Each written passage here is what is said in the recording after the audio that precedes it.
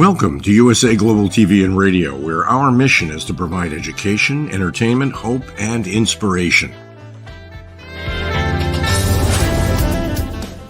USA Global TV and Radio connects you with experts and audiences all around the world every single day to help you succeed in business and to live a richer life.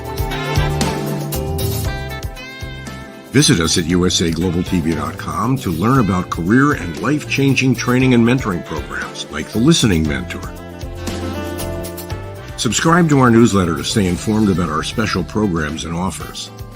Discover how you can become a guest on one of our shows or a host or producer of a USA Global TV and Radio show of your very own.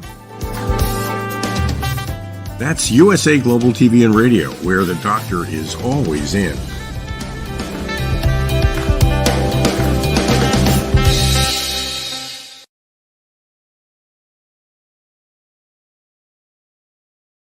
Hello, everyone. Welcome to part 2 of the reunion show here at USA Global TV and Radio. This is one of the incredible events that we host 2 or 3 times a year to really spotlight our VIP members, team members, guests, sponsors, and the opportunity for you, our audience, to learn more about them and how they can bring value to your life. I'm Dr. Jacalyn Kerbeck, and it's my pleasure and privilege to host this show along with my dear friend. I've learned so much from her. Just yesterday, she brought some incredible nuggets forward as well. Her name is Dr. MADALENE Chan, and she's in London. She is a soul heart awakener, and she is a coach who will actually help you find your purpose. She's also a vocal coach, and she also is an expert when it comes to helping you take what's inside of you and put it into song. She's a novelist, and she and I have written a few books together. Let's welcome Dr. MADALENE Chan. Hello. Hello, Dr. Jacalyn. What a lovely, warm welcome introduction that was. Beautiful. Thank you. Thank you. It's so good to see you. As I mentioned, you're always coming forth with amazing ideas. And I don't know where, I know you get the downloads. I see when you're doing your talking head expert presenter show that you're like, I'm getting downloads, and we'll keep them coming. This is it. This is how we're supposed to be, in the flow. And wow, haven't we got an exciting show today? Haven't we got, We do. We've got some amazing people here. And by the way, part 1 was the other day. People can see that on our YouTube channel. And I'd love to have people go and subscribe, because we're on a mission to get to 100,000 subscribers. So we'll be putting that link up later. So we will. 100K. 100K. Yay, 100,000. You are going to be presenting at the end of our show, as I am. So thank you so much for doing that. And you'll be co-hosting and actually hosting part of it with me. So thank you.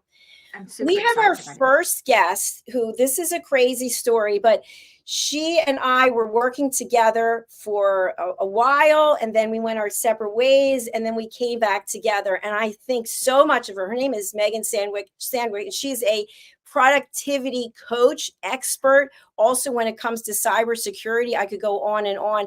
But she actually helped me realize how unorganized I was, and how that mindset of you can do everything yourself is not one that really is effective. So she helped me get all of my P's and Q's and my ducks in order. And I asked her to be here today for the first presentation, because I think all of us can benefit from learning how to be more productive. And she's going to share some tips that she's garnished, that she works with her clients for decades. Let's welcome Megan Sandwick to the program. Hello. Hi, Megan. Hey, Dr. MADALENE, how are you? Hey, Dr. Jacalyn, so good to see you. It just warms my heart to be here. Thank you so much. Thank you so much. Where are you joining us from today? Well, since May 15th, I have been traveling and wandering. I happen to be in Clovis, California today, and I'm going back home up to Cobb Mountain next Tuesday. So I spent the last month at the beach and in Nebraska and in Clovis. So it's been a really good time. You are sort of living life on your own terms. Would that be correct? That would be correct. That is my goal. Absolutely. I went nomad last September. So I moved out of my house, put my things in storage, and I have been living. I did a project up on a mountain over the winter on 48 acres. I project managed some enhancements and projects. And so, yeah, it's been amazing.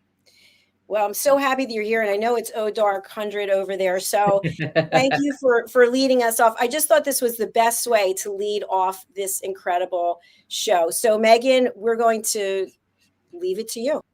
Okay, thank you very much. Okay, so my goal right now is to get my presentation up. I bet we can do this. What do you all think? And I think my presentation is now up. And so I'm going to go into present mode. Sorry that this doesn't look as professional as I would like, but we are now in present mode. So I would like to start just by saying hi to everybody. My name is Megan. I am, as Dr. Jacalyn said, I am your very favorite strategic productivity partner. I work with people on productivity habits, processes, systems, automations, and most important, mindset. It's last not because it's the least important, it's last because it's what keeps it all together. One thing people ask me about, how can I be more productive? What to-do list can I use? What calendar can I use? And here's what I want everyone to remember. Your productivity habits are all about you. Productivity is the one place where you can be 100% selfish when it comes to you and what you're doing. So we're going to talk a little bit about that. But as Dr. Jacalyn said, I am a strategic productivity partner. I've been doing this for about 10 years, and I'm so excited. I've worked with hundreds and hundreds of people around the world, literally, with the goal of saying, okay, how can we work on your productivity habits, processes, systems, automations, and mindset? And something exciting that we're just getting ready to announce. So my company, Strategic Productivity Partner, was just acquired by Indelible LLC. It is a security operations company. And so I am now the Chief Operating Officer, and I also am the Strategic Productivity Partner. So all my programs, coaching, and everything's going to stay the same. So it's something I'm really excited about. So enough about me. Let's talk about you and your productivity. A lot of times people will say to me, where's the best place to start? How can I take control of my productivity? So I want you to think about your productivity core 4. This is when you look at what is your daily process? How do you use your calendar? How do you track your priorities and to-dos? And then let's do a tool review. So whenever I start with clients, these are the first 4 things that I look at. What do I mean by daily process? What I mean by daily process is when you think about it in this day and age, we have so many messages, emails, Slack boards. There are so many things that we have that come to our minds on a day. So what I say is always start with the daily process. Write down where are all of the places you need to check. Where are all the messages? Where are all the phone calls? What is your calendar? Look at all of your calendars, but come up with a daily process checklist so you know every day you are touching everything once. That way in the middle of the night when you wake up and you're like, oh, did I? You know you did because you did your daily process. The second thing I want to talk to people and that we look at is how do you use your calendar? To me, my calendar is my favorite app. They are gold. There's so much information we can keep on there. How do you track your priorities and to-dos lists? Well, let's be honest, in this day and age, now I'm going to age myself a little bit, but I still love my Franklin Covey, my paper Franklin Covey, right? It was a day planner that kept me so organized. Moving to the electronic digital world has been great for some people, not for others. When you think about all of the tools that are out there, one of our goals is to say, what tool works for you? How can we incorporate into your life? And then finally, let's do a tools review. What are you using for everything? For accounting, for expenses, for mileage? Where do you keep track of your vital information?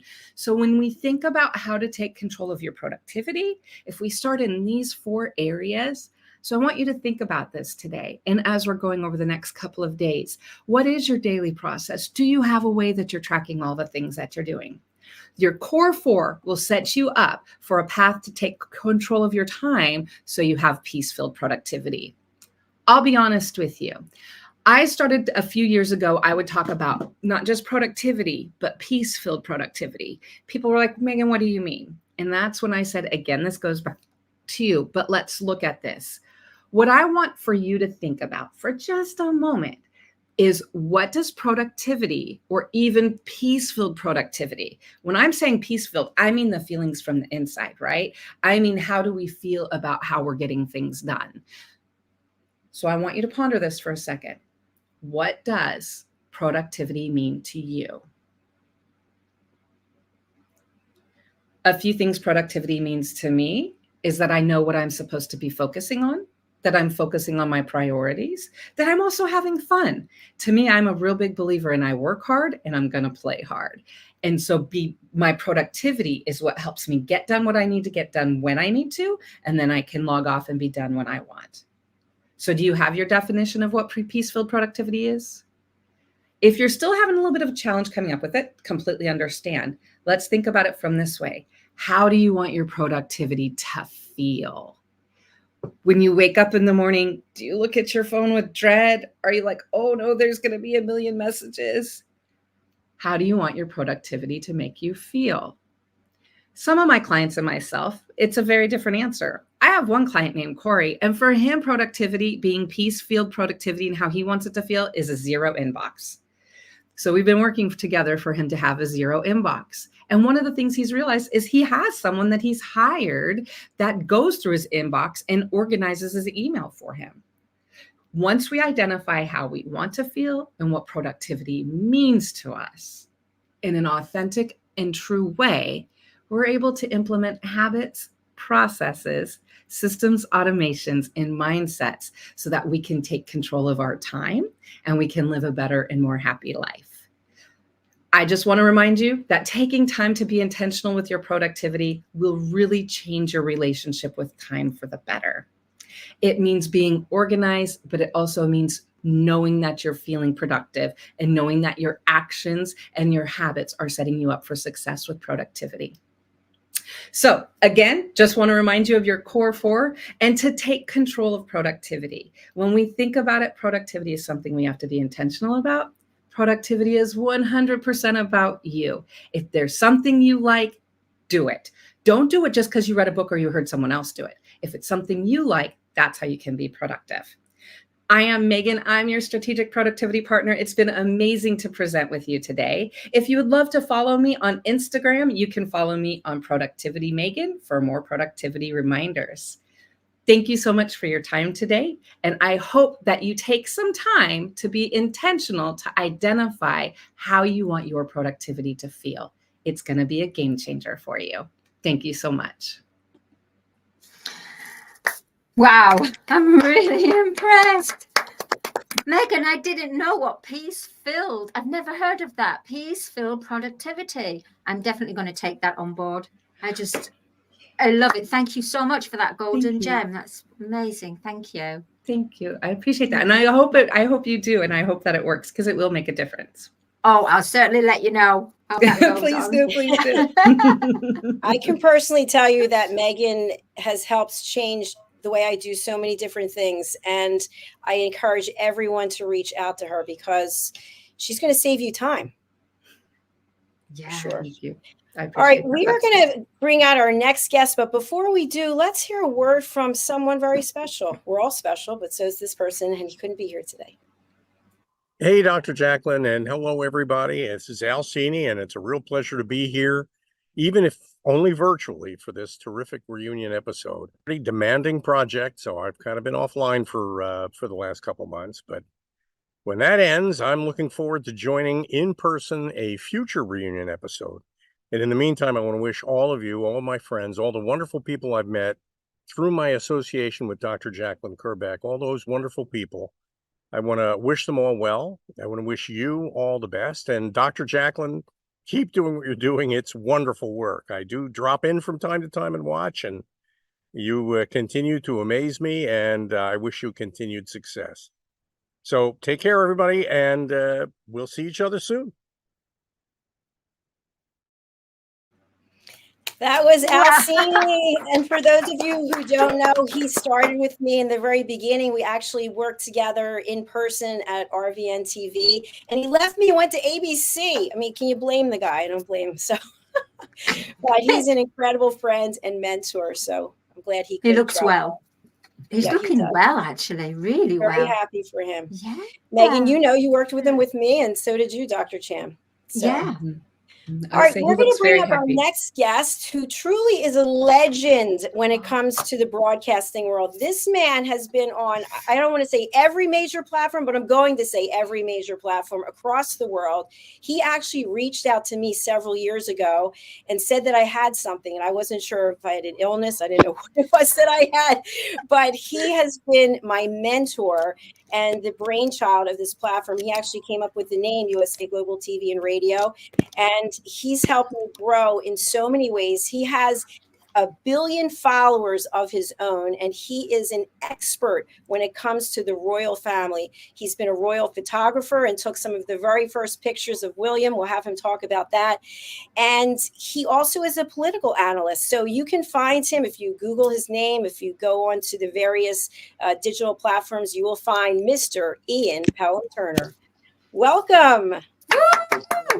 Ladies, I hope you can't see me blushing too much at that entrance. And I have to sort of say that I always address myself as a grain of sand in the desert, because I think in reality, it's people like yourselves that create the popularity, create the visions for the future anyway.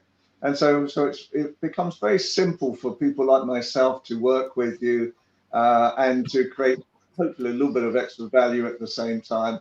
And I'm sorry that I've just realized I've switched on the wrong background this afternoon. But the only thing I do wish is I wish this was my background. There you go. So I mean, as Jacalyn knows, and probably Madeleine knows as well, is that anything in front of the camera, that's me. Anything behind the camera, technicals, no way. I've been a journalist and broadcaster for 58 years now,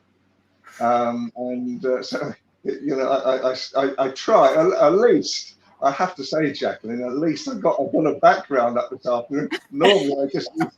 I am shocked that you have the background. It's a beautiful background. It looks great. So, Ian, I just want to share with our audience that you are on 3 of the shows that we host here as well. So that's the United Kingdom, the Royally Rich Lifestyle Show, and Royal Breaking News from London. And you obviously have your own shows that you actually go to a studio there in London, and you work with ALB UK. I'm going to spotlight you. And if you could talk to our audience, imagine somebody's out there and they want to break into the broadcasting world, or they want to promote themselves or their message to the world. What are some of the things that they can do? Okay. I've started my stopwatch. I think when you become a broadcaster, it's like anything else, is that just be yourself is the first bit of advice. I was advising someone the other day who may be going into a reality show shortly. And he was saying, well, shall I do this? Shall I do that? No, just be yourself, because I think that's really what the real broadcasting is all about. Once you try and change your personality or your way of life, it then becomes much more difficult to actually move on in life at the same time. So just a very quick resume. Yeah, I've been a journalist for 58 years now. I've been a broadcaster with my colleague Helena Shard. We work together, and really since we started working on Royally Rich projects, we've done over 3,000 shows with different channels across the world. So in reality nowadays, the thing that I expect all the time is the unexpected, because when you're working with the royal family, and when you're supposed to be a person who comments on the royal family as well, we get asked all sorts of questions all the time. And so you have to be, first of all, up with the knowledge as best as you possibly can. And I'll give you a prime example of that, is that recently, for about 8 to 12 months now, we've been working with Fox Media, one of our companies that we work with, and they constantly are setting up commentaries for us on what do we think about Kate, what's happening to Kate. They've become fascinated by Kate, Princess Kate's you know, in London as well at the same time. And really, because we have contacts within that world that are very close to Kate at the same time, then we're in a situation that really sort of happens now, that when something happens, we can talk to people as well. But I think the reality with it all is a lot of the time is that when people are coming on to us, we say the truth as best we possibly can, and that's very important. In my line of work, messaging is very, very important as well, because talking about how to put a message across, the actual words that are used, the phrases that you use are extremely important, and sometimes can get you out of a hole that you're in. Very quick example. When Prince George was born, and the first photographs of Prince George were born, I was working with NBC in London, and we saw the photographs that had come out, and this was the first official photographs, and we think they had been taken by Kate's father, Mr. Middleton, and he'd taken them on an iPhone, and in all honesty, they looked appalling. You know, they were out of focus. The only one that's half looked decent was the dog, who looked like he was just about to be ill at the same time. And so there was this really very, very bad first impressions of new baby George. And so first of all, NBC say to me, I won't say the language that they said, but they called me smart something. What are you going to say about this? And so I then you know, had to wriggle around all these images because they were just absolutely dreadful. I came out of NBC, and the BBC wanted me as well, our national broadcaster in London. And so I worked through to about 2 o'clock in the morning with the different BBC stations that were coming on. But all the time, one of my colleagues, who was really one of the commercial attaches to the Queen as well, and other members of Buckingham Palace were getting these frantic phone calls saying, please, please, please say about anything at all to make this situation right. We're in bunker mode at Buckingham Palace. The whole world is laughing at these terrible photographs. We know they're terrible, but how on earth do we change the message on it? So I had 2 hours sleep, and then I went to our commercial national channel, ITV, for their breakfast show. And again, I'm sat down on the red sofa waiting to come on, and they're telling me, the presenters are telling me, look, you cannot say these photographs are good. You cannot say that these photographs have any value at all. They're terrible. They're out of focus. They're blurred. They're backlit. All the things that are wrong with them. And all the time that was coming in my head was, please find a way of changing the whole dimension of what was actually going on. And so then I looked at the photographs again, and I thought the only person that looked half decent in these photographs was Kate. So then I go on set, and the presenters are saying, Ian Pelham-Turner, former royal photographer, you must be looking dismayed this morning at these photographs. They're terrible, they're awful. They go through about 2 minutes of what's wrong with these photographs. And then I said, and what's your opinion? And so I said, in reality, I can see there's a lot of issues with these photographs. That is English understatement, to say the least. But then I said, but only a father could take the look of love in Kate's eyes. And all of a sudden there was this from the cameramen, who are the hardened professionals. And I thought, I've done it.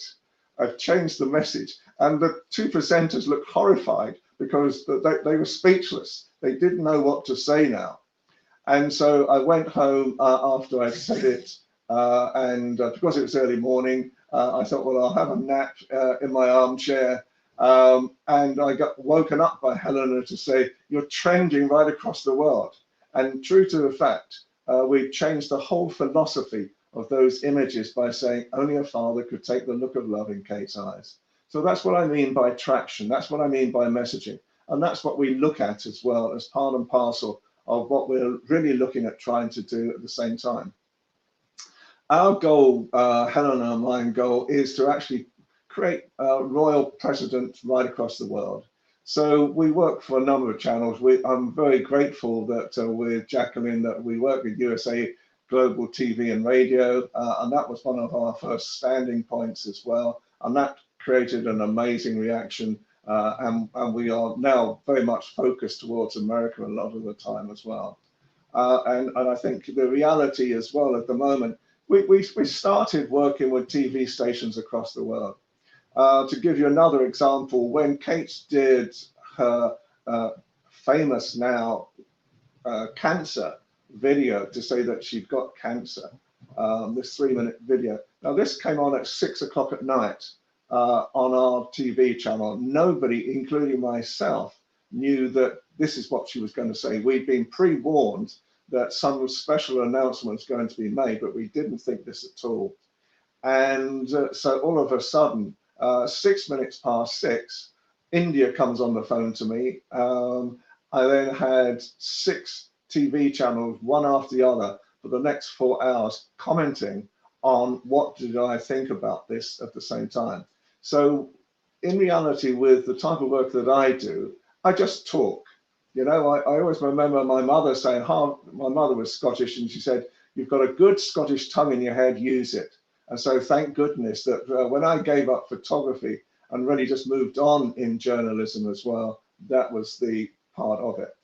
One of my most famous stories, and I think this is probably what Jacalyn wants me to just talk about as well, is that I did Prince William's first ever Christmas baby shoot with Charles and Diana as well. And that particular day was a day that I will never forget. And it's a day that I've dined out in for the next, 50 odd years. So basically on that day, we were told at the time that I had 7 minutes to take the most famous photographs in the world. What would happen was that they would come in, you were allowed to say good morning to them. They would say good morning back, they would sit down, and then someone with a stopwatch would actually turn on the stopwatch, and on would 7 minutes. So this is one of the photographs that I took at the time. It still makes me smile. The look on Charles's face was not the most happiest that morning, I might have to say. Anyway, so we started taking the photographs, and Diana had brought William's teething ring with her as well, so she could hold the teething ring up so he would look towards my camera. So, but for 4 of the 7 minutes, Diana, I should say, was hiding her face. And I couldn't say to her, "Mom, you're hiding your face, I can't see you." And I knew that because of the rules that I was set by, you weren't allowed to say anything to them as well, because that would be breaking the rules. So I made a noise like I was dying. So fortunately then Diana turned around and she smiled because she realized I was breaking the rules, but I hadn't broken the rules because I hadn't spoken. She moved the teething ring. William went to grab the teething ring, and in 1/60th of a second, I got the iconic shot that made me one of the Royal Photographers of the Year the following year itself as well. And then after that, the 7 minutes was up, and Diana wasn't going to let go now, because I think she wanted to have some fun as well. She knew how to break rules at the same time. So the photograph that she just flashed up was one of the shots where, in reality, I started taking photographs of Diana holding William up in the air and then cuddling him and all this type of thing.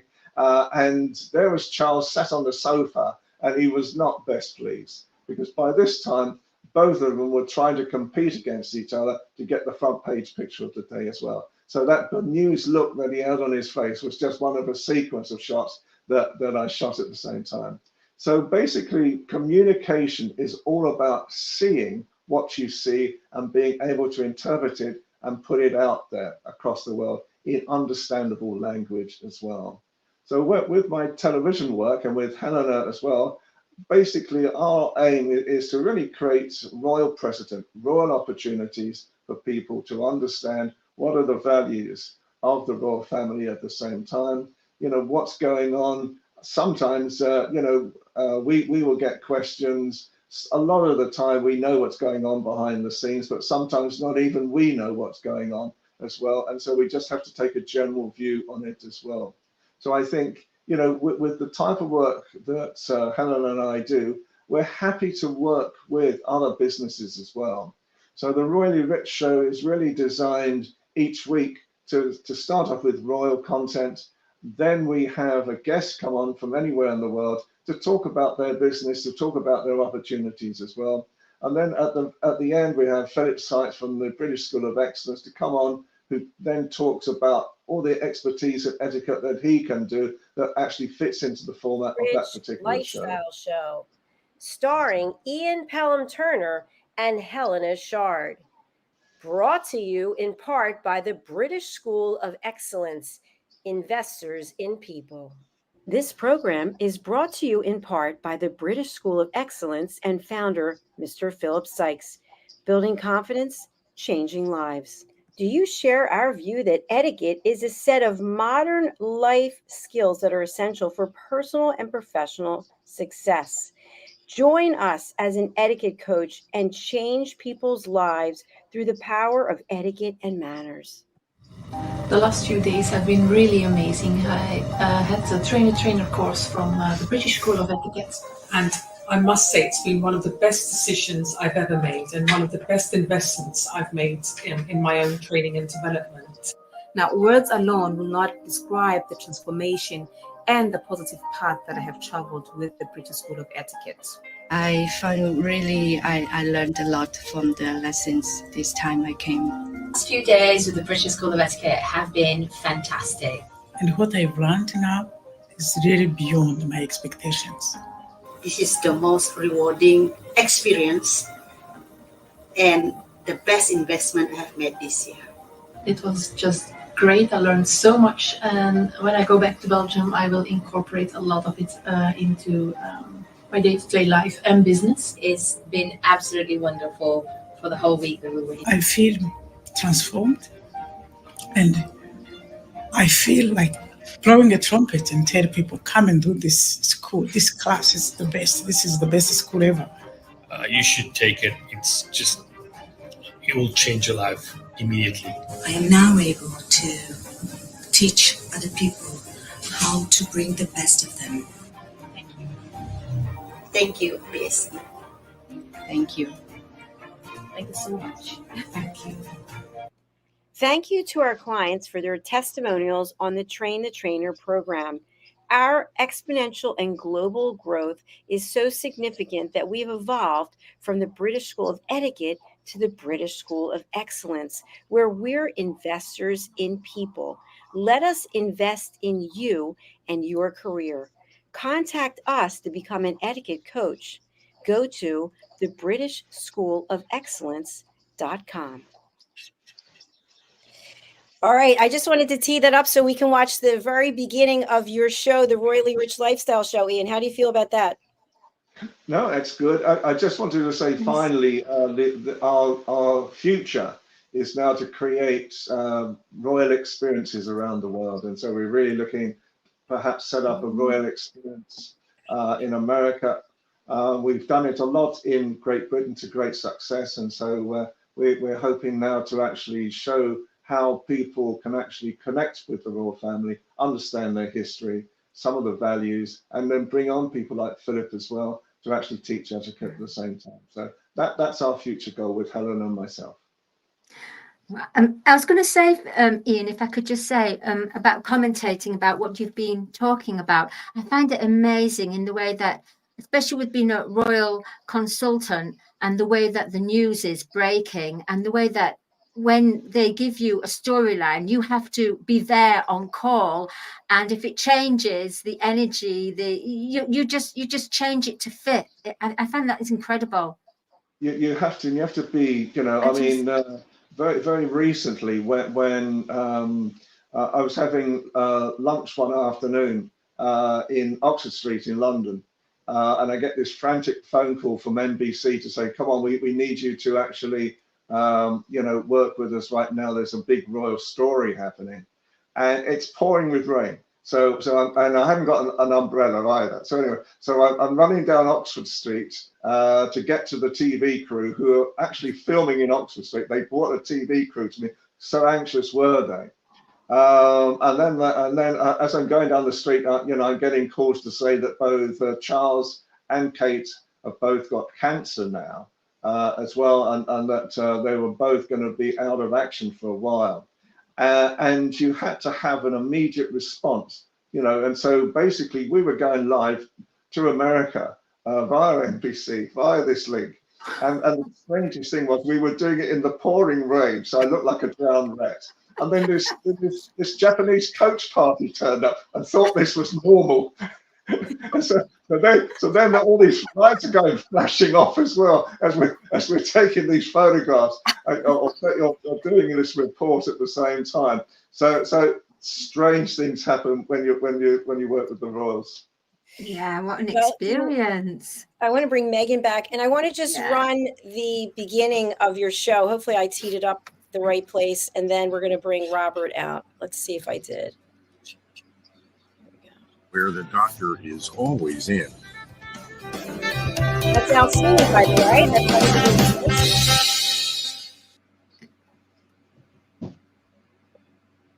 Hello and welcome to another edition of the Royally Rich Lifestyle Show on ARB UK Television. Let's roll the titles and let's get on with the show.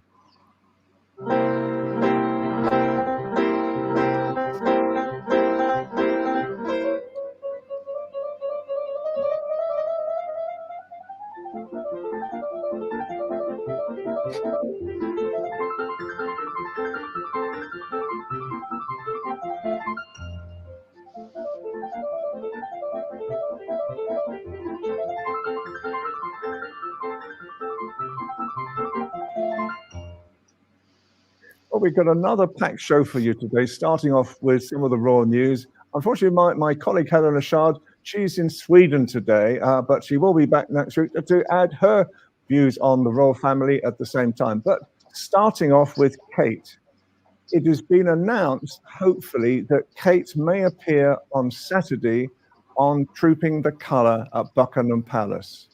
Now, she hasn't been seen virtually all year since she actually did the video saying that she had cancer a few months ago in March.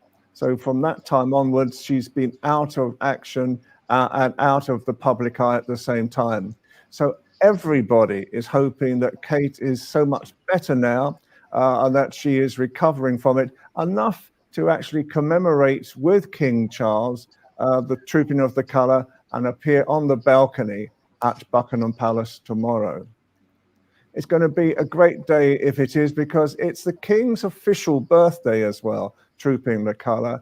And I know that as he is recovering from cancer at the same time, the reality is that he will be delighted to see his daughter-in-law back again close to him, and there may be even the children as well. So watch this space next week, and we will tell you more about what has happened at Trooping the Colour. Woo! Well done. Love it. We were right. but that was a big leap in the dark as well, ladies. It was a big leap in the dark because you just, I mean, even to the last minute, you're never quite sure. Changes can happen all the time as well, but it is what it is, and fortunately, most of the time, we've got our facts right, and that's it's the same with politics. They do as well. At the moment, I'm looking after British politics, and once that finishes, then the channel I work with has got a 1 billion audience across the world. Then we're on to American politics until November the 5th. Well, November the 5th for us makes us smile, because November the 5th for us, this is why Madeleine is smiling as well. November the 5th for us is Guy Fawkes night, when we let off our fireworks, when Guy Fawkes tried to blow up Parliament. So we're expecting fireworks with Trump and Biden on the 5th of November. Ian, thank you so much for being here and sharing all of your knowledge and wisdom, and for allowing us to run your clips from your show. It's truly an honor. And Megan, thank you so much for being here also. We're going to bring up our next guest so that we stay on time. Robert J. Moore is an incredible person. This man has had so much adversity thrown at him, and as a result, he pulled himself together. He's been on major stages with major people like Tony Robbins across the world. And now he actually coaches people, next level coaching. And he's been a publisher, an author. He's just somebody I really admire a lot. We've had him on the show before, and I'm so grateful that he could be here today. Robert J. Moore joining us from Canada. Hello, welcome. Hey, how are you? Hey, good to see you. I'm going to tell you right now. Hey, Robert. First time I've ever used someone else's background, ever. I know. I was so honored to see that you did that. Thank you. I respect. I do. Yeah, I normally don't do it. I usually have all my stuff with the Forbes and Guinness World Records and everything, but it's not about me today. It's about you. Well, thank you. It's an opportunity for our audience to get to know our guests today so they can reach out and they can work with you. Robert, you now have the stage, so I'm going to turn it over to you for your 15 minutes. First thing I want to say is Dr. Chan there, you should be very, very, very rewarding because we just won another award this morning with the song in my documentary. So you're up to 11 now on that song that I've won. So anyways, I'm Robert J. Moore, 5-time international best-selling author. I wasn't always at the top level in Forbes magazine, wasn't always a Guinness World Record holder and someone that's got numerous amounts of awards. I was someone that was brought up with a very rough life. Long story short, because we only have 15 minutes, I was in jail 17 years. I was living on the streets for 7 years.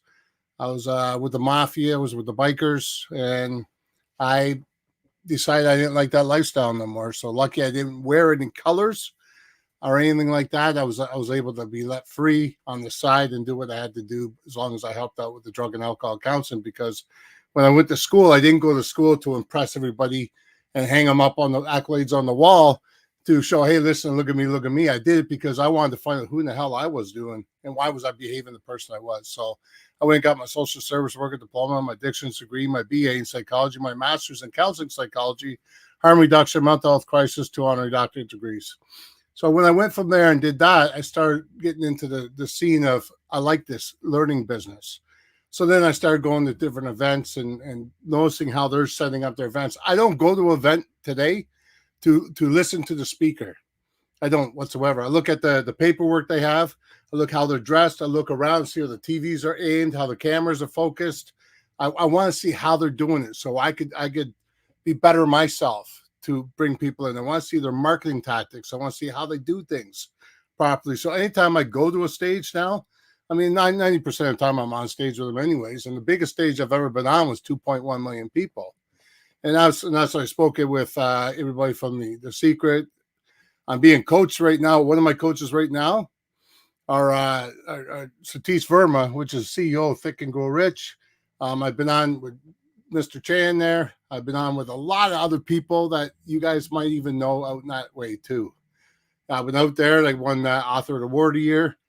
I got the plaque, and I went. It's funny how you go through Gatwick, and then next thing you know, they see something. There's a big block of something in your package and your luggage and that. They stop you. They want to, oh man, this guy's bringing home drugs or whatever, right? Big block of something. It was an award. So I mean, it was quite the experience. I'll tell you that. And then the experience home, 8.5-hour drive home on the flight, and tiny little seats they have. I'm a big man, so. But I decided to dedicate my life to using all those skills. And now that I figured out who I was at that time with my education, I wanted to utilize that to help other people. So I became a therapist for 15 years.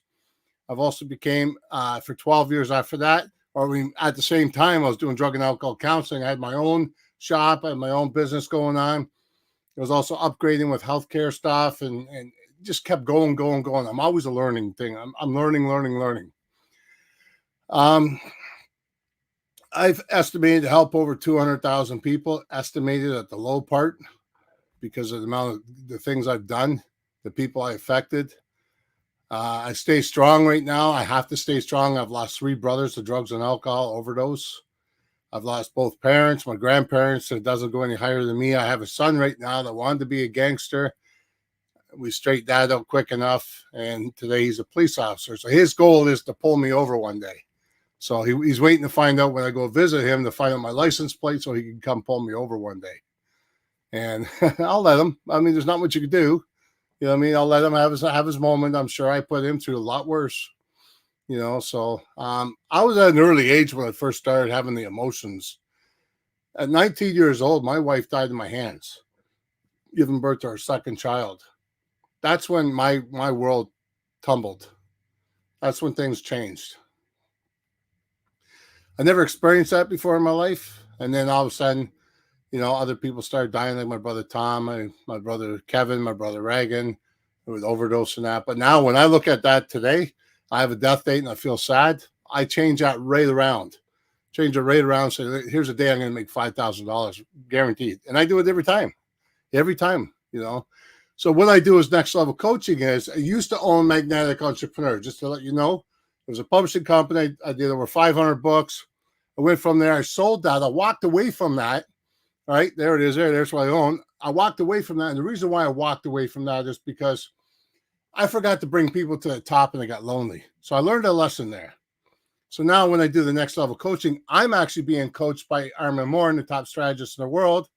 And I'm also being coached by the CEO of Think and Grow Rich.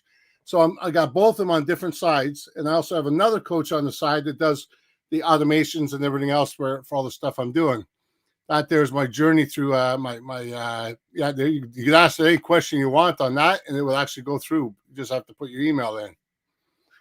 And I help people reach that next level. I bring people to that next level without being selfishness, my own. My third program, my membership program that I have is I bring 10 people in a year. And in that year, we build a program. We structure a program together. We build the program together. And when we do that is we implement that into their business. And then what I do is I certify them. I certify them as a next level coach, and boom. You know what? It holds a lot of water because I've got a lot of things going on, a lot of respect for different people who have done things. And I got to admit one thing, man. I've never met people in my life so excited to work with me now, because I was out for 6 months.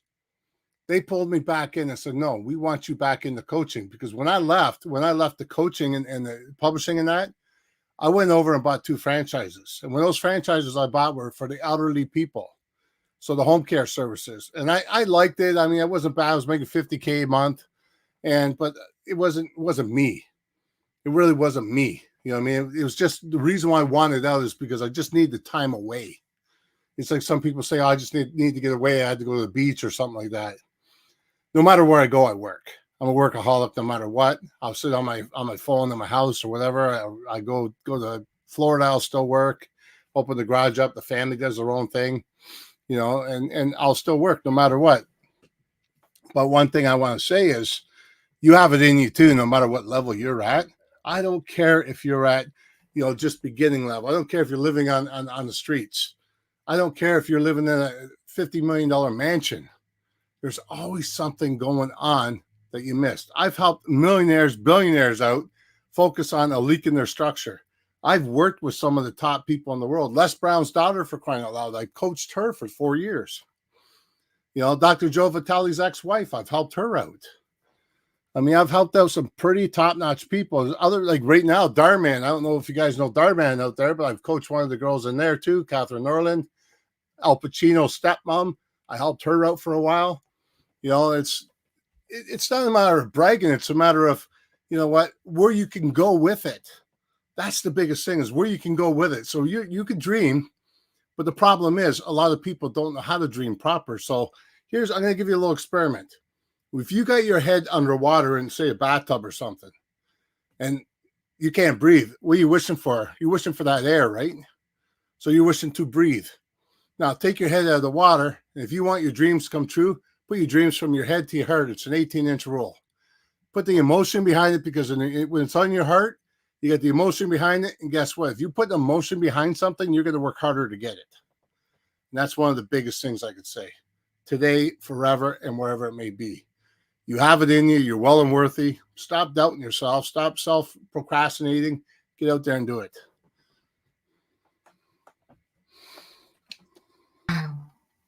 Wow. I'm just overwhelmed. Amazing nuggets of advice there. The short version. Bravo. The short version. Yeah, the short version. Extremely short. Normally I talk for 90 minutes straight. And I mean, then I'm still looking for more time. I was like, he can't be finished yet. Sorry, StreamYard kicked me out. That was Well, brilliant. I'd rather get on there and you guys can ask me a few questions that Yeah. know. I mean, what you would like your people to hear. And absolutely. So Megan and Ian, I don't believe you've met Robert before. Maybe you have a comment or a question. I know about Ian. I've met him before.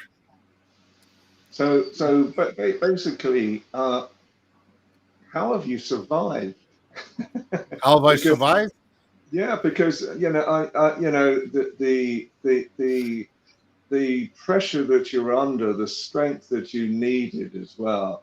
I mean, I have a backstory of my own where I went through a terrible depression at one time and had to change my life. And thank goodness I did. And I got surrounded in love by women. So I love womanhood, and I know the values of women today as well. What gave you that encouragement as well to actually move forward in your life? Well, when you sit there and look at the situation, first of all, as a drug addict, alcoholic, I'm going on 19 years clean and sober now. But what gave me the meaning for life is I decided to worry about what other people thought. And I started worrying about what I needed for me. It was hard getting out from the bikers and the mafia and all that. Really hard. Even at 19 years clean and sober, 2 years ago, they came up to me and they were on the phone. And I said, how'd you know where I live? They said, well, we're looking at you right now. I didn't even know they knew where I was, but these were the top people in the HAs. And they said, we need a favor. I said, look, my credentials ran out. And they said, who in the heck do you think you are? We don't need credentials for what we need you for. Right. And I said, if it wasn't for that person actually physically dying 2 weeks later, I probably wouldn't be out. They wouldn't let me go. But I always change the negative and make a positive out of it. So when I feel the pressure of something, depression, like my brother's death date or something like that, like on July 20th, it's a big day for me. I got my mom's death, my grandpa's death, and I got my mom's death on it, and my wife's death on the same day, July 20th, all the same day. So I look at that day, and I also have my son's birthday on that day too. So what do? He's alive. You obviously want to celebrate that. You can't be depressed for his birthday because it'll bring him down. So basically what I do is I change it around, I change the opposite, and look at, okay, it's an opportunity to grow. And that's all I do. Thank you, Robert. Thank you, Ian. Thank you. So do you look at the future now rather than the past? The future is me 10 years ahead, because if I focus on somebody else and they fall, guess what? I go on the pedestal, off the pedestal too. So I'm looking at me 10 years advance. What do I want to look like? What kind of money do I want to have in the bank? What do I want to dress like? What do I want to talk like? Where do I want to live? What kind of car do I want? That's 10 years in advance. So I'm chasing that person 10 years in advance in order to get there, and I'm raising myself up to that level. Because I know I'm not going to fall. I know that person's not going to fall off the pedestal. Megan, I'd like to go over to you. Do you have a question or a comment? I was just going to ask, and you've kind of answered it a little bit, but how do you stay encouraged? I don't want to just use the word motivated, because you know what I mean? How do you keep going, and how do you keep positive with the direction you're in, if that makes sense? When I look at other people and they're depressed or something like that, and I see them empowered by what I'm saying, right there. That's that there forever. Right there is the feeling I want to keep. And when I get up on stage, I mean, I know how to read people like you would not believe. So I'll look in the field. When I'm watching people come in at an event, they always talk one way to certain people. They'll go up and they'll talk to, like, if they know I was the next gangster, they'll come up to me, start talking like the toughness kind of thing. But if they come up to you, it's all like, entrepreneur stuff, and it's all professional, it's all perfectionism and all that stuff. So now when I get up on stage, if I see them luring off, I'll start putting that texture in that brings them back to me. You know what I mean? So I'll bring it right back to me by putting a little gangster in there, but keep it professional at the same time. So now it draws them back in. And it works every time. I mean, you can't go to the mechanic and talk about perfume. You got to go to a mechanic and talk to about battery, alternators, and everything else. Yeah. Okay, thank you very much. I just want to give a time check as to where we are. So everyone gets 15 minutes, regardless of where we are on the time. We are running over, which doesn't surprise me because we run over every time. But, and by the way, just so you know, I'm just going to mention it again. You can come back and forth. So you can stay, you can go, you can come back later. If you see we're running behind, you can drop off and come back. So our next guest is someone I met recently. She actually was just on a show we did literally right before this. Her name is Dawn Bates, and we worked together. We were part of this collaboration with Mark Stephen Pooler, and he is actually going to be on later today. And Dawn really inspired me. We had a call together, and I just loved her energy, and I loved her confidence. She knows who she is. She knows what she wants, and she's going to share more about that in her presentation. She's the founder of Dawn Bates International Ltd. She's an author, a coach, an activist, and a publisher. Let's welcome Dawn Bates. Hi, Dawn. Hi, how are you? Thank you for having me here today, and nice to meet you all. Thanks for being here. Thanks for doing a back-to-back. That's hard to do. So. Oh, you know, well, if you want to get things done, you've got to get them done. You can't just sit back and watch Netflix, can you? We're going to give you your 15 minutes now, and we'll come back and chat with you afterwards. So enjoy. Okay. Well, just so that you all know, this is going to be the first time that I have ever presented on this platform. So just bear with me as I figure it all out. I think I've got it. But just as I figure it all out, I'll just give you a little bit of background on me. Like Megan, I've been traveling the world nonstop, but I've been doing it for 7 years, and I've been into some of the most dangerous places on the planet. I'm going to share screen. It's asking me for 2 monitors. You're having a laugh because I don't do 2 monitors. I might just cancel it and just go with this. So I have been traveling nonstop around the world for the last 7 years. I speak multiple languages, including Arabic, Spanish, and Portuguese.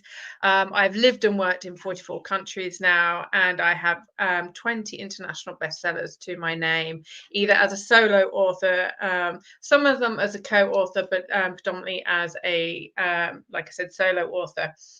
I hate bullies. I cannot stand them.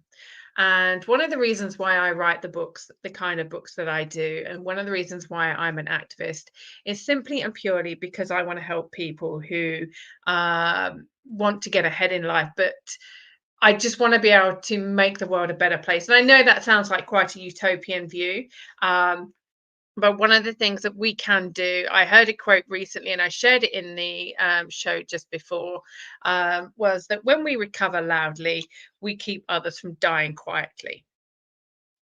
Now, when we write a book, one of the things that happens is that we have to get very clear on what it is that we believe and what it is that we're feeling. Now, if we're going to write that we think a certain thing about a certain situation, and we do not follow that train of thought and that logic across to other situations, then we're actually we're not in alignment. We're not thinking clearly. And we have, sometimes when I write, when my clients write things down, we get stopped because like, oh, if I think that about that, and I'm applying that logic to that, but I'm not applying the logic to that. Oh, that's not good. Okay. And it makes you rethink everything, or it should do if you're doing it properly. Now, when I work with my clients, my clients are either writing a book for brand expansion, they're writing a book for philanthropy, they are wanting to help people overcome things. Because we all know that there are people out there in the world that cannot afford coaching, they cannot afford therapy, or they cannot afford the educational courses. Thank you very much. If we could focus on the 7-week author page, that would be great.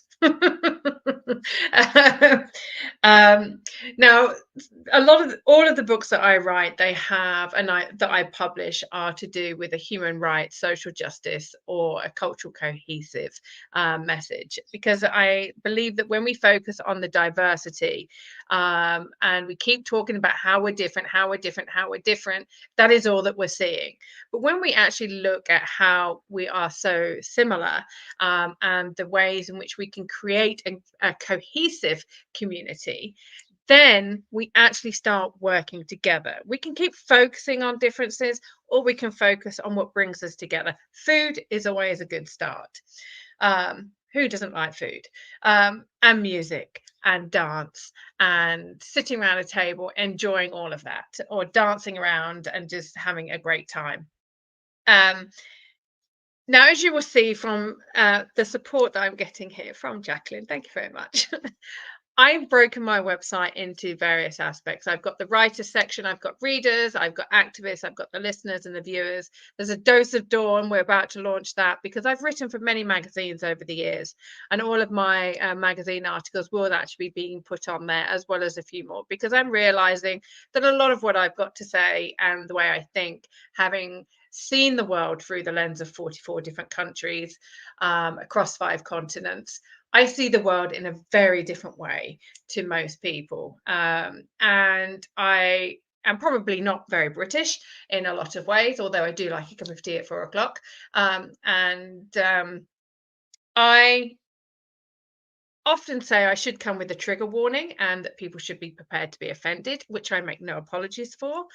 Because when we have to relearn our history through the lens of another country, and we're going deep into some of the most dangerous places on the planet, which I have been doing, studying human trafficking, studying government corruption, studying media manipulation, and you end up writing about them, not everybody likes it. Not everybody wants to, they say they want to learn about the world, but then they go, oh, have you got a link for that? No, I haven't. I've got 34 years worth of study. You can go find a link, but most of them you can go and read my books, which you will find on the dawnbates.com/readers. Now, I am a great believer that through writing, we can heal ourselves and the planet. We can heal other people through reading. And when we consider that books on average are read by four different people, that's a huge ripple effect. So when we share our journey, when we share our learnings, and we do it for the goodness of helping other people, not just for profit, that will come, we actually get to make a very big difference in this world. We're here to support and help each other, not just ourselves. So one of the things, there are many different ways I help authors. I do it through developmental editing. So I'm looking at their manuscript and I'm looking at it, how is this book or how is this manuscript serving the author? Are we looking at additional product spectrums for them? Are we looking at how they're marketing? How are we getting them onto podcasts or TV shows? How are we getting them into press? What kind of events can we do for them? And we're looking at how, when we're developing the manuscript, I'm looking at research with my clients. I go deep down that rabbit hole. I do love a cup of tea, and I love cup of teas with Alice. Love, love, love. And I have got 26 years worth of entrepreneurial background. So not only am I looking at a manuscript for my clients, oh, am I going to make money as a publisher with this? It's like, how is my client going to make money as a publisher, as an author? Because I don't take any royalties from my clients. I don't own their copyright. I'm their guardian. I encourage them to build entrepreneurial skills because we are effectively building a product. And if you're going into the realm of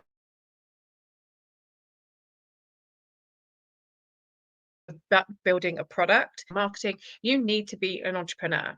So with my coaching, you're not just getting writing coaching or book coaching. You're not just getting business coaching or leadership coaching. You're getting life coaching. That's why it's called author coaching.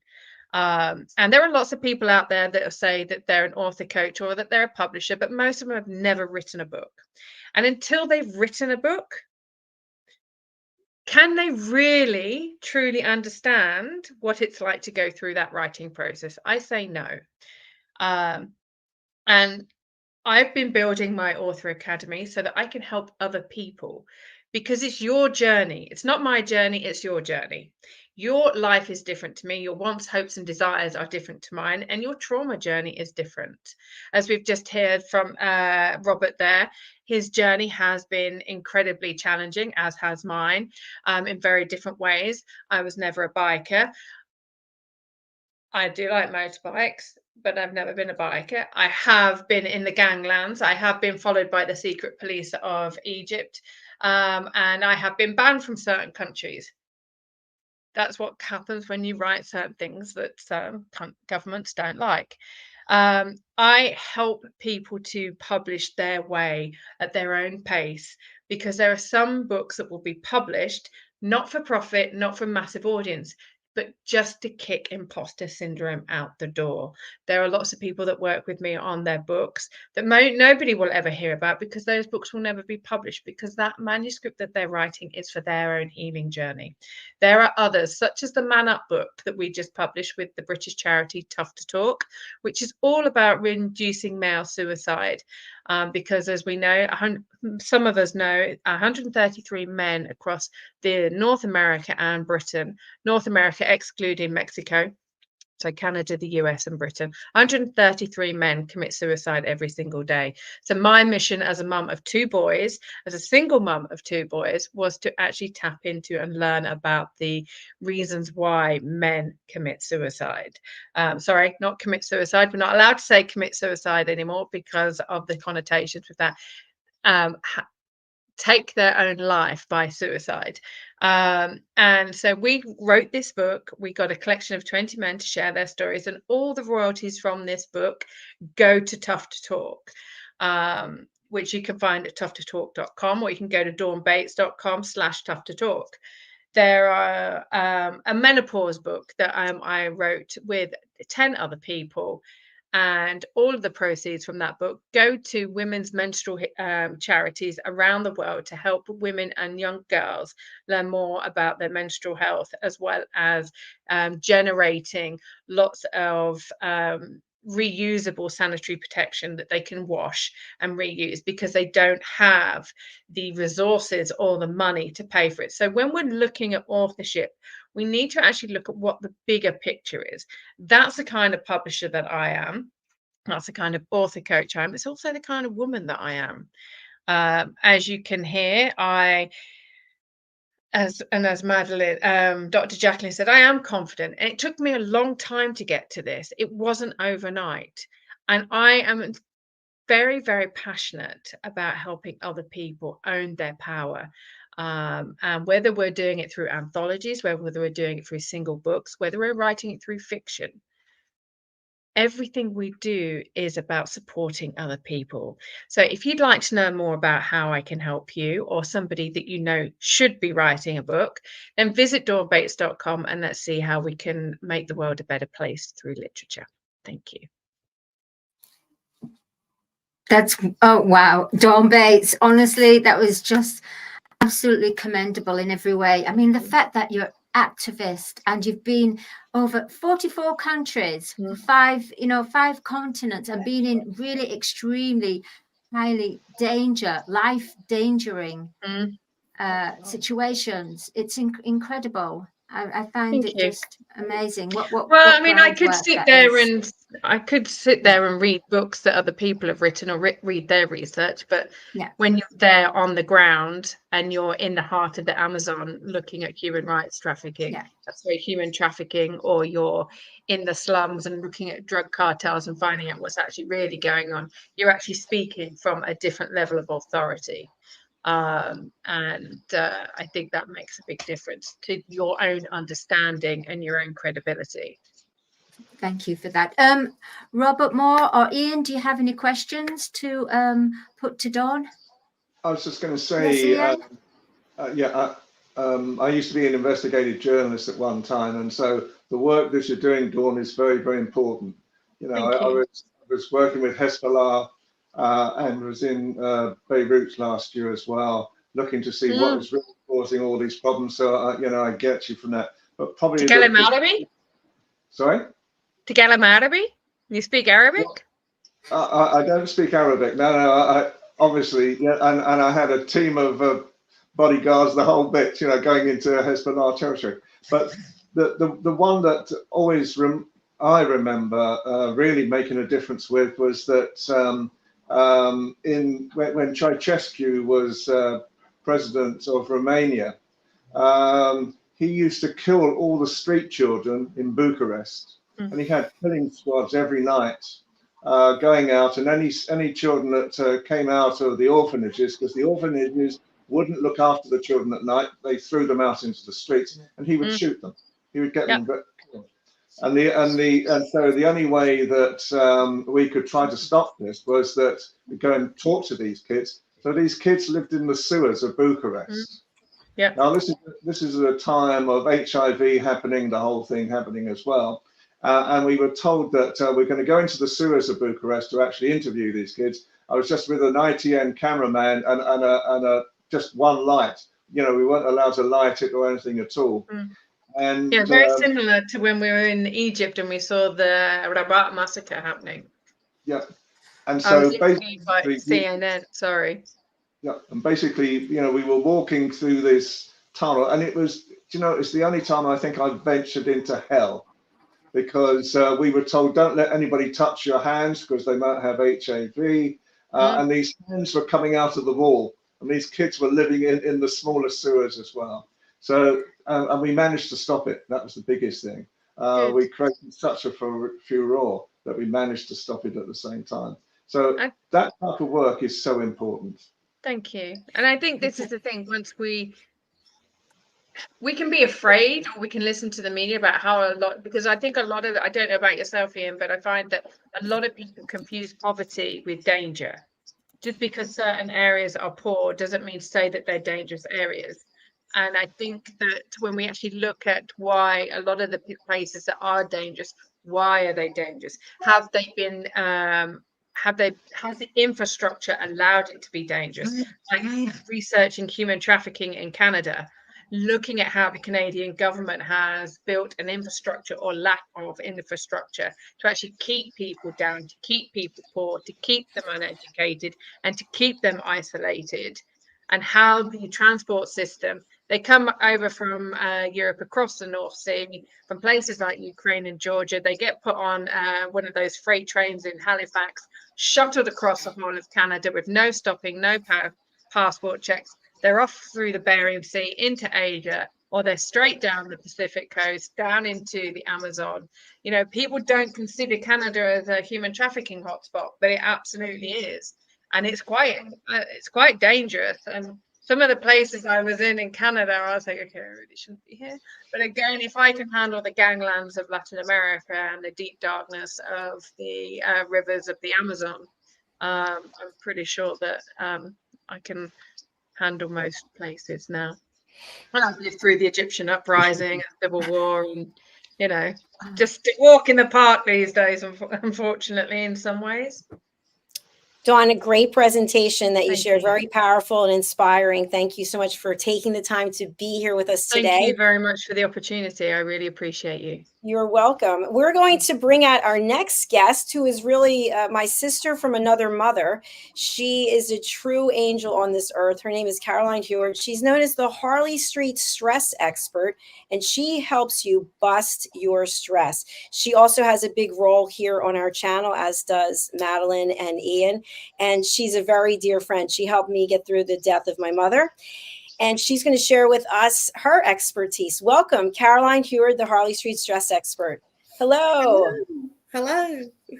I've been listening to all of your presentations and thinking, this is good that I'm at the end because I can really bespoke the presentation to what I'm hearing. So it's been quite an eye-opener, and you'll all find it very relevant, and wonderful to be here and part of the show, Dr. Jacalyn. Thank you, Caroline. Caroline is on our show, The Listening Mentor. She's the star. She's also an expert presenter on our Talking Heads platform. And she's on A Woman's Prerogative, parts 1 and parts 2. Part 2, she actually hosts herself. And she's our resident therapist here at USA Global TV and Radio. So Caroline, take it away for your 15 minutes. Thank you, Dr. Jacalyn.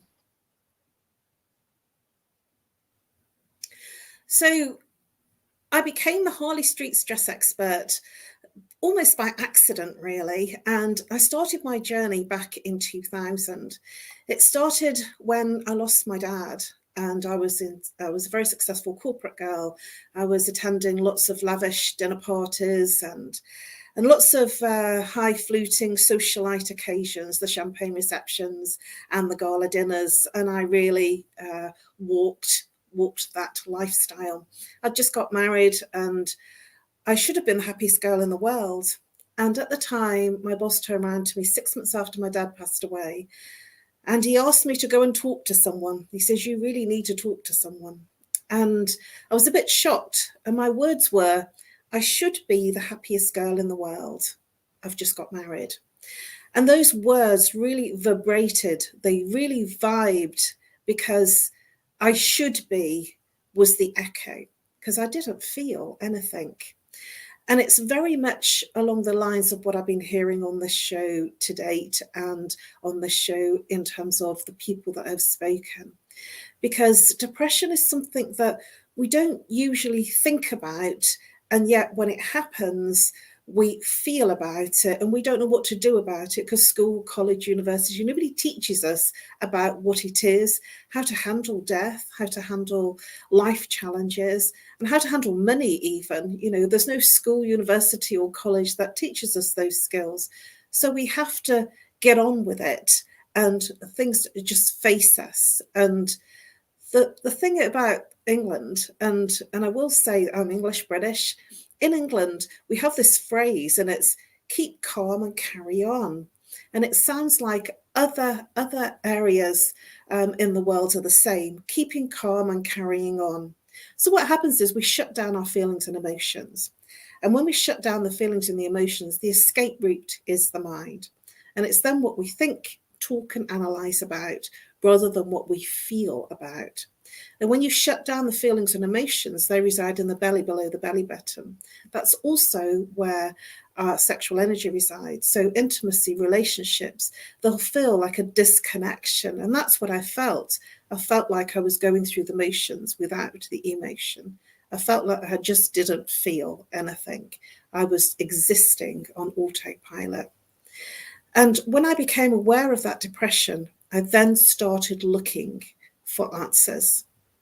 But before I started looking for answers, the questions that I asked were quite meaningful and deep. And I was 36 at the time. And that was back in 2000. And the questions that I asked were, who am I? What am I doing here? What's the meaning of life? What's my purpose? Now, those sound very deep and profound, but I had reached what I thought was the pinnacle of everything that deemed me to be successful and happy. I'd got a social place in terms of where I was living. I was pictured in all the press, the magazines, and the local media, radio, TV all knew me. I was known as a spokesperson, and I was in marketing and PR, and I'd really got everything. And I just got married to a really lovely man, and I just thought that equaled happiness and success. But I wasn't happy, and even though physically, emotionally, out there, before social media was really social media, I was pictured as successful and happy, but I didn't feel it. I just felt like I was existing. I just felt like I was going through the motions and not feeling anything. And as a result, in asking those questions, my net response to all of that, and it was a little bit of research, a little bit of time of navel gazing, I got to the response of feeling I'm not happy. So I better get a life, I better do something. And that's what led me into Eastern philosophy, Eastern culture, looking at what had made me shut down, what had made me feel the way that I was feeling. And I started to explore all sorts of training, and I started that training back in late 2000, early 2001, 2002. And I started looking for a chakra journey. That chakra journey was the equivalent of an A-level, 18 credits to a degree. And I also studied at a convent. I was doing NLP, stress management. And so I got my master's back in 2000, 2001 in NLP and hypnotherapy, way before it became very trendy as it is today. And I also trained with people that were looking at the chakra journey. I trained with yogis, and I was looking for that chakra journey, and I found the right person to train with. And that was a whole experience in itself, because I had to take on case studies. And I was a marketer. My background was PR and marketing. I was a qualified chartered marketer, and I'd been in management ever since I was 19. So I didn't feel that I was being a therapist. So what made me go to Harley Street? By the time I graduated, I'd been seeing a lot of clients, and I had to see case studies as part of my exams. And as a result of that, I realized this wasn't just about me. This was about helping other people. I had solved my depression. I had solved my stress, and I'd solved my anxiety. And I thought, well, there must be other people that will be suffering like this, just like I was in corporate. There'll be other people, because I was bullied in corporate. And it was very difficult, because that was just, as I experienced, the way that it was. And as a result of feeling that, hey, I could help other people, and I started quite small in my home and seeing one-to-one people. I didn't feel brave to really go out there. And then my then husband turned around and said to me, perhaps I should look at progressing a bit further, making it look a bit more serious. And so I decided the training that I'd been doing, I was actually training with a doctor who had come out into the field of medicine to look at alternative therapies. And what he did was he had a license to practice in Harley Street. So I spoke to them, and I then shared the license, and I became, in my own right, a licensed practitioner in Harley Street, number 10. And I stayed there for 17 years because I felt that it was important. If I was going to be a therapist, I would do it in the right way. I would have the right address. And they crawl all over your credentials to make sure that you are bona fide and that you do what you do. And also along this couple of decades, well, almost a quarter of a century now, I've done many trainings, and I'm just actually doing a new training, a coaching training, which I have to do case studies for. It feels a little bit odd to be doing case studies again, so many years after I'd started my journey. But what I do is I help people overcome the root causes of their stress. And I do that through using chakra psychology. That's how the mind and body connects, and what happens to the person physically, emotionally, mentally, behaviorally when there's an imbalance. And I've solved my own issues, because the repeating patterns come in physical aches and pains. They come in behavioral things like intimacy, relationship issues, family stuff, bereavement stuff, how we don't handle things, how we think that we should be a certain way and we should perform in a certain way, and yet we don't, because we're not feeling that we should be doing one thing and we're feeling something else. And so we don't end up being very authentic. In pops in imposter syndrome. And so we don't then be how we really are. And I remember through my training, and I've trained with many, many different people. I've even trained as an avatar master and wizard. I've done a lot of training in America, and I've done a lot of identity stripping. And we walk out in our identities, and we walk out as the mother, the daughter, the lover, the husband, the boyfriend, the son.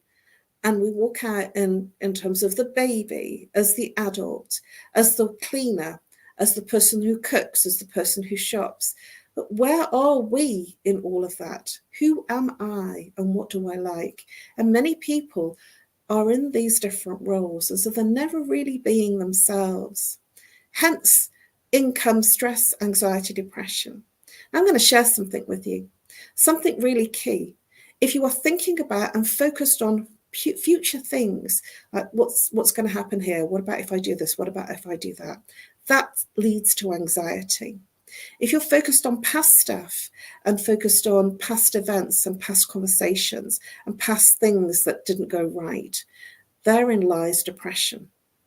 But when you want to change things, when you want to really actively change and live and breathe and be in a place where you're really enjoying life to the full, it's about being in the present moment, the very moment of the very second that you're in right now. And that's what I offer to my clients, to take them into the very present moment that they're in.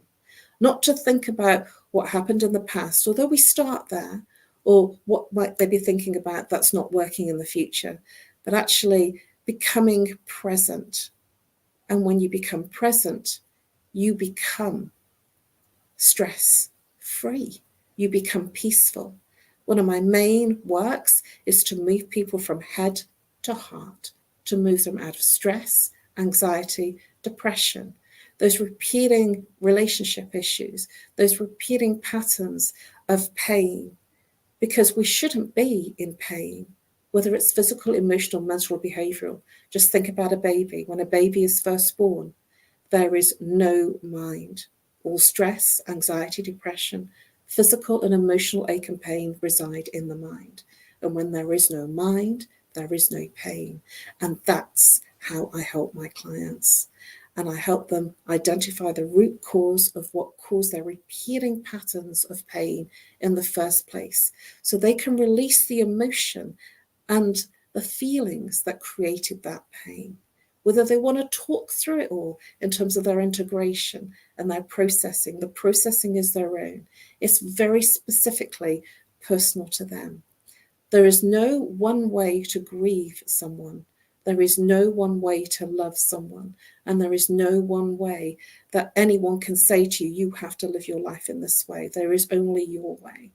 And when you are living life in the present moment, then you can feel and you can be. And we are not here as a doing person. We are a human being living as a being person. It's how are we being rather than what are we doing. Most people talk about what they're doing, but how are we being? And just for the record, I am now 60 years old. And when I started this work at 36 years old, I am now de-aging. I now look younger because I'm not a person doing, I'm a person being. So I laugh a lot, I dance, I chant. There are many things that I do for my own personal fulfillment and for my own personal pleasure. It's not about going to a nightclub and dancing. The dance is within. I can be in my own bedroom or in my own office and living room, have my headset on and be chanting and singing for all England and dancing and feeling amazing. It's who I am being inside. It's not about how I'm being in the external world. And that is my gift. My gift is to help others become a human being and move from head to heart so they feel and they experience life how it should be rather than how we think we should be, how other people tell us we should be. And I look forward to helping you. You can reach me on No More Stress at live.co.uk. I also offer a 15-minute discovery call, and I'm offering a crazy, ridiculous 1-hour consultation, which will help you break through 3 patterns, 3 problems. And that is a ridiculous introductory price of £50. I look forward to helping you bust your stress. Bust your stress. Bust your stress. Yeah. Woo! You are on fire, Caroline. On fire. That I've never heard a presentation like that before. I mean, congratulations. Just amazing. Amazing. Excellent. Caroline, do you know Robert?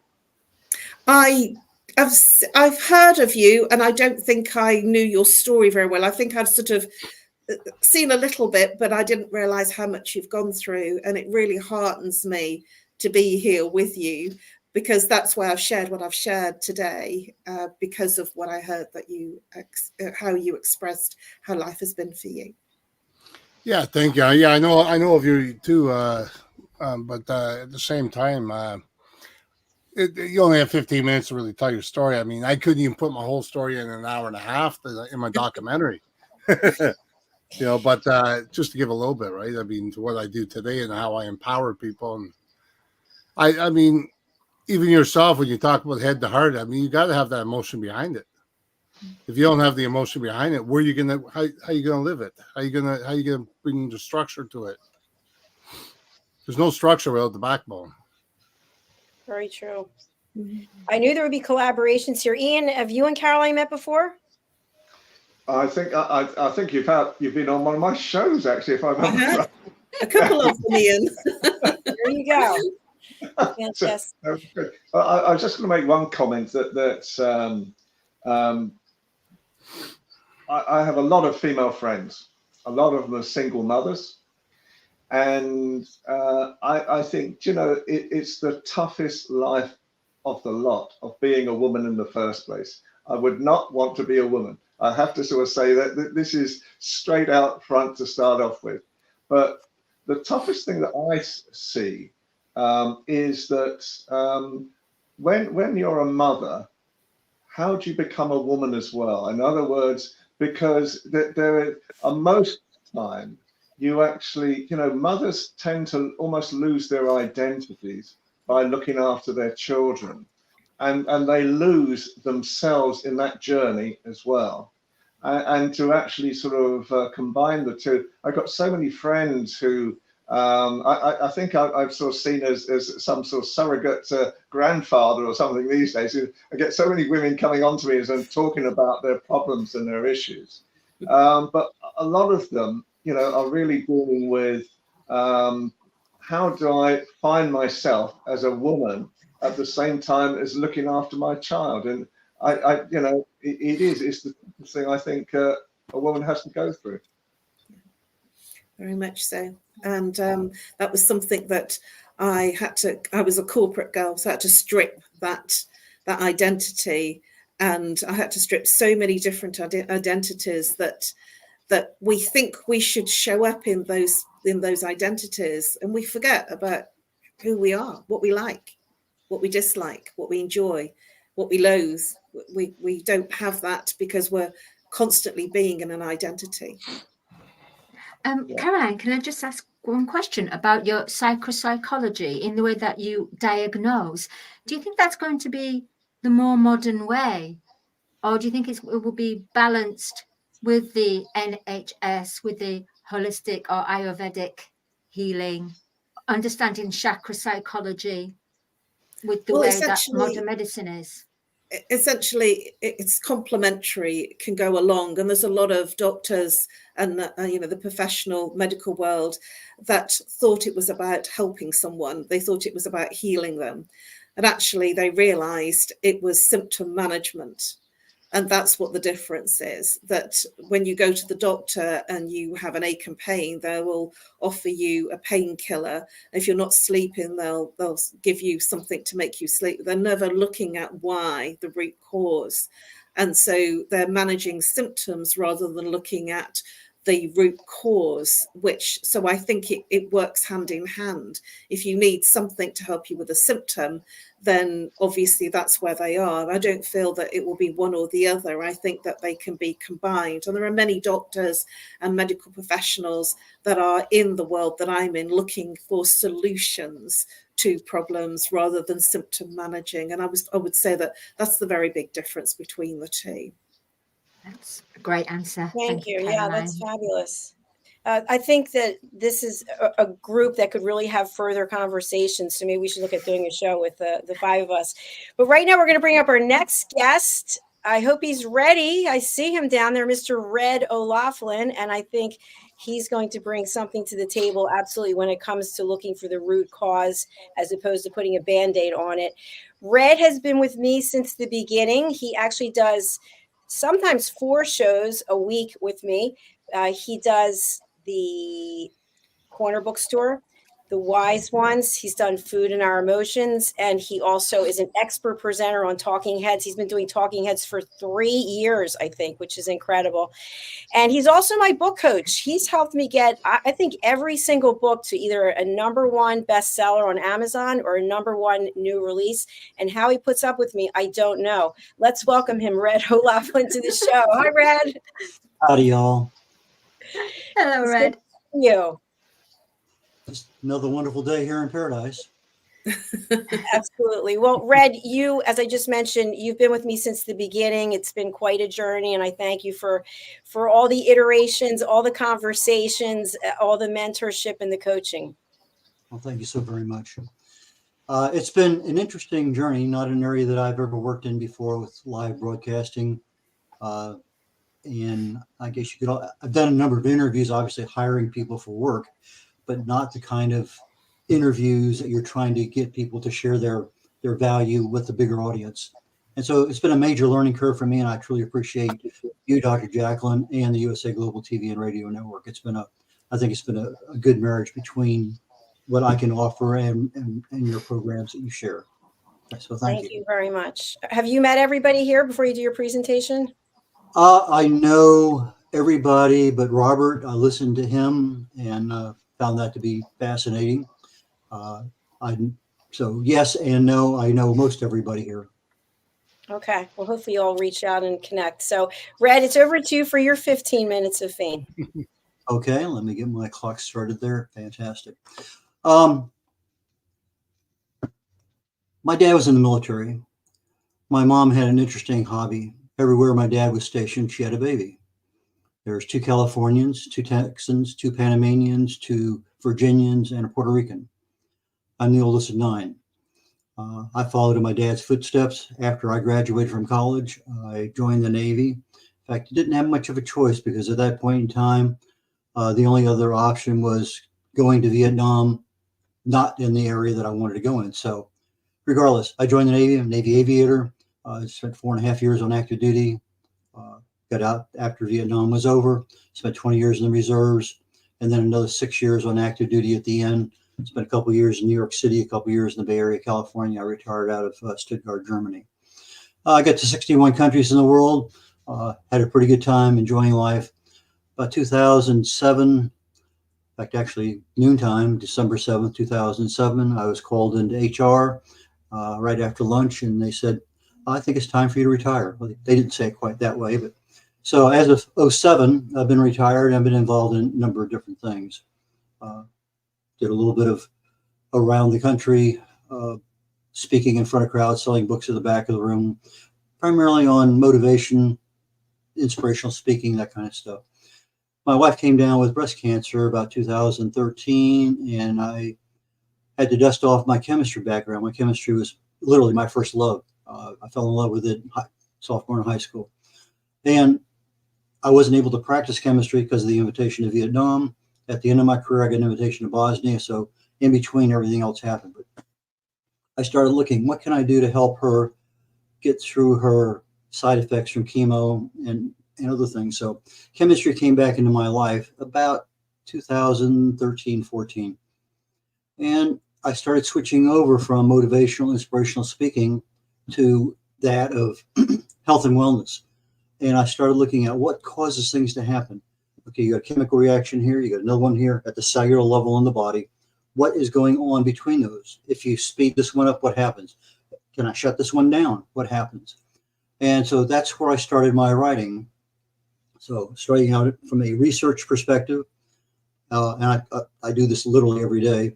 I take what I can find and what's fascinating about it.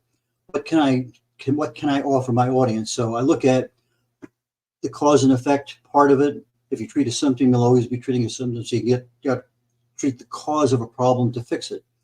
So I started writing articles. I have over 1,000 original content articles, primarily on health and wellness, mostly oriented toward longevity and anti-aging on LinkedIn, about 1,500 on my website.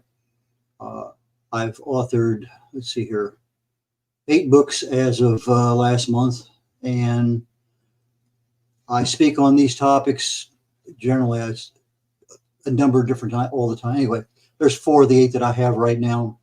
I'll get back to that later. The part that I do enjoy doing is in the writing of the books.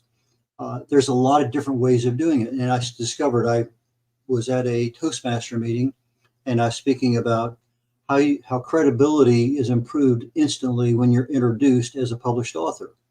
So I didn't think much of it at the time, and about a year later, I got a call from a guy that was at that meeting. Says, "Hey, I wrote this book. I can't get it published." Well, about that point in time, I had published 3 of my own books, and I said, "Well, let me see what I can do to help you." So I did, and about 2 weeks later, his book was published. And then he recommended somebody who recommended someone who recommended, just kind of grew out of hand. I said, this is kind of funny. I need to sell at least 100 books to make the same kind of profit margin I'm charging for publishing a book. So I ended up in the book publishing business. But in part of the book publishing business, I don't do the traditional publishing into things. I only publish a finished product, and that's all I do.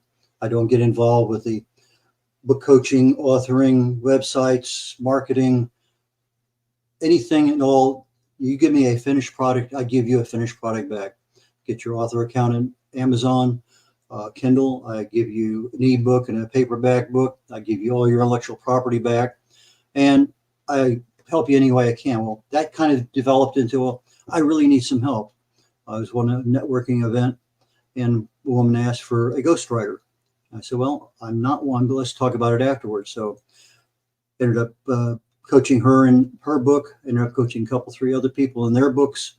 And so over time, things just kind of evolve. So I am now taking on a more active role, but I'm very, very selective in who I help with the writing, because it's a very time-consuming job coaching somebody, being their accountability partner and whatever.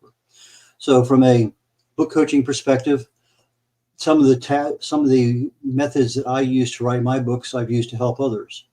And I've used this example quite often. So if I said, Dr. Jacalyn, tell me about the first car you ever owned. There are some questions we can answer about things we know about. We don't even think, we just answer, boom. Well, if you structure your book as an interview, every question that's asked is a chapter. And within that chapter, you have a number of bullets of the things that you want to have the interviewer ask you, or you give that information. So in other words, now you have a structure to a book. Let's say you have 15 questions. Now, each of those questions is the chapter of a book, and I have bullets for each question. So I now have the structure of that chapter. And say Dr. Jacalyn and I sit down, we have a conversation, and I interview her based on her list of questions, and we record it. That recording is important for a number of reasons. It can be transcribed into a manuscript super easily. Very little editing involved in it, because you're basically just giving us information that you know. But part of the problem on books is you need to have some level of entertainment, capture. So in other words, if I tell you about one of the first cars I ever had, I'm driving down the High Bridge in Corpus Christi. All of a sudden the car shakes, bang, I think I was hit, had no idea what's going on. And the car's starting to slow down. And all of a sudden I notice a tire passing me going down the side of the bridge. Well, I get out very carefully, I look around. I had lost my left rear tire. So very carefully, I go down the bridge on 3 wheels in a bridge room. I find the tire, and it goes on and on and on. So anyway, you put these little stories, these little vignettes, these little things of interest throughout the book, so that you keep people's interest. If I'm just telling you about data 1, data 2, data 3, boom, you lose people instantly. So you have to have a kind of a storytelling mode to this thing, and some interesting stories. Maybe the story didn't happen to you. Maybe it happened to somebody else. But it's important because that story became part of what you're doing. So with that in mind, now I could take something very, let's say you love to cake decorating. Well, how do you get involved in it? Who do you admire? What's the hardest thing you can do? What's the easiest thing you can do? There are a lot of different questions you can go there. If you want to take a look at a legacy kind of book, a memoir, well, tell me where you grew up. Tell me why you chose this. There's a lot of different ways of going. So you have a structure. Literally within a couple of weeks, you can have 10, 20, 30 questions. You may have more than one book. Take that information, record it, and have literally an eyeball-to-eyeball talk with somebody, because you can see their facial expressions. If they start fading off a little bit, you lost them. However, if you can see them coming a little bit closer because they're listening to you, now you know that interview, that information being exchanged is of value, because that is very definite feedback on what you're telling. So now you have a manuscript, and boom, you're literally almost done. Get it edited, thank you very much, and the story, and the book is ready to publish. So from that perspective, it makes very good sense to do that. But let's say you're a public speaker and you speak on a number of, let's say, motivational topics on a regular basis. Then I would recommend a different approach. I call it the 1359 method. In other words, let's say I have one topic that I speak on, health and wellness. Well, I take 3 parts of that, maybe heart health, brain health, and gut health. Okay, so that's the 1-3. Now, if I look at this thing as an organizational chart that blends down, the 1 is the top, 3 are the 3 things I'm going to be speaking about or writing about. And when I'm speaking, I try to break things into groups of 3. So a 3 by 3. I have 3 things I want to tell you. Here's the first one. Here's 3 things about that first one. Here's the second one. Here's 3 things about that second one. Because when you break it down into a 3 by 3 matrix, it's very easy to remember and provide back to people. But when you're writing, you want more information out there. So now I get down to my heart, brain, and gut health. I want to tell you 5 things about each one of those. And so it might be diseases of that. It might be the nutrition of it. It might be a number of different things. So I have 5 different things I'm going to tell you. Of that first of the 5, I want 7 things in there. So I'm just exploding down with information. And if you're in a topic area that you just have more information, you know what to do with, this organizes it very well. You may not want to get below the 5th level, but if you have something that has a lot of depth to it, that might be a way of organizing it so you can bring that in. Or you may end up saying, let's make 2 books out of it. So from a book coaching perspective, that's one of the things I do to help people is, number 1, who's your audience? How can you get to them? What value are you really presenting to that audience? And on top of that is, what are you offering that other people aren't? Have you done a competitor analysis of your field, of the authors in your field, the number 1 to number 20 top bestsellers? What do their covers look like? What are their prices? What are their sizes? How many pages in each? And I'll take and lead my clients through each one of those so they have an idea. For this particular genre, here are the top authors. Let's take a look at what they have in their table of contents, if there is a table of contents in the book. And we go through each one of these things and take a look at it. Yeah, if you look at the books in that genre, most of them have a picture of them on the author on the cover, and you don't, well, they're the best-selling authors. Maybe you ought to have one. Or maybe not. Maybe if none of them have a picture of them on the cover and you want to put yours on there, maybe that's not what is needed to have your book be competitive with others. So we take a look at what are you alike and where you dislike, and what is the real value you're offering to other people. So from that perspective, that makes it very, I wouldn't say simple, but it makes it easier to understand. The other thing is you need to have 2 parallel tracks. The minute you start writing and the minute you start marketing your product. So if you're starting down this thing, get social media. Tell the world, I'm writing a book on whatever. What do you think about this title? What do you think about this one? What do you think about this cover? I usually get 4 or 5 covers and I'll put them on Amazon or on Facebook and say A or B, B or C, C or D. And I found out a long time ago, what I think looks like a really good cover as the author is not what other people want. You want readers to make a decision on what that cover is. If I'm walking in a bookstore, chances are I walk by a book, I see them all over the place. If it's a cover that captures my attention, I may stop and look at that book for 5 to 8 seconds, or maybe slow down as I'm walking by. But if it really captures my attention, I'll spend 5, 8 seconds on the cover. I may pick it up and turn around and read the back. I may spend twice as much time there, maybe 15 seconds. But if there's something in that front and back cover that causes me to open the book, I'm generally going to go to the table of contents. I myself usually go to the copyright date because I want to find out how long ago was this book published. Then, chapter 6, so I go here to page 53, and I take a look and see what's in there. I've spent now maybe 30 seconds, maybe 40 seconds with this book. Chances are I have it in my hand. I may actually walk out the store with it. So that book cover is super important, but the cover, the title is not necessarily as important. Why? Because if you have a title that's 1 or 2 words, how are people going to find it if they have no idea who you are? So you have to have a subtitle that captures the key words. If somebody's just doing a search on books for cake decorating, for whatever, you need to have the real identity of that book in that subtitle. So you can have your basic title, whatever you want, and you can't copyright a title. Anything you want to do, you can do. It's open for whatever you want. So now you have a cover. I used AI for one of my most recent clients. He had 4 generations of family living in Texas, and all living literally in the same home since the Civil War. And he wanted this kind of background. So I took AI myself, had some photos created with his specifics. I sent him 5 photos and said, okay, he liked these 3. So we sent those 3 to a designer. We said, okay, here's what we want visually, but here's the extra stuff that I need to have, plus to have the font and the text and everything else put on it. So you can use AI for some generation to help you actually create that cover.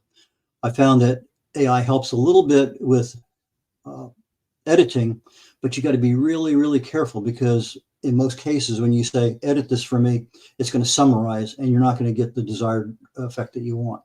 So from a book coaching perspective, that's something I can help people with. From a publishing perspective, again, I just minimally, I give you exactly an ebook, a paperback book, and help you anywhere I can along the way to get that thing done. I have people who edit, I have people who market, I have a lot of other deals that I can send you to people who specialize in those areas. So with that being said, I think my 15 minutes is just about up.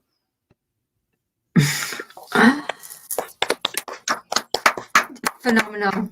Phenomenal. Excellent information, right, Dr. Chan? Yeah, absolutely. I love the fact of competitor analysis, looking at the top 100, because sometimes when you're in your project and then you do all the stages, you never think about doing research, because you think that your book is okay. You think that your book will be acceptable. I find it amazing for you to do that. I just love your work. You're a great blessing for anyone. It makes sense, because if you don't know what's out there, what are you offering people above and beyond what they can get anywhere else?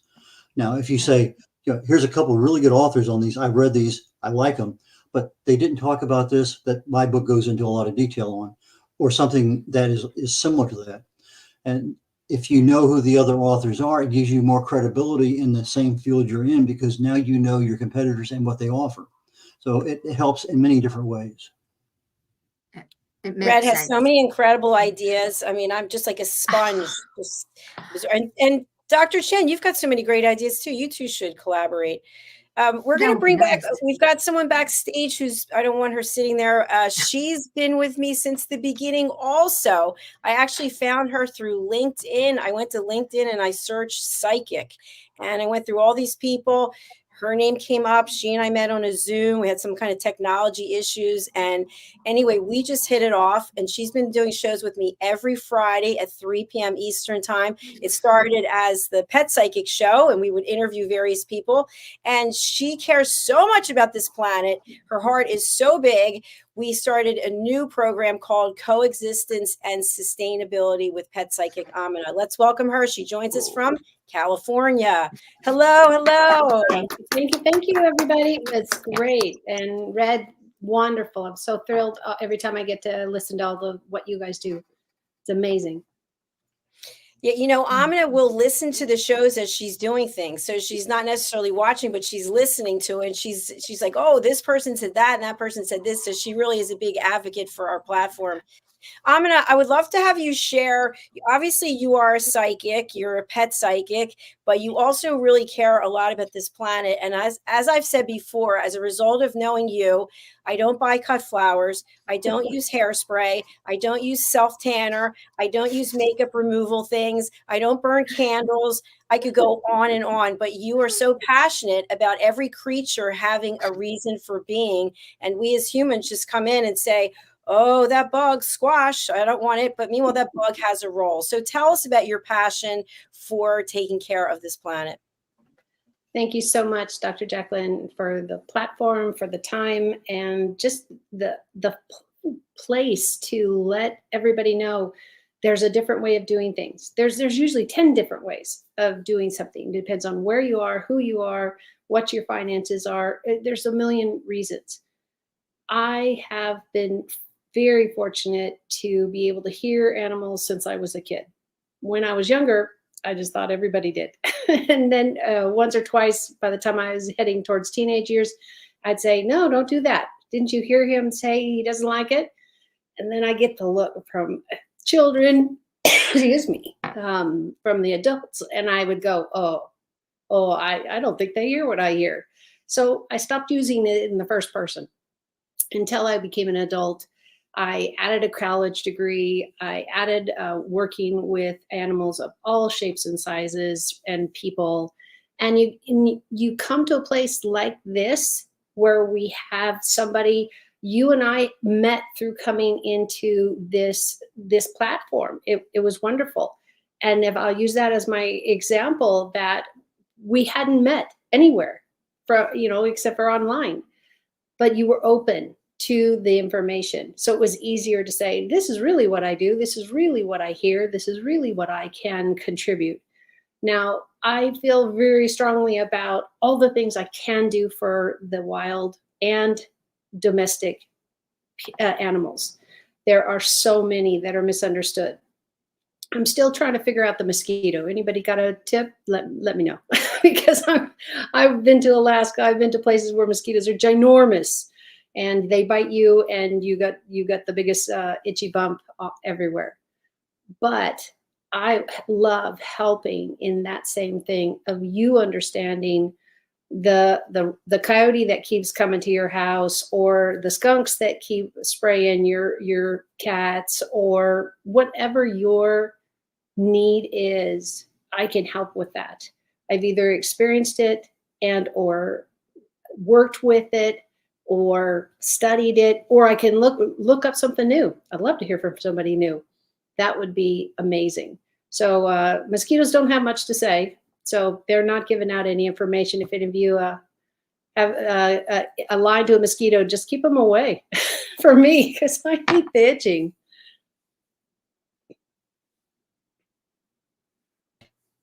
Fabulous. Thank you. Can you tell us why it is that you felt it was important we should switch from just talking about you doing readings, because you were doing readings and we were talking about people that made their own pet food. Why did you want to switch to this topic of coexistence and sustainability? Well, the title alone that you came up with is pivotal and so important to today, to where we are today. If we had tried to use this tagline, I think a year even before, or 3 years ago, everybody's like, I understand the words, but I don't understand the use. And maybe they would have come sooner. But now that it's much more commonly used, I'm absolutely thrilled that we are getting so much traction with people going, okay, how are you putting this in? How are you joining this? How does this get put into action? And that's what we're doing. And you are wonderful. Again, I can't say enough about how our relationship has just grown into such an easy, wonderful place, because you're asking the questions and I'm being able to fill in the topics that people really want to know. How do I deal with that dog, cat? I don't do much with fish. Any of those things that are really, really important, and really, really important to talk about and say, okay, I've got my neighbor's dog who barks constantly all the time. How do I get that fixed or done, or how do I coexist with them? This is just some of the things that we talk about. Another thing that I know, I'm not unique, but I don't run into too many people can do this. I also talk to the dead, people or animals. It doesn't seem to matter. And when I was young, I wasn't afraid of that either, because they were not ghosts or spooks or whatever. It was a great time to have a conversation. If you've ever lost, which probably we all have, lost somebody in our life, it is so healing for at least me, and hopefully others, that I help do this and get that experience of talking to their past pets, or talking to their past family members, loves of their lives, whatever that is, that we can have that conversation. I have been turned down by a few people who have died. And in one instance specifically, it was the one that sticks out the most. I asked later, after we were off the call together with the woman who had asked me to talk to a deceased relative. And I said, can I ask you, why was this different? And it wasn't for her better good.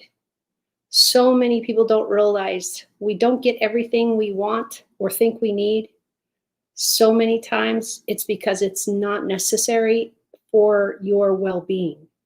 So keep that in mind when you ask anybody a question, unless they're going to do plumbing in your house.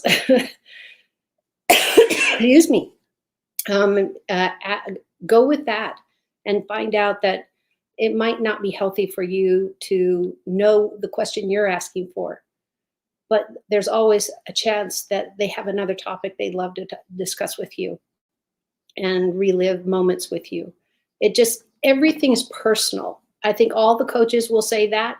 We can have, this is what step 1, 2, 3, but maybe we go 3, 2, 5 instead, because that's what fits you. That's what fits your situation. And I know for myself, always trying to figure out the best. Thank you, Pet Psychic AMINAH.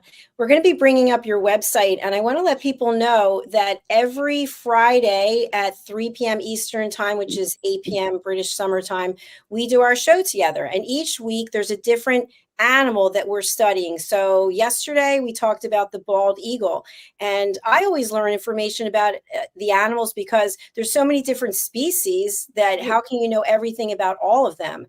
So do join us on Fridays. So we're looking at your website now, and I want you to just highlight something that's going on here in the picture. Because I finally told you about it and said, did you find the kitty?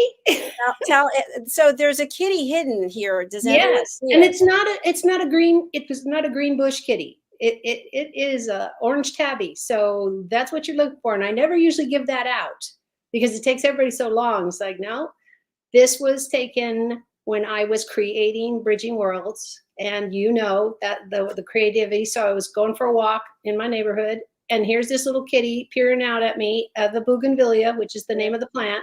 Yeah. And if you know bougainvilleas, they have spines, they have bite backs. So, but it came out fabulous. Don't remember the kitty's name. I did ask my neighbor what the cat's name was, but didn't seem relevant to put on the website. Well, there's a lot of great information here, including our shows, which I really love. Thank you. Absolutely. And ways for people to contact you. So AMINAH, for someone who is joining and they're thinking, oh, I need to train my dog, or I'm having some kind of behavioral issues with the dog, or they're looking for a public speaker, what are the services that you provide, and who would you like to contact you? The best one is a phone call, meaning you email me. That's the best way. I see emails everywhere I go. I can go to the doctor's office. I can see your email. I get to you sooner. On a 90% chance, you're going to hear from me within the hour or so if I'm not already booked. So I really try to get back to everybody quickly. Most people like just a phone interview. Something over the phone, that's fine.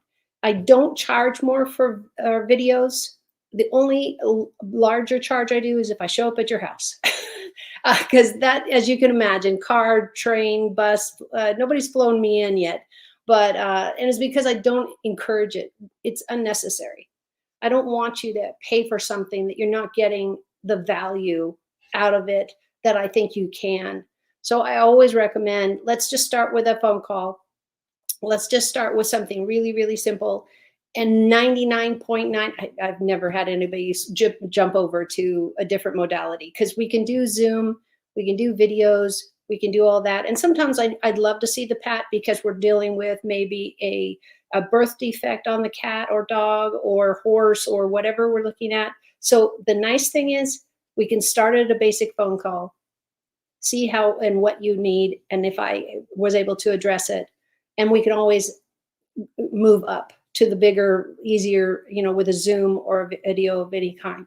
So I'm pretty just easy to go with. Let's just try a phone call, see if this helps enough. And luckily, about 99% of the time, that's enough, because I do know how to, see the problem, even if it's just energy-wise, and you don't have to go to the expense. I would rather people get help than have a exorbitant cost.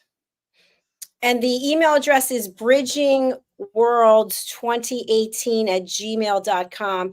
And again, you can watch Pet Psychic AMINAH every Friday with me. And we always have fun. Very, very easy for us to collaborate. Let's bring the rest of our team over. Yay. Wow. Hello, hello. So I don't know if you've all met AMINAH before, have you? Robert, you're new for me. But Red and Madeline, we've done this a few times all together. We still have AMINAH. Yeah. We can start, you know what? We can make a collection of all the backgrounds and say, yes, I was there, and yes, I was there. Because you come up with these fabulous backgrounds, Jacalyn. And it's just like, okay, well, that makes that show for me really visually easy to pull out. Yeah, see, Madeline's the same way. It's like, yeah, I can pick out that one. I don't have to look at the date necessarily. Because we do keep them and we do repost them, I'm sure. I know I do. Yes, definitely. Definitely. Do any of you have comments or questions for AMINAH? I had a comment this morning. I said I was going to get in touch with AMINAH to a friend on Facebook. She's having a problem with her dog. I said, anybody know? I said, let me get some contact information. I knew you were going to be on the show today. So you will have an email from me today connecting you with someone else. And I'm sure you can help them. It's just, anyway, just passing something along that will happen today. Thank you, Red, very much. And it means even more with all of us being professionals. And so I really, really honor you thanks for the referral. It's the biggest thank you, in a profession you can get is when people refer you. Absolutely. I love that. Thank you, Red. Yeah. We're going to bring our next guest up. Her name is April Frampton. And as I talk about all the time, the power of networking, the power of collaboration. So Joseph STETTER, who's one of our team members here, his show is Resume Whisperer and Corporate Culturalist. He had on a guest, and Brandon Eckel was the guest, and Brandon and I came on and did a show. And then Brandon was somewhere at a conference and met April and introduced April to me. So then April did a show, and April was with us for reunion part 1 the other day, and she was so great. I said, come on back. So she is an expert when it comes to guerrilla marketing. She has a very cool approach. She actually goes out into the community, and I should say communities, and she gets to know the local businesses, and she coaches them on how to elevate their presence. And she actually puts together events where they're giving away product from the businesses. And then she has these really cool social media, Facebook, Instagram, TikTok events where she is talking about music, and she's getting the audience engaged, and she'll play short snippets of music and then ask people to guess. And she loves to be in costume. I don't know what she's gonna be wearing today. I'm only kidding, I can see her. All right, let's welcome April Frampton to the show. Hello, April. Hey. Thank you. Hey there, April. Oh my She's got gosh. real balloons. Look at that. She's got real balloons there. The same color. Oh, she Look at this. That's awesome. I do. Trying to do the background, I try to pop it in. Oh no. Oh no. She's trying to do something and we lost her. She's bringing in that background again. So she does her programs from her phone for a specific reason. So on your phone, I don't know how you put on a virtual background, but April, can you hear us? April, can you hear us? All right, we'll bring her back when she's there she's back. Okay. There you go. There we go. Don't touch your phone. Sorry I'm gonna smile it. Yes. Okay. I'm not going to touch my phone. I'm very excited to be here. Thank you, Dr. Jacalyn, and to everybody that I've met so far. You guys are amazing. I mean, I love learning about other businesses and finding out what you do. And if there is something I can help you with your business, that's what I would love to offer. So I guess I can just go ahead and get right to it to talk a little bit about what I do. My name is April Frampton. My company is Hey Ape. So here's a little story behind the Hey Ape. So it's actually taken from a 1970s cartoon. I've been called Ape literally my whole life. So when I started working with businesses and I had like a business, like a like a discount attached to it. It's just very easy to remember. Mention Hey Ape, save 20%. So I'll describe a little bit about my background and how I got from there to here. So in kind of my entrepreneurial journey, I actually have a background in filmmaking, which now I use as making content or content creator on social media, do a lot of live stream. And so as part of that whole thing, I actually do a lot of giveaways. So I'll just go ahead and tell you a little bit about my company, what I do, what a guerrilla marketer does, and then I'll just kind of have some fun little stories with you. All right, so there again, my name is April Frampton. Hey Ape. So I developed a plan through guerrilla marketing that is marketing strategy, and it's a plan to help businesses get dialed into their marketing. And when I say get dialed into their marketing, a lot of times there is a very busy business owner and they're overwhelmed. And so we sit down, and this is actually what I've come up with. It's a vision board. And this is actually something that I sit down with them and show. I'm just a very visual person to help. So it's a pretty straightforward approach. We have them define their why, and then we only focus on 3 things for 90 days. So, and I'll kind of get more back to exactly how that all involves. And then what I do is I actually come up with a creative, structured plan for the businesses to get either their products or services into the hands of consumers. And when they do that, if they offer any kind of a discount, whether it's in person or online, if you say, go ahead and mention Hey Ape and save 20%. That is how.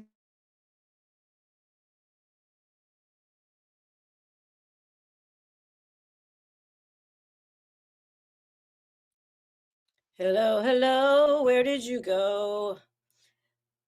All right. She'll be back in a moment, I hope. All right. Let me bring on my co-host. Oh, she's back. She's back. She's not back. She's not back. She's back. She's back. She's not back. Do you know anything about guerrilla marketing? Do I know anything of guerrilla marketing? Well, what I love about April is the way that she invents herself, but at the same time, for representing guerrilla marketing, she has the same branding as in the look. Yes. With the hat and with the color.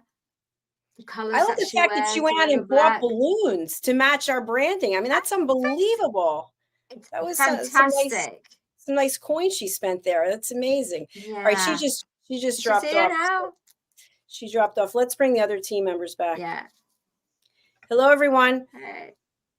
Oh, Amina's gone now too. So what's your experience with guerrilla marketing, if any? I know there was a guerrilla marketing book out maybe 10 years ago. I'm not sure how she aligns with that particular book, but it was fairly well-known, still well-known. In fact, I may just take a quick look at it.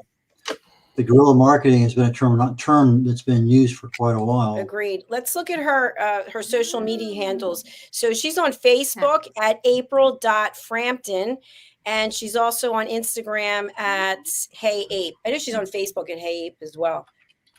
So everybody connect with her if you can. I love when people form new alliances. She's trying. I hear her beeping in and all right, Amina's back. Amina was frozen. You're back. All right. Amina, you have any experience with guerrilla marketing? No. I try to keep the gorillas in the zoo. Come on, you guys walked right into that. Come on. It's perfect for the pet psychic. I love it. Exactly. It's like, okay, you're really going to leave that one right out there, right? And that was off the top of my head. I didn't plan, I just was going, oh, now I'm gone again here. Let's reboot this thing. But you asked me such a silly question because it was perfect for marketing. It was. No gorillas. I try not to. They're great huggers, I understand, but they carry fleas, and I just Yeah, it's a whole other story. April's trying to connect. So I think what we're going to do is we're going to go on to our next presentation, and then April can join us from the beginning. So right now we're going to go and look at a presentation that is from the author of this book. So I'm going to spotlight myself for a second, if I can figure that out. So this is the book. It's Dementia Home Care, How to Prepare Before, During, and After by TRACY CRAM PERKINS. And I have to tell you something. My sister and I each got a copy of this book because our mother had dementia. And when you're taking care of someone with dementia, which is what I was doing for 3.5 years, there's so many emotions that you feel. There's so many things that come up. There's so many things that you have no idea what's going on. Like I was on my own emotional journey, a lot of anger that I was feeling and fear. This book addresses almost every possible thing you can come up with. Why? How? Because TRACY is a 4-time caregiving survivor. She had 4 family members with dementia that she personally took care of with a full-time career and as a wife. And so she put this book together. And since she published this book, I think she has 20,000 copies. I don't even know. It's a lot of copies. She's won all kinds of awards. And so we're going to take a look at her video that she shared. She couldn't be here today. So let's take a look at that. And I'm going to find her video. Give me a moment. Here it is. Is it this? No, I have it here. Just give me 1 minute. Don't be afraid. Don't be afraid. Okay, here it is. Now I have to forward it. I wanted to run it so I could make money, but no, we'll skip the commercials. Here we go. Hi there. I am TRACY CRAM PERKINS, the host of the Dementia Home Care Show here on USA Global TV and Radio. I am also the author of the book of the same name. And you'll see this QR code. This is for an extended version of this same talk. So if you want to see the full hour-long version, feel free to scan the code and go to that website. But in the meantime, stick with me. We'll talk about 5 little-known secrets to make it a little easier to do dementia caregiving. First of all, let me give you a little background. I am a 4-time dementia caregiving survivor, and my Alzheimer's story didn't start until my father was found unconscious in his apartment. And he came to in the hospital and was diagnosed with moderate Alzheimer's disease. Now, one of the things that we didn't plan for is that my sisters and I had decided to divvy up care. She was caring for my dad. I was caring for our mom. We were still sharing the care, but each of us had split the power of attorney. And so we didn't have the power of attorney to take care of the existing parent at the time that we needed to. So here's what happened. The hospital, assuming that we would return him to his apartment and not take him to our home, refused to release him to our care because they thought we would end up back in the hospital 3 days later, which is typical. So unfortunately, because I didn't have power of attorney and I didn't have HIPAA access at the moment, I had no say in what happened to him. And he ended up going into a group home. Well, this started a 5-month-long journey where we were trying to rescue my father from the system. And he went from bad to worse to yet worse. And he kept escaping because he didn't believe there was anything wrong with him. All he wanted to do was go for a walk. And he didn't understand why this was happening. And so he would escape. And of course, he would escape up to 5 times, and then they would send him to the next more secure facility. He also ended up in 2 geriatric psych wards for behavior issues that were related to drug interactions, because every time he would exhibit a behavior, the doctor at the facility would give him 1 more medication to control it without removing any of the prior medications. So we had multiple problems going on. So with that in mind, let's talk about some of the things that's happening to the brain. So let's take a look at this. Okay, what you're seeing on the left-hand side is a healthy aged brain, age 55 and above. The one you're seeing on the right is an Alzheimer's disease brain. It is in moderate disease. It is shrinking. It has holes in it. The memories that were in those holes no longer exist. So let's look at how the brain works. When you're learning something, let's say in kindergarten, you learn how to tie your shoelace. Well, then by the time you're in 2nd grade, your brain remembers that information from tying the shoelace and applies it so you can learn more quickly how to tie more complex knots. So the brain is hardwired to do this for us. So it helps us learn faster so it doesn't take us long to acquire knowledge. So if somebody has a hole in the brain and you've asked them a question and they come back with a very strange answer, it's because the brain is looking for the information and they pick the closest to wherever that hole is. So that is why you're not getting the correct answer, whether they're giving you something that never happened, as far as you know, or or you're saying you're getting frustrated with them. So understand that you can not bring them back to where you are. You have to meet them where they are in their timeline and give them a place of safety, a way to anchor them to bring them safely through whatever's going on around them. So let's look at some tips that we can use to help do that. Take a look at this obscure device because that's Elon Musk's latest invention. He has been warning everyone that artificial intelligence is advancing so fast that soon it can replace all jobs and make humans obsolete. So he developed this device to help us survive that AI threat. And he did it right here inside this building. I'm here to report on this breakthrough because, according to Wired magazine, this device could usher in the next step in human evolution. I believe this new invention will revolutionize the 11.9 trillion. Okay, the first thing I want to talk about is the whiteboard. Now, I stole the whiteboard idea from the hospital because I just thought this was a fantastic idea. With the whiteboard, you can write down the day, the date, and also all the activities they have, whether it's doctor's appointments, exercise classes, anything that they're going to be doing that day, you put on the whiteboard. Then, and this is the best part, if they ask you a question over and over again, this is how you can handle it with the whiteboard. The first time they ask you the question, answer the question, smile, and laugh. Then you're both laughing, and it's like, oh, okay, that's the answer. Then when they repeat it 5 minutes later, you go, oh, that's so funny. Okay, yes, it's blah, blah, blah, blah. Okay, the next time they ask you, you write it on the board.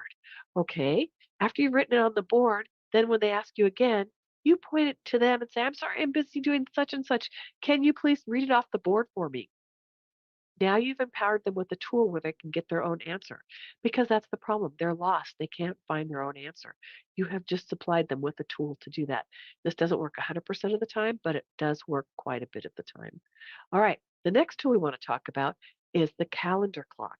The calendar clock was my aunt's favorite tool because whenever she'd wake up from a nap, she thought it was Saturday.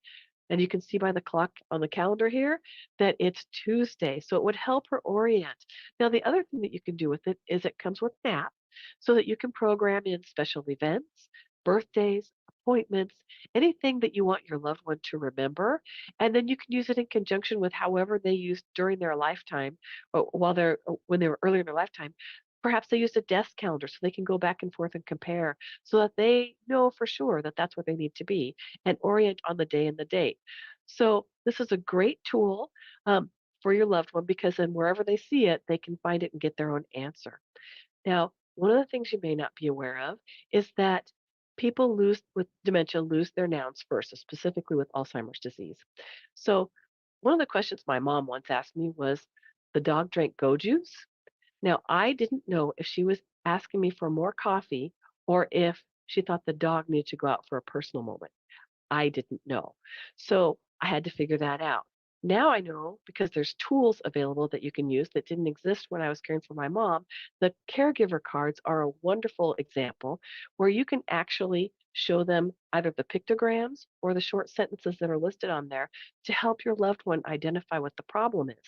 So you can say, can you point to whatever that is? So whatever the go juice is, can you tell me more about the go juice? And show them the pictures until you find the right one. It doesn't take long to get familiar with this and learn how to use it with your loved one. And once you do, it now becomes a respite tool because every other family member that comes over, any friends, anybody that's going to give you respite, teach them how to use it. And then they will have a good experience as well. And they won't have the stress of having to figure out what's going on or why their loved one's melting down because they don't understand how to fix it. And then you also will get more respite because everyone's happy. Hot rooms turn icy cold instantly without AC, while slashing electric bills. The next tool I'd like to share with you has to do with a pill minder. Now, for people that are in moderate Alzheimer's disease or before, actually usually it's mild to early moderate can use this tool to take their medication without having issues where they're going to over medicate. So, for example, let's say that you have a loved one that swears up and down they took their pill, and yet you find their pills scattered all over the house. What you can do with this is you can load it up. It has 28 trays, so you can do up to 28 days, or you can do any increment thereof up to 28 days in the pill minder. They cannot open it because it requires two hands and it's rather complicated. It also comes with an app. So once they take the pills out, because there's an alarm that alerts them to take the pills, or you can record your voice to remind them to take the pill. Now, here's the caveat. If you're using your voice to remind them to take the pill, you need to change the message every 2 weeks, or you're going to start seeing them refusing to use it because they will get affronted and offended that you're reminding them to take the pill. So the other thing is, it does not circumvent if they pour the pills out. You get the text message saying that they've taken their pills, they get distracted and they put it on the counter. Does not help with that. Okay, so you want to definitely realize that there are problems, but for the most part, it will help your loved one stay on track. Now, my favorite tool is using the memory book because you're going to tell their story. I consider this one a threefer because you can get multiple uses out of this. First of all, you're going to gather photos of your loved one from the age of 5 up to their current age. You're going to set them up in chronological order, no more than 2 pictures on a page. You're going to also include everything from their story, their favorite pets, places they've worked, places they've worshiped, any place they volunteered or organizations they belong to, any schools that they went to, any significant events in their life in this book. Now, what you want to use it for first off is as a conversation starter. So when you have family members come over to visit and suddenly the conversation stops and your loved one is just staring but not responding, you can place this in their hand and open it up and show them a picture and ask them to tell you a story. More than likely, you might get a recovered memory or an epic work of fiction. Either way, enjoy that moment. Now, here's some things to keep in mind. You don't want to have more than 3 people in a photo. If you have more than 3 people, they will find it very confusing. Also, limit the sentences to 8 to 10 words because if you go longer than that, they will forget the beginning of the sentence before they get to the end. Now, here's a really important one, removable pages. Here's why.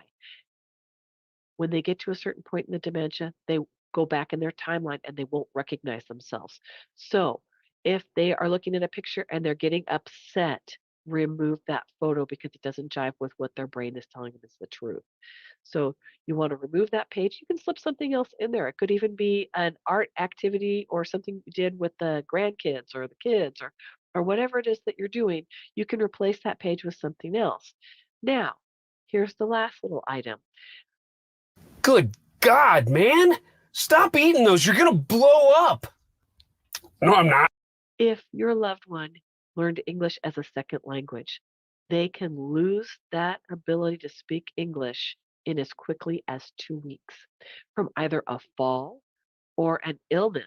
For example, say pneumonia. So something that affects their cognition and they can no longer speak. Now, here's the part where this will come in handy. When you create the first book, you're going to create a duplicate in their native tongue. That way, when they stop speaking with you, you can use it as a tool to figure out, okay, what's going on? And they'll give you physical signs. They might just stare at you. They might start weeping. They might refuse to look at you. If you put that book in their hand and have them look at it and they respond and they understand the language, then you know that you either need to speak to them in their native tongue, or if you never learned it, get help from an interpreter, or have a card deck that has the words in English and in their native tongue. Or you can create your own, something you can do so that you can enable the communication to go through. Now, here's another thing you could do with the memory book. If you're at a family outing and your loved one, everything is going great perfectly. The kids are playing, everyone's talking, everyone's having a good time, and suddenly your loved one gets up and is going, "Get out of here! I want to go home! Get out of here!" Okay, they've become overwhelmed. Consider this. Somebody with Alzheimer's disease They have tinnitus on steroids. They're having a hard time processing background noises. They have no way to filter it out. And so it's really confusing and overwhelming to them. So you need to move them to a smaller space. Take that memory book with you. Make sure you have a space organized ahead of time so you can take them to a smaller room that might be a little less bright or more bright, depending on the situation. Wrap them in a weighted blanket and then give them the book to look at or play their favorite music. Either one will help them get back to calm. Also, take care of their other needs. Make sure that if they need something to drink or something to eat, because it could be that they need to go to the bathroom, it could also be that they need to. They're thirsty or they're hungry and they have no way of explaining it. Okay, going on to music. Music is probably the most powerful tool in your toolbox after laughter. Music is a way to maintain connection. It sticks with your brain longer than any other thing, including reading. So it is embedded in our DNA practically. You want to use this because when you're having an issue with somebody, you can play their favorite music if you move them to another room, something that makes them happy. You can, if they're getting out of control, you can start singing songs together from their childhood. If just make sure that you enjoy it and you have fun. Now, if you're doing a long distance caregiving, then what you can do then is if they start walking away from the phone, before they walk away, and you know this will happen, start singing songs with them. Even if it's happy birthday, anything you can do to get them to connect. You can also repeat what they are saying to you on the phone. It might confuse them at first because they're not used to having anybody repeat them. And then what you're ending up doing then is you are connecting with them on a much deeper level. And one last thing I'd like to leave with you is works by other authors that I find impressive. So these are some of my favorite books for caregivers. Surviving Alzheimer's by Paula Spencer Scott. Learning to Speak Alzheimer's by Joanne K. DeCosti. It's great for helping you make your home more dementia friendly. The Bible of Dementia Care is the 36-hour day. The Caregiver's Guide to Dementia by Gail Wetherill is a fantastic book. It's very short, it's only 100 pages, and it's got really great advice.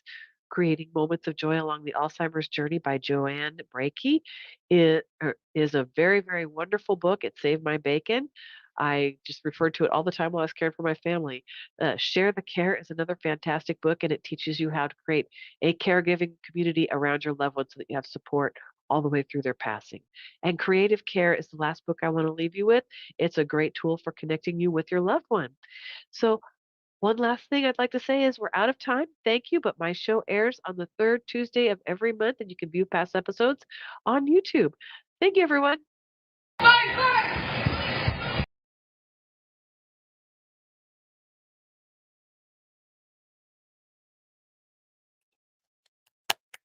Wow, that was, let's bring April up as well. Yeah, I mean, Tracy did a great job. As I mentioned to you, what she knows about dementia caregiving is unbelievable. And she helped me so much. She helped my sister also. What are your thoughts? What comments do any of you have or feedback for the presentation for Tracy? Very well done. I like the process that she used to just take us right on down. I thought it was exceptional. That's the first time I've seen that particular presentation of hers. So now she's talked about some of those individually, and she actually went into a lot more detail this time on some areas that, wow, that's kind of interesting too. So very informative. I liked it a lot. Thank you, Red. Who else? Amina, you're on mute. I would just I really say I really appreciate especially the visual presentation. I actually have a parent who is currently in memory care, and before I really understood, so he actually has Parkinson's. My dad has Parkinson's, and what I've understood with Parkinson's is it starts to become onset dementia in their world. And early on, music plays a vital part of my life. And I put on Don McLean, American Pie. I have never heard the man sing a day in his life. He started singing along with the song, but what transitioned during this song, he talked about dates, times as clear as I can ever remember him having that conversation.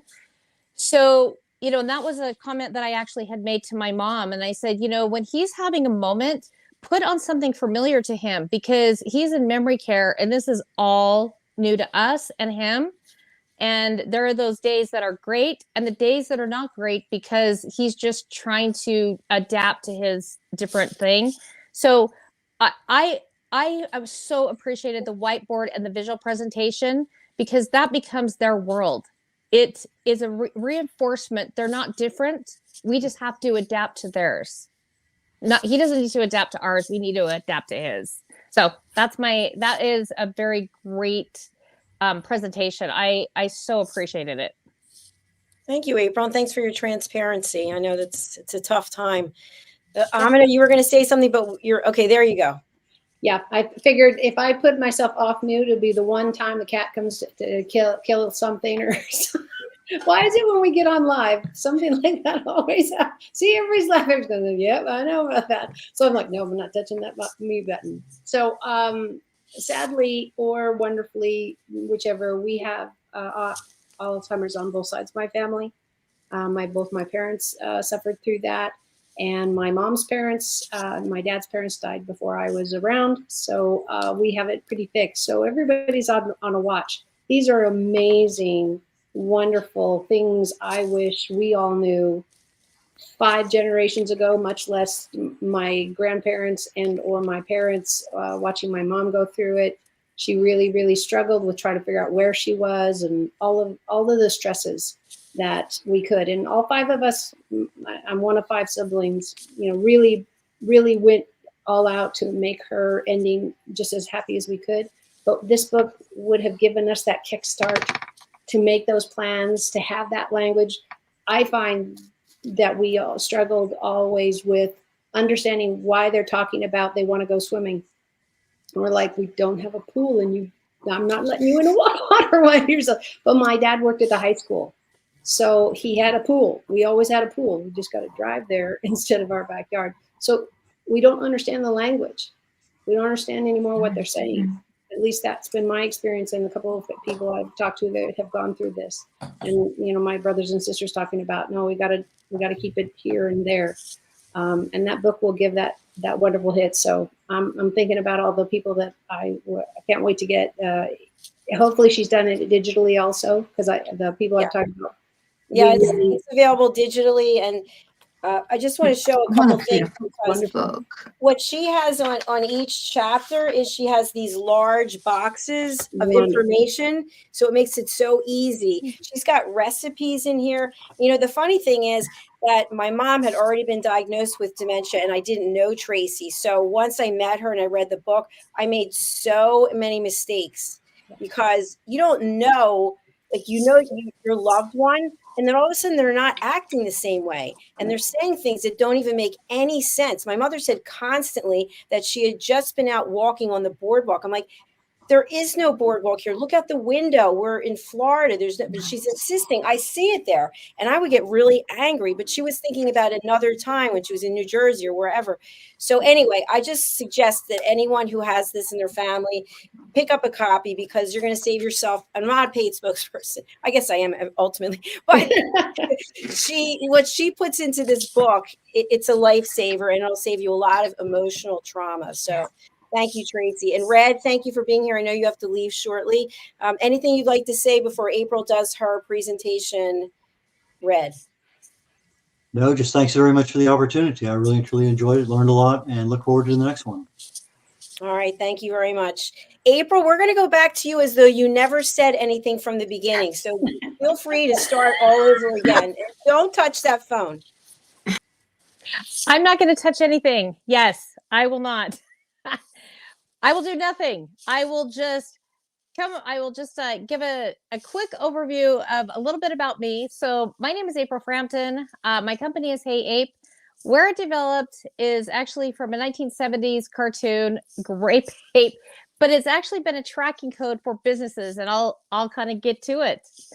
So the term guerrilla marketer, you may or may not understand so guerrilla marketing has been around for generations, for years. It's word of mouth, and it is to date the most cost-effective way to get your products or services into the hands, to the hands of consumers. And oftentimes, how many times, like, say you want to get your hair cut or you're looking for a place to change your oil. you make a phone call, or you put on social media, hey, I'm looking for a recommendation. That is word of mouth. So when this plan that I've come up with for businesses is the guerrilla marketing, or business to business. And what it is it's a strategic, it's an intuitive, a strategic plan that helps the businesses get focused and dialed into their marketing. And what I've realized is that with 4 years of doing this, and I'm also a content creator, which I've had, many years of being a filmmaker. So I've turned that passion into creating fun content, live streams on social media, so that I can consistently, whether I'm making a post or I'm in person, that I'm constantly engaged with people, communities, businesses, nonprofits. And the term so my tagline is changing the world one connection at a time. And it is true.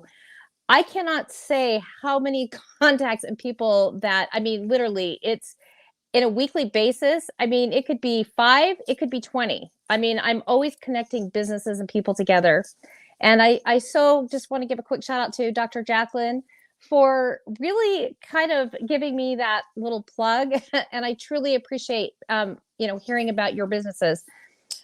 So when I say, let's get dialed into your marketing with businesses, I come up with a creative, structured plan geared towards their vision with, getting their services or products into the hands of consumers. And I am an extremely visual person. It is that filmmaker in me. So this I've actually made. This is what a vision board for a company would look like right here, right there. So it would be focused on their colors of their logo. So if your colors are yellow and red, that's what I would say, post on social media. But then what I do is I just take this format and I basically tell the businesses, you may have 25 things that you're focusing on. I want you to figure out your top 5, and we're only going to focus on 3 for 90 days. And that's where the visual part, because when we get done, so I try to set a 30-minute one-on-one with a business owner and to really get dialed into what exactly that their feelings, thoughts that they want to achieve with our meeting. So that when I'm sitting there, I'm writing this information down and we're done, I've actually created a vision board, because I'm like, so you're concerned about this. Well, this is my recommendation. So I almost am like a business coach to the business or to the owner that is completely overwhelmed, worrying about employees, worrying about the schedule, worrying about this, going to meetings, all of this. I kind of take a few things off their plate, even though it's small. Keep it simple, silly. It could be a matter of a door closing for a business by not focusing on those small things. So then let's get to the Hey Ape. What in the world is Hey Ape? Hey Ape is me. But what is beautiful about the Hey Ape tracking code? It is what we call an ROI, or return on your investment for the business. So if they say, hey, mention Hey Ape and save 20%, and they have a BOGO, a buy one, get one free coupon, that is going to be a tracking code, because when I give those out at events, I give those out in person. It is a very systematic, structured plan for that business to see their return on their investment. Now, this is another part that I've developed because it is very visually appealing. So then I come up with ideas for the businesses. I know that you're not going to be able to, but these are just suggestions for businesses. So some of the suggestions might say, do a mobile coupon, do a price deal. The thing that I teach businesses, and I have to tread lightly when I tell, because I'm not trying to tell a business how to run, but technically I am teaching a business owner how to run their business when they may have gotten lost or they're just frustrated. And so I just say, well, if you give a couple of your products, do not be afraid to give things away. And here's the thing about free is the value that is attached. I'm going to repeat that one more time. Free is only in your mind. Free is not really free ever to me. Free is the value that is attached to the business. So for instance, if they have a gift card for a service, let's say you have a heating and air service and they're offering a 20% discount on it, That value may take $50 off, but that above the $50 mark, if that customer sends a referral, they've just beat so that they're actually getting referral and they're a repeat customer. You just did a buy-in as a relationship to the business. So you're actually buying a relationship by doing a giveaway, offering anything that you can to sell your service or your product, because business or people will be sold on you before they are ever sold on a product or a business. Then the next thing that I've developed after I've actually had a 30-minute one-on-one, and we've come to the agreement that let's go ahead and see what we can do in 90 days. Now, I tell them, we're creating your vision board. Now, we're only focusing on 3 things for 90 days. And this is what the second part, it is called the 3 in 90 method. And it does month 1, 2, and 3. And it basically does suggestions for the business, followed the guidelines of the platform that I have set up through trial and error, what works, what hasn't worked, through the very word of mouth, you know, because with social media, it's a perk, but the business to business and in person is always going to be my first and foremost engagement, collaboration. I always use the term collaboration versus competition.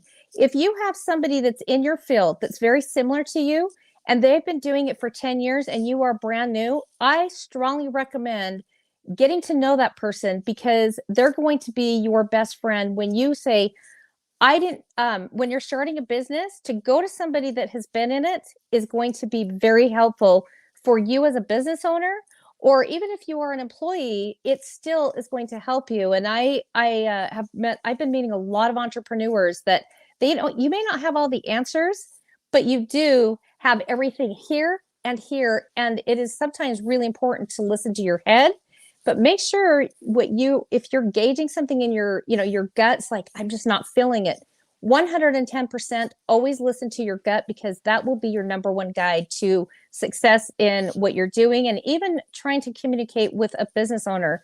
Because what I realize is sometimes I've lost clients because my communication with them was not very clear and there was a huge misunderstanding. And so instead of taking it personal, I'm like, okay, well, let's define what it is that you think I'm not doing or what I could do better. So something like that. So here's just an example of like month 1. I might suggest treat your business like a grand opening.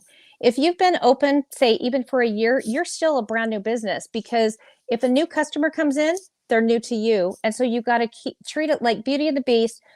Be my guest, put the magic to the test. So you're inviting your business either to an online or in a brick and mortar. You're inviting people to your business. You partner up with companies. I call it the triangle effect. You connect with 2 other businesses and they can help you promote your business and you can promote theirs. Collaboration over competition is always a win for both and everybody. It's a win for a business and it's a win for your customers or clients. Month 2, you may offer discounts on certain days. Now, I'm just going to speak on behalf of because I work with a lot of franchises.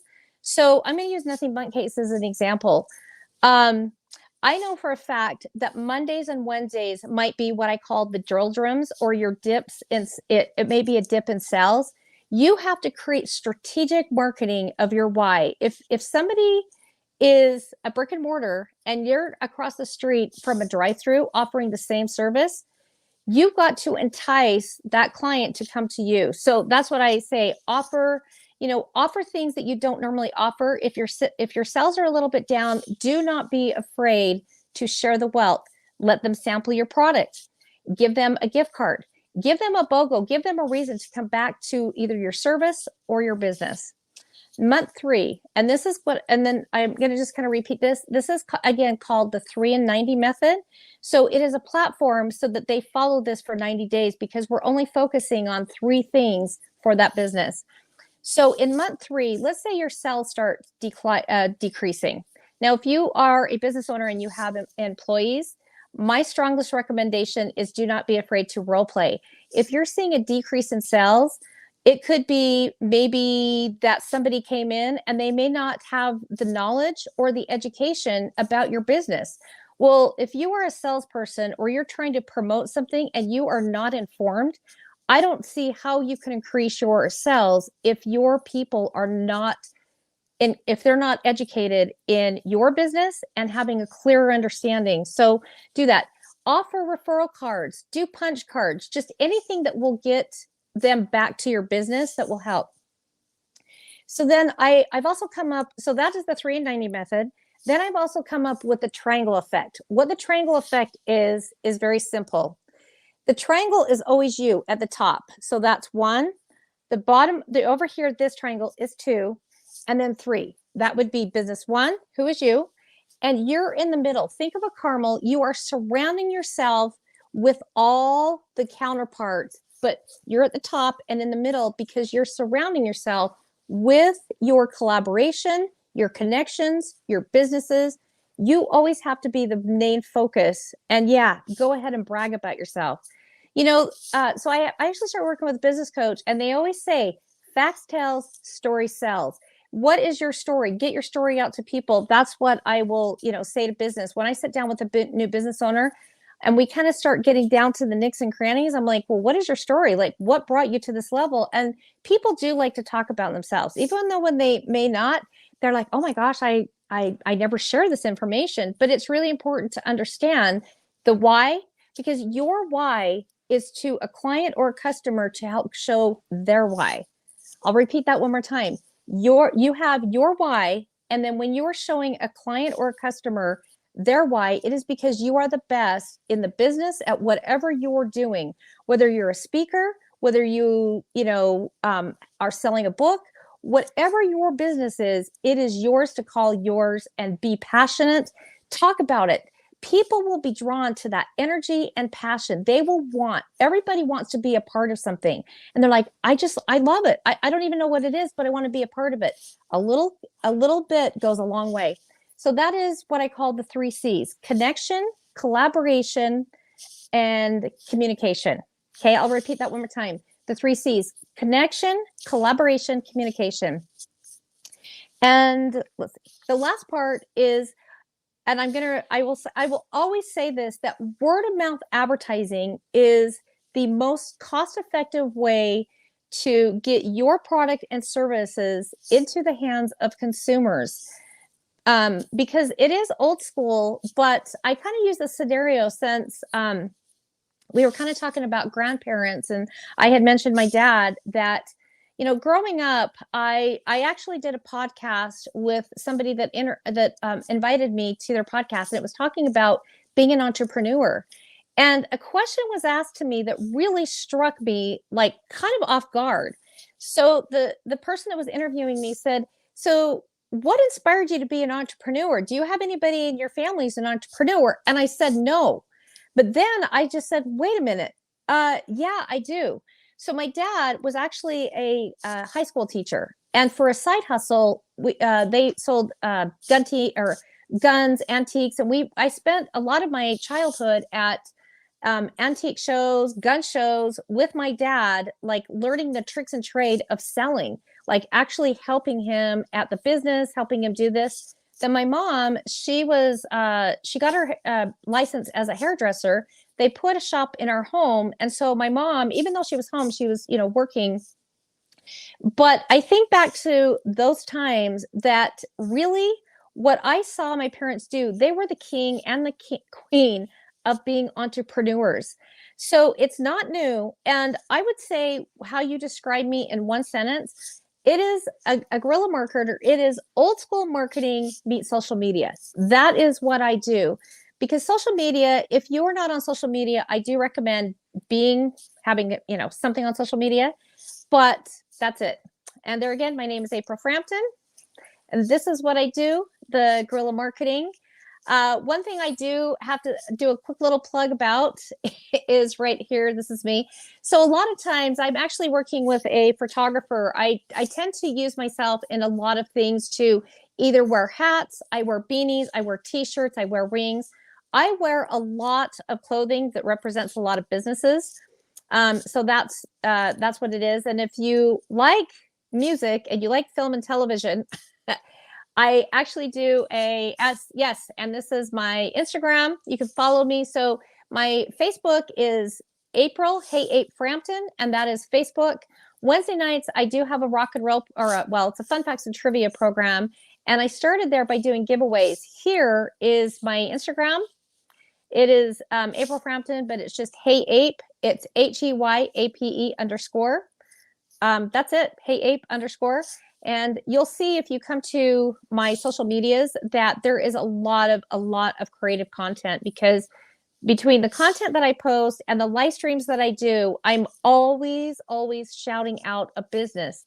And, you know, one thing I love doing is collaborating with other businesses. And even if I'm not working with them, I have no problem giving your business a shout out on social media. And generally when I create a reel or I post on social media, I tag a lot of businesses to bring awareness to my social media pages, so that people could follow me, because the more that they follow me, the more awareness that a local business would get from me on behalf. Because if I do a live stream and let's just, all intents and purposes, I'm going to say this is sponsored by Dr. Jacalyn, I would actually put the information for Global USA and TV and to follow her at her social media.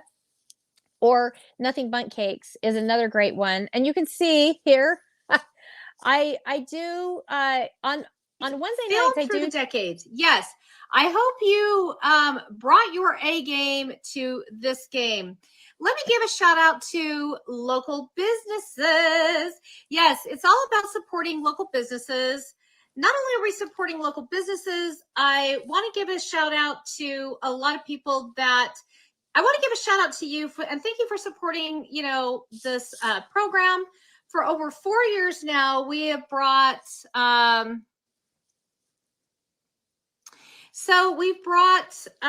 brought another element to this. So let me go ahead and give a shout out and get started.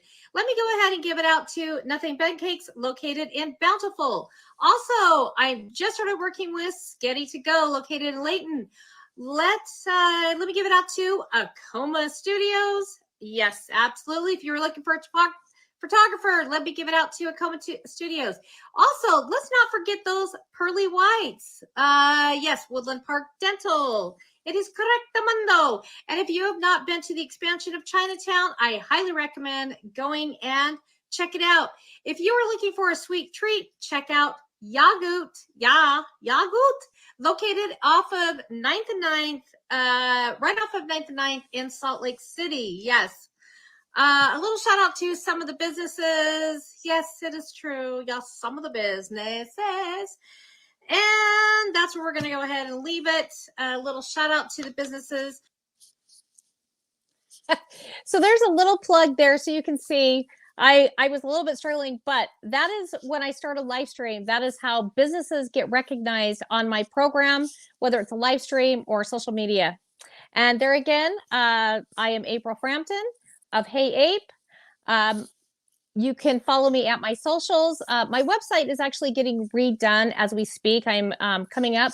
And another thing I'm actually coming up with is I have the marketing, but I'm developing an advertising package for businesses that whether they're marketing with me, they'll have a presence in person, online, and also with a one sheet and a newsletter. So I'm putting that together. The creative and the creator never stop creating. I've always kind of come up with this. So if you guys tune in, I can tell you this much. And I know that you're on my program. If you guys drop in my comments on my live stream, or if I'm doing a Facebook Live, I have no problems giving a reference or a recommendation to your business. If you just say, hey, Ape, this is me, this is my business, I would love to do a shout out. So you can follow me at my socials. I want to also give it out to Dr. Jacalyn and her amazing team for, you know, bringing entrepreneurs and business owners together from across the world to make those connections. And let me go ahead and just say this.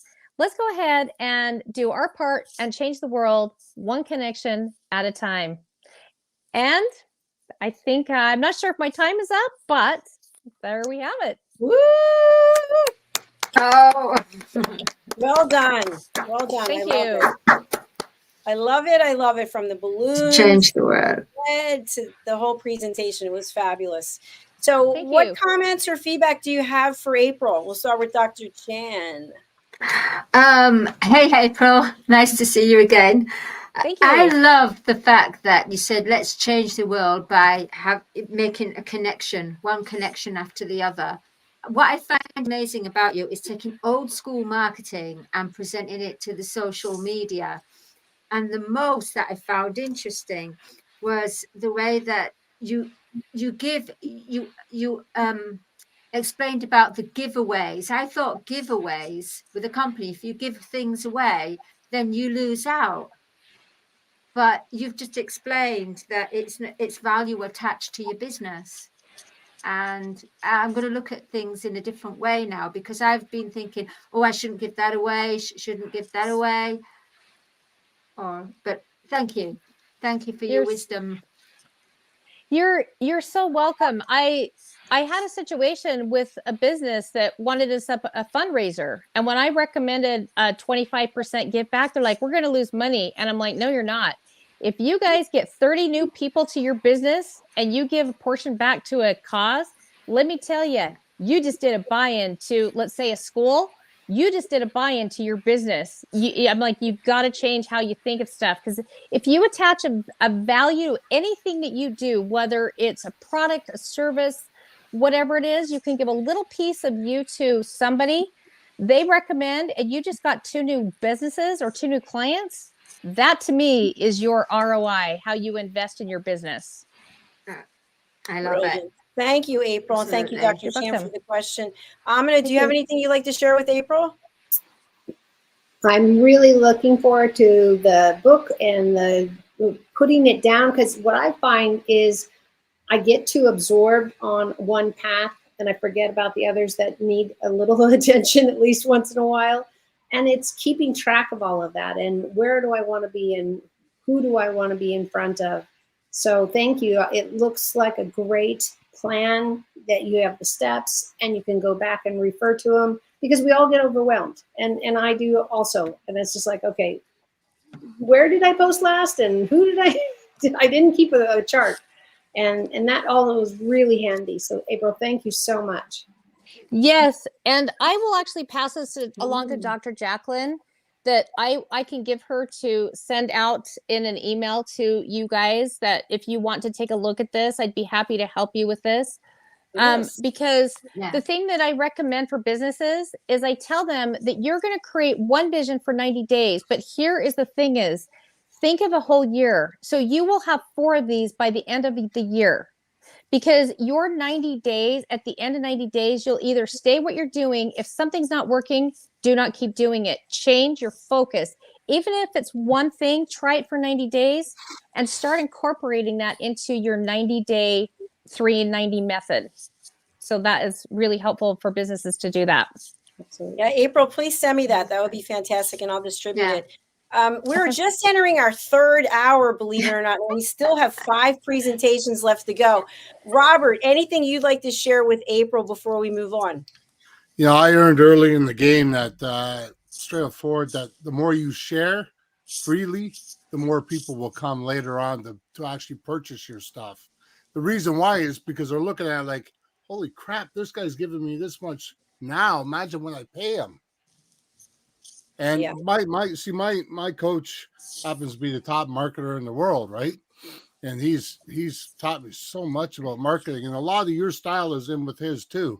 But he's teaching me all the old style marketing that people forgot, which is a style you have too. Yeah, it is. And I will just leave this little thing.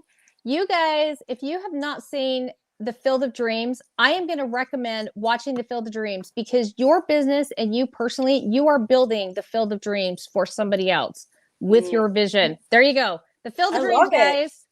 You're rocking it, April. I love it. All right, let's move on to our next presenter. She's one of our team members here. She's also been with me since the beginning. Her name is MARISKA, and she's in New Zealand.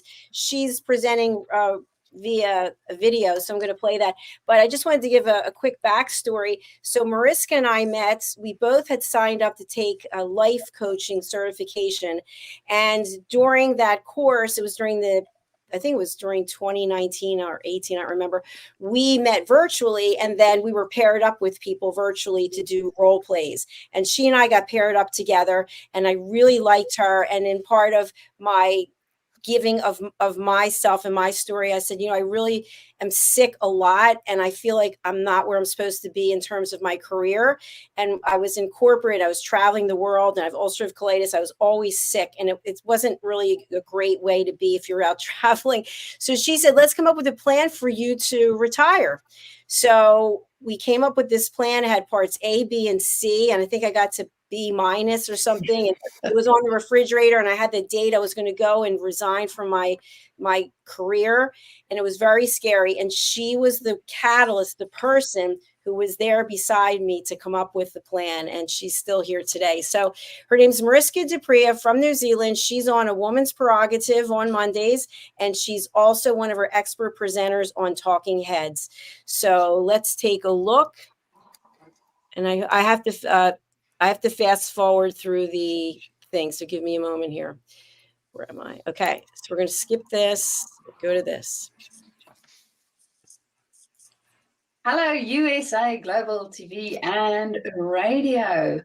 I am so honored to be part of this reunion show. Now, I'm all the way on the other side of the planet in New Zealand, so it's a little bit early for me, but Dr. Jacalyn gave me the opportunity to inform you guys what I get up to while I'm not sleeping. So I am a leadership development partner and coach. And what does that mean? Well, if you are a specialist that wants to move into leadership, or you are already a leader in your space and you want to either upskill your own leadership or move into that next position, that is where I help out. Now, I know that for a lot of leaders, we aren't always too sure when we would need a development partner or a coach. And my question to you would be, well, do you find yourself and your team functioning optimally? And thinking of all the ways in which possibly you may or may not be serving your stakeholders, those people that rely on you as a team to do something very specific. And no, this is not only tasks. They might even involve some relationships and networks that we need to build. So understanding all of those elements are things that we look at, as well as how to really get ourselves and our teams engaged in the work that we do in order to create and bring into life everything that we want to be able to create and bring into life. Because, well, without you as the leader and without your team as a team, there is definitely going to be some form of gap. And having clarity on what gap it is that we are filling and our purpose, what we are creating in the world, makes it a lot easier to then start and create those things in a world in a human environment. So if you have any interesting conversations coming up or finding yourself in a space where you know you can do better as a leader, do get hold of me either via my email, which is mariska@journey2discover.com, or alternatively, you can also find me on LinkedIn. Send me a direct message there and we can start our conversation.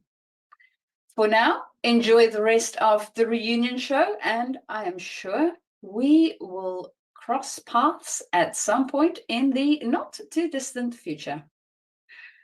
Bye-bye for now. Almost like she was here with us. So cool.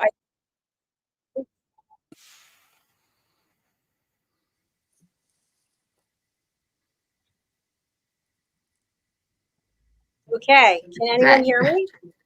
Yeah. Okay. Yeah, so what I did was for people who did videos and sent them in, I ran them through the YouTube checker because the files were too big. So I didn't think about the commercials. So I apologize, but I'm making money while they're playing. So what can I say? Okay, so we've got some additional presentations. I'd like to go over to Dr. Chan right now for you to do your presentation. Are you ready? All right. Well, okay. All right, so I'll give a little bit of an introduction. So Dr. Chan and I met on one of Ian's shows, I believe, and Dr. Chan reached out to me afterwards, and she said, "You know, I feel like you have a song that needs to come out. There's a voice that wants to be heard." And I said, "You know, I always wanted to be a lounge singer. My dream was to wear that dress that Michelle Pfeiffer had on Fabulous Baker Boys and just lie across the piano and sing." So anyway, she gave me a gift of 10 singing lessons. And even though she was in London and I don't know if I was here in Florida, we made it work. And she even had me in tears because I didn't realize how much emotions I had blocked inside me. But when I would sing, it would come out. It was just incredible. And we wrote some books together. We actually wrote a song together with Mariska, who you just saw, and Lala Music, who performed it. We've got the Creative Hearts Awaken book, the first one. We're working on the second one. We're looking for some other collaborators. And Dr. Chan has grown exponentially in terms of her skill set as a TV show presenter. And she's no stranger to the screen. She's an award-winning singer. She's been performing for years. And when we first started, we played all of your sponsorships, which were great. But she's a true angel, and she does get downloads, and she's very spiritual, and she's very much about people moving from the 3D world on. So with that being said, she's one of our expert presenters on Talking Heads. She's on A Woman's Prerogative. She has her own show here with the Film and Music Show. And she also does the Corner Bookstore once a month. Did I miss anything? No, you didn't. You got it all. You got it all. That's all. All wow. Right. I'm You're super 15 impressed. minutes. Thank you for that shout out. Incredible presentation from analysis of my works. Yeah, I'm known as a soul heart awakener because my journey has been about always being creative. I've always worked creative with songs, with the voice, with writing, with singing. Everything has been, I've been more creative than actually being logic. Every part of my life has been about following my heart, my intuition, where sometimes it didn't really go down well, but this is what I do. And now, especially the golden age, it is about shifting that mindset into your heart and living that balance of the inner world and your external world, and having a balance of light and shadow, because the light is not, the shadow hasn't completely disappeared from this world. So what we have to do now is just rebalance it, and we have to know. So what I do is I help people to connect to their true inner voice, their star child within, help them to connect to their divine mission, help them to connect, to listen to their intuition, to understand about the feminine energy and the male energy that is not of a gender. The male energy is about when you go out and you action things. First, you put things down on paper or you type it up, and then you have to put things to action. But then you also need the feminine energy, which is the intuition, to know when to understand that things don't happen all at once. And if this rejection comes along, you have to have that feminine energy, the inner intuition to know there's certain things that need to be learned. And when you're manifesting things, you have to also realize that the universe doesn't necessarily answer you and say, okay, you're going to manifest this. We're going to give this, because it's according to divine timing. And that's what we have to learn. We have to surrender and learn about divine timing. So what helps in divine timing is being childlike, is remembering that passion, remembering why you wanted to sing, remembering why you want to entertain, remembering what you love about writing, what you anything that you do in this life. You have to remember the passion and the beauty, and also remember that someone out there has created something from their passion as well. So this is what I am. I'm a soul heart awakener. I'm an awarded singer-songwriter, and I've used this gift where I'm now able, with my team, to be able to help people to take their brand, their life story, the celebration of their family, or even to remember a loved one and not having the words to say.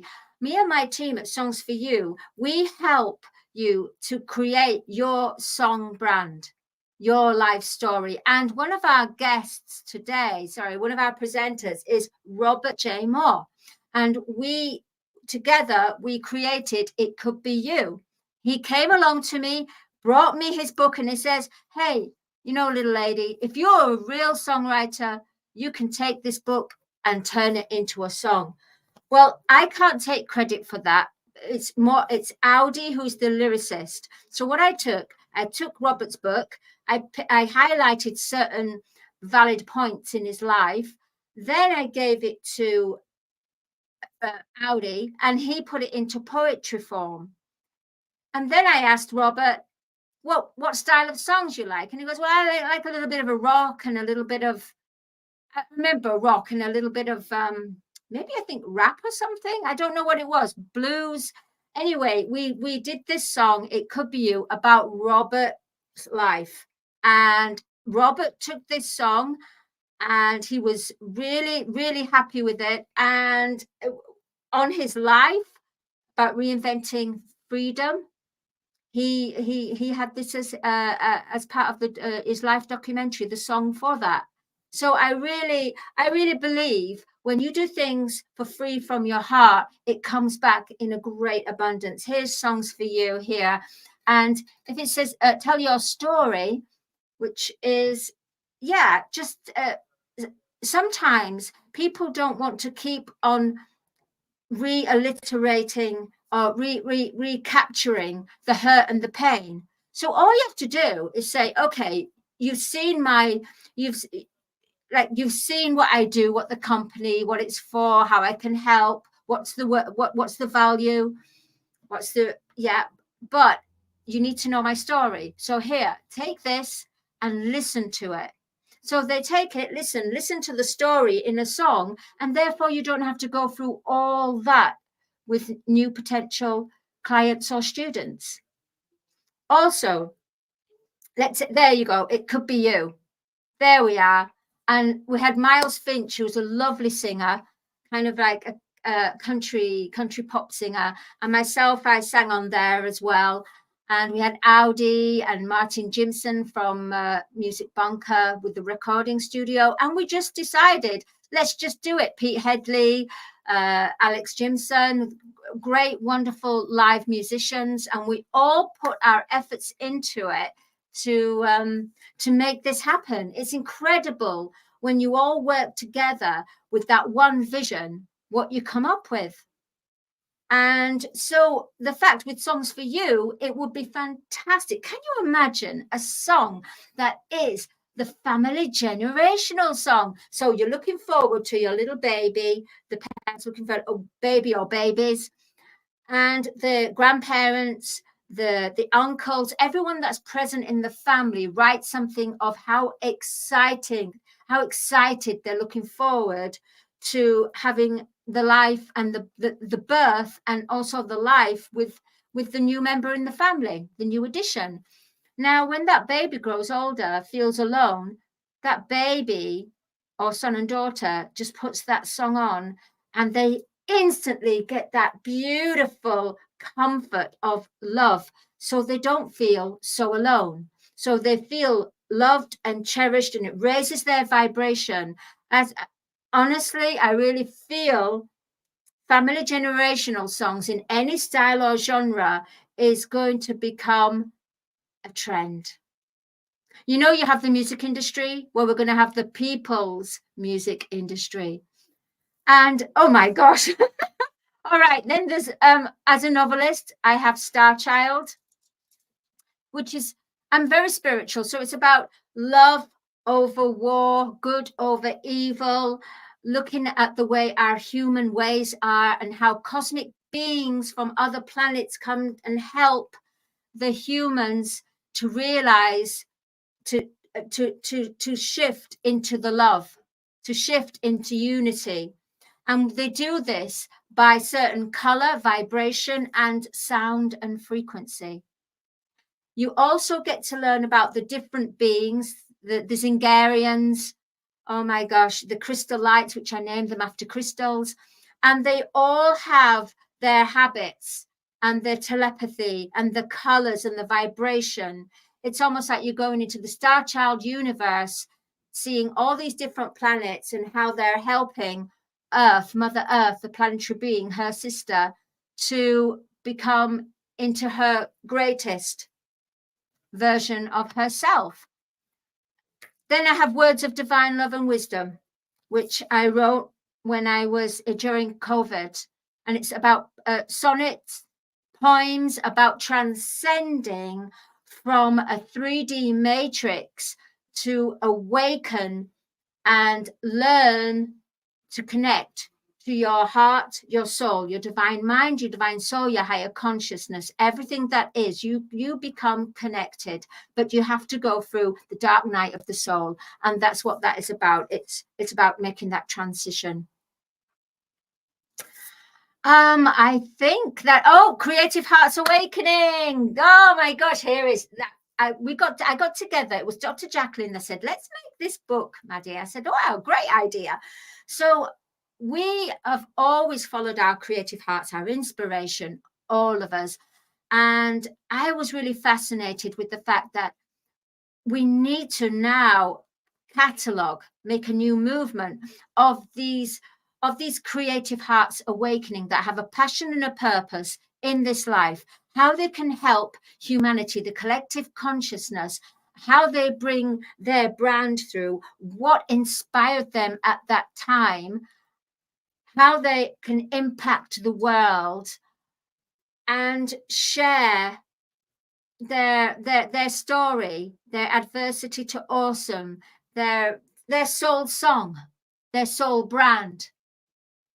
And that's what Creative Hearts Awakening is about. We've got Creative Hearts Awakening Book 1. We're looking now for professionals in every field that are connected with their heart and working with the creator to create greatness.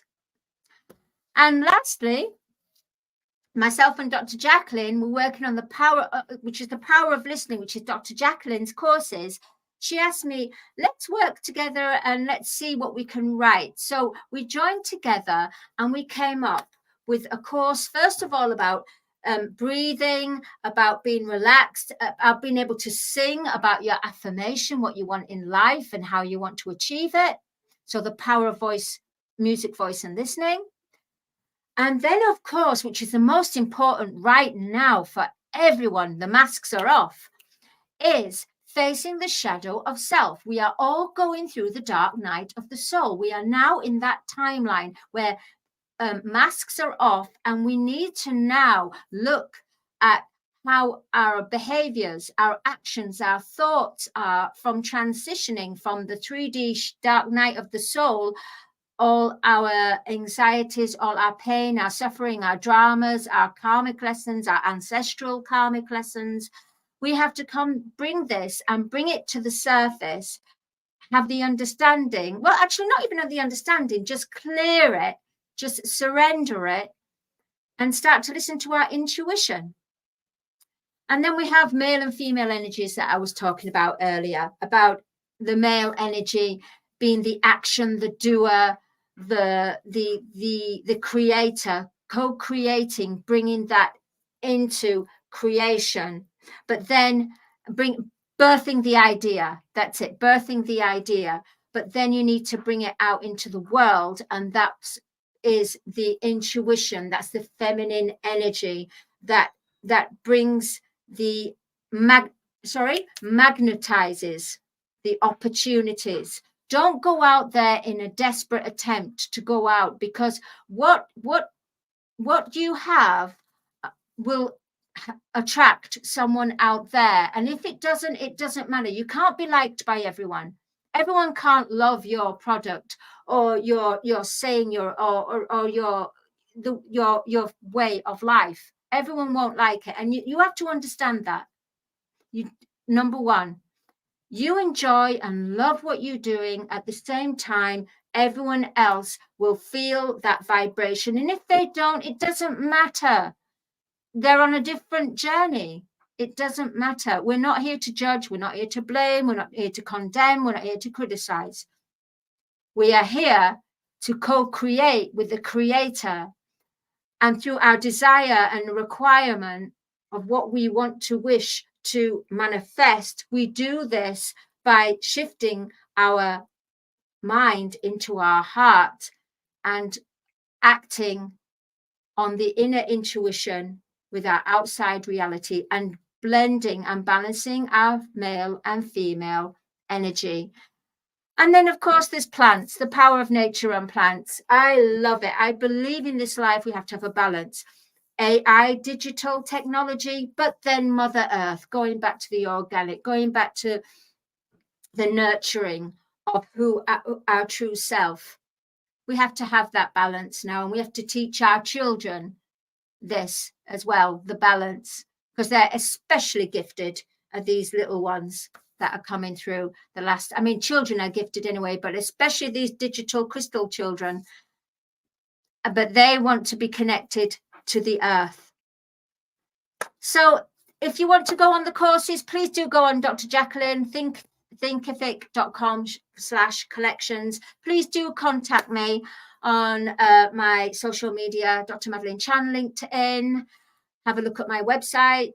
And I look forward to hearing from you, anyone that wishes to have a song about their brand, or about their life, or about a celebration, or the family generational song, wishes to connect to their inner voice, to express their soul voice, or wishes to finally come and have the understanding of the trends and the 3D of life, to transcend into a heart-centered life, to receive abundance and being able to co-create with the creator and understanding divine timing and a true alignment. Yep, I think that's 15 minutes. Woo, good job. Great job. Thank you. That's a lot of good information. Thank you so much.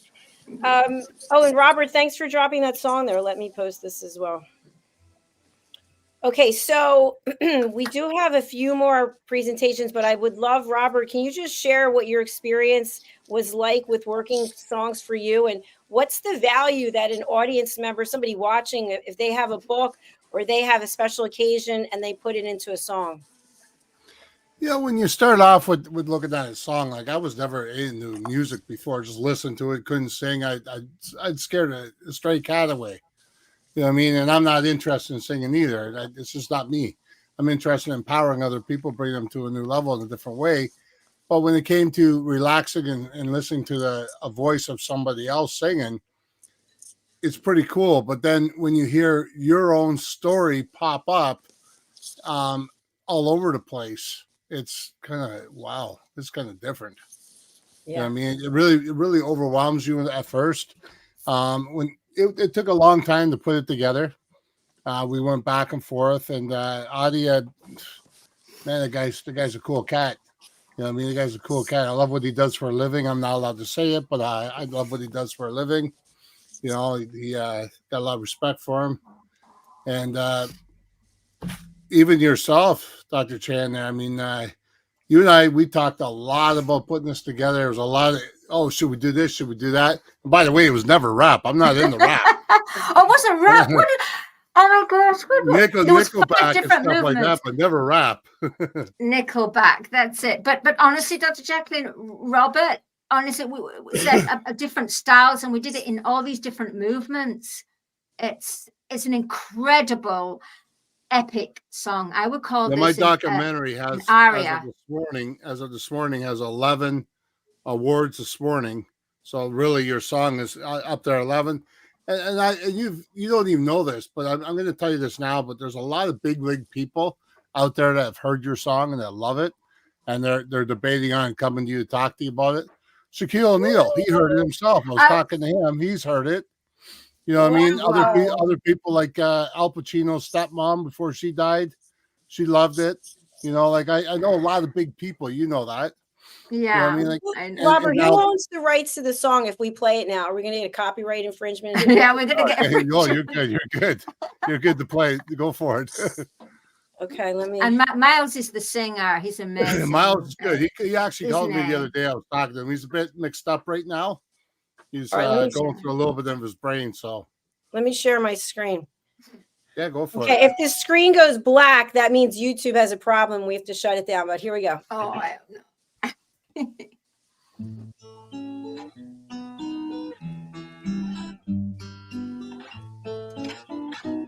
I've been a husband, brother, and a son. Called a friend to no one on my own since 17 to make my way through shattered dreams. Never listening to anyone. Spent my youth on the run, fighting instinct to get me by, bottling drugs to keep me high. Everyone I loved died, betrayed. One of many mistakes I made, arrested and locked up in jail. Another fool in a crowded cell. Just because you've fallen doesn't mean you fell. Decide your past and love yourself. Put back the pieces and you'll be one. Hear my words, don't you come undone. Just because you've fallen doesn't mean you fell.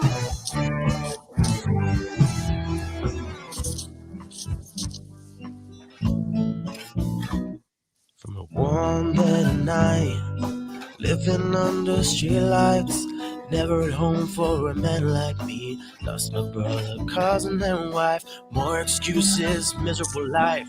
Giving my kids to my dad's sister. This whole world was killing me, but I was the only one that couldn't see. Live in a fool's life, finding for love that this whole world churns and returns. Wounds so deep and kept inside, and I'm wrecked in my painful pride. Just because you've fallen doesn't mean you fell. Put aside your past and love yourself. Put back the pieces and you'll be one. Hear my words, don't you come undone. Just because you've fallen doesn't mean you fell. I took a stand to my 12-step plan.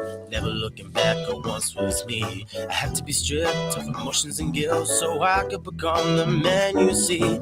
Never caring what became of me, never caring what others see. I went from a loser with many needs to a man of a purpose, I'm a man of means. He took a stand, made his first grand. Never looking back at once was he. He educated himself and taught anyone about business, strength, humanity. Awarded titles and accolades. Seen his name at the top of the page. Forbes magazine wrote about him, about the entrepreneur he's come to be. If the journey is easy, then it's just begun.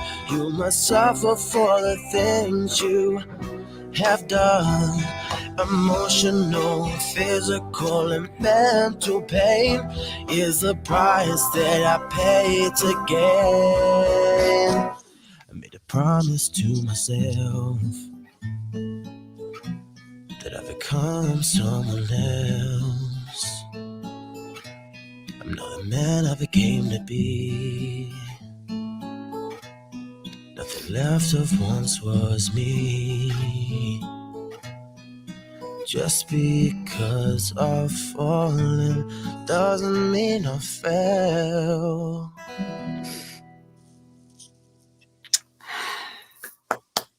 Wow. Wow. That's some good stuff right there. Oh my God. I haven't heard that song for ages. Oh my God. Oh my. It's been around. It's been around. A lot of people have heard it. April, did you know that was Dr. Chan singing? I did. Only I knew that was her singing, and when she came in, and man, that was a very powerful presentation because, I mean, I spent the last 4.5 years educating people on singers. I mean, their history, rock and roll, but I mean, what I get is what I love about this whole thing, Dr. Chan and Robert, is that people know you. I felt that in my heart. I felt that passion. And that has been so important, especially when you're engaging with people. That is really good. And just say, I learned a lot about you watching the presentation.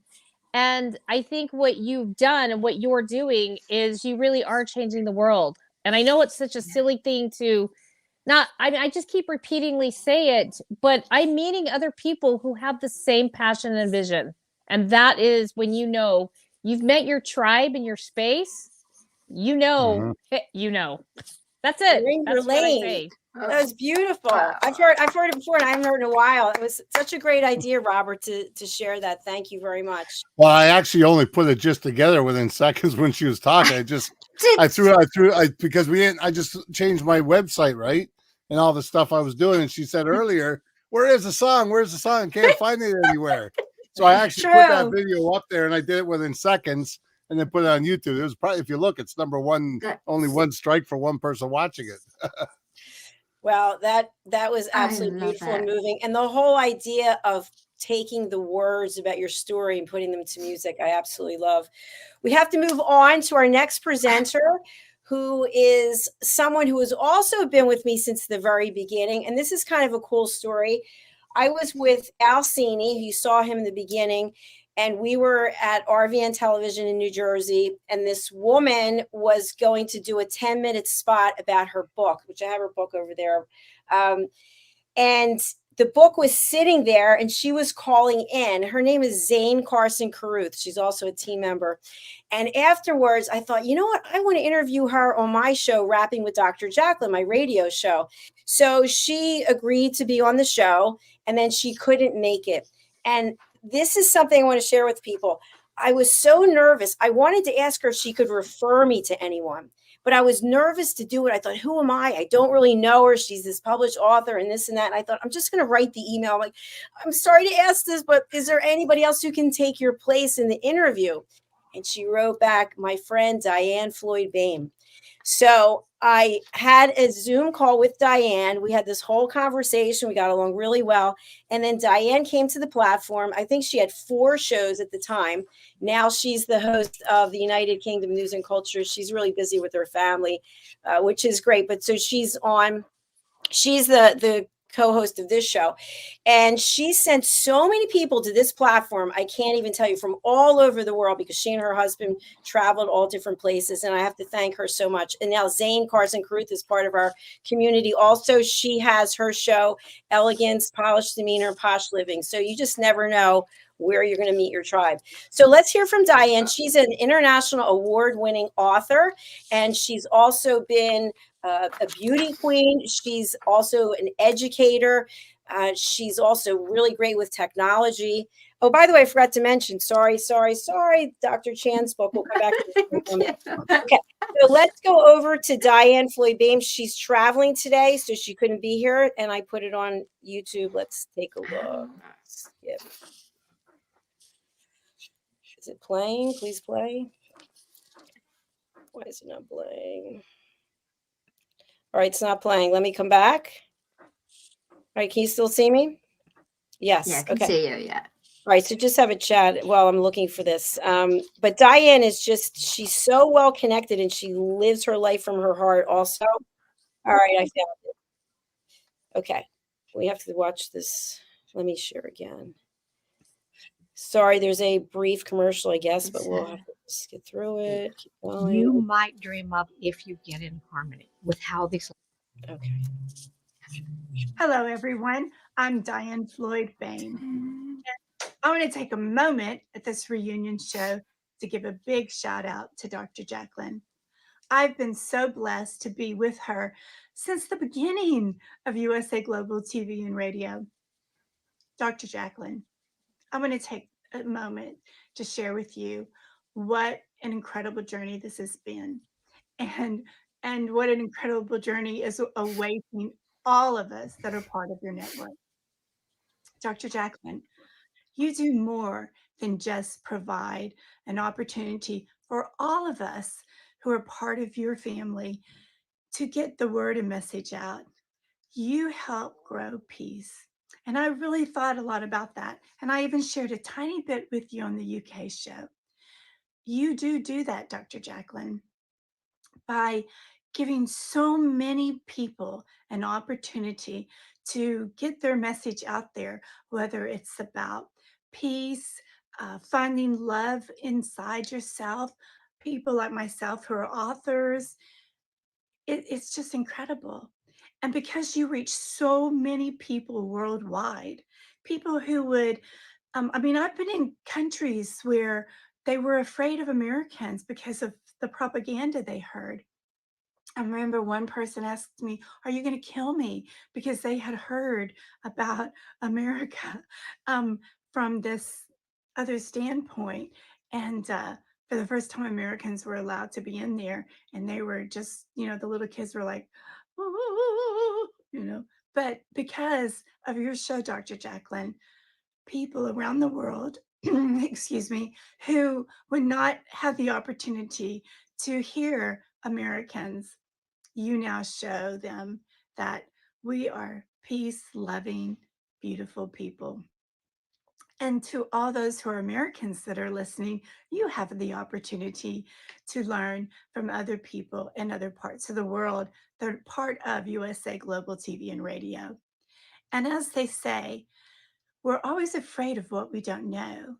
And so let's all learn how to love one another by watching USA Global TV and discovering the beauty of people from around the world.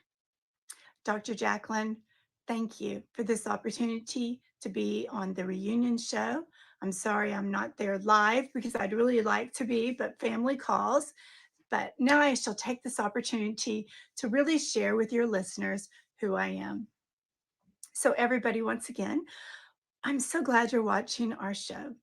The reunion show is incredible. It gives you an opportunity to hear from various people who are able to be there or be here today that have shows.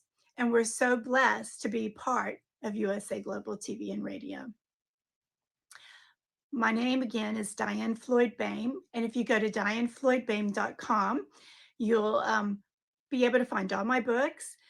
how to order them, which they are on Amazon, but you can also order and sometimes get discounts when you order from the publisher, like Norns Triad Publications is really good about discounts with my books. And then you can sign up for my newsletter. And I can't tell you how much I love hearing from people. I love you sharing with me that you've read the book or you gave it to your grandchild. You read the book with your own kiddos, or maybe your nieces and nephews, or maybe even in the classroom, however it is. I love getting these messages. I also have received letters or emails, I should say, where I've received a picture of like Harry and they drew their own picture of Harry. And I was just so touched by that. It means a lot because, you know, as an author, you sit there and you go, okay, now I have the book out. Now what, right? And when you receive a warm, quick little note, email, it just says, okay, I'm on the right track. People are enjoying it. So sign up for my newsletter and also be sure to email me. And you can even send me ideas if you would. Okie dokie. Now, what kind of books do I write? Well, my tagline is to embrace imagination. I want people to put down all the electronics. I want you to look at the sky, watch it change. Where I live, we get really big, giant clouds. And ever since I was a little girl, my mama taught me how to use my imagination and find pictures in clouds. And I'm sure all of you have done that as well. And that's really a blast. And now I pass that on when I was in the classroom as well as to my kiddos and now to my grandson. Embrace imagination isn't just about, you know, coloring and so forth. It's about imagining peace, thinking of a song or listening to songs. So I try to incorporate so many things in my stories. So my stories are about peace, love, to love yourself, to discover, and just relax. And also, I have a book called Charlie and the Tire Swing, and it's generational because it has grandpa, grandma, people in there. And when I get emails and parents, and this has happened several times, who say, I couldn't even finish the story today because my kiddo wanted to know, do I have a great grandpa? What's his name? What's my great grandma's name? And so they have this connection about their family. And I cannot even begin to tell you how much that means to me. I grew up in a family that's extremely close. Like, I know my fourth cousins, you know, how about that? And so genealogy is huge to me.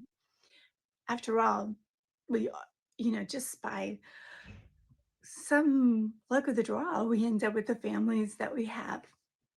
And I love learning about them.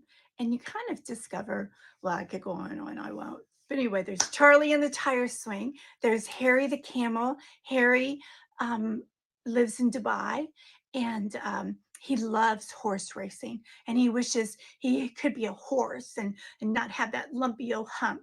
But different things happen. And in the end, he discovers there is nothing better than being who you are. So it makes a wonderful discussion for families in the classroom, etc. I have a series called The Little Girl in the Moon, and they're the moonlings, and they live on the moon. And I'm writing a moonling language, and I'm really excited about it. So the moonlings, especially the little girl in the moon, loves Earth as much as we Earthlings love the moon. So in this series, a lot of different things happen. There's the big idea. There's the little girl on the moon where you can find out who she is and even what she looks like. And that story is really, again, all about loving yourself just the way you are.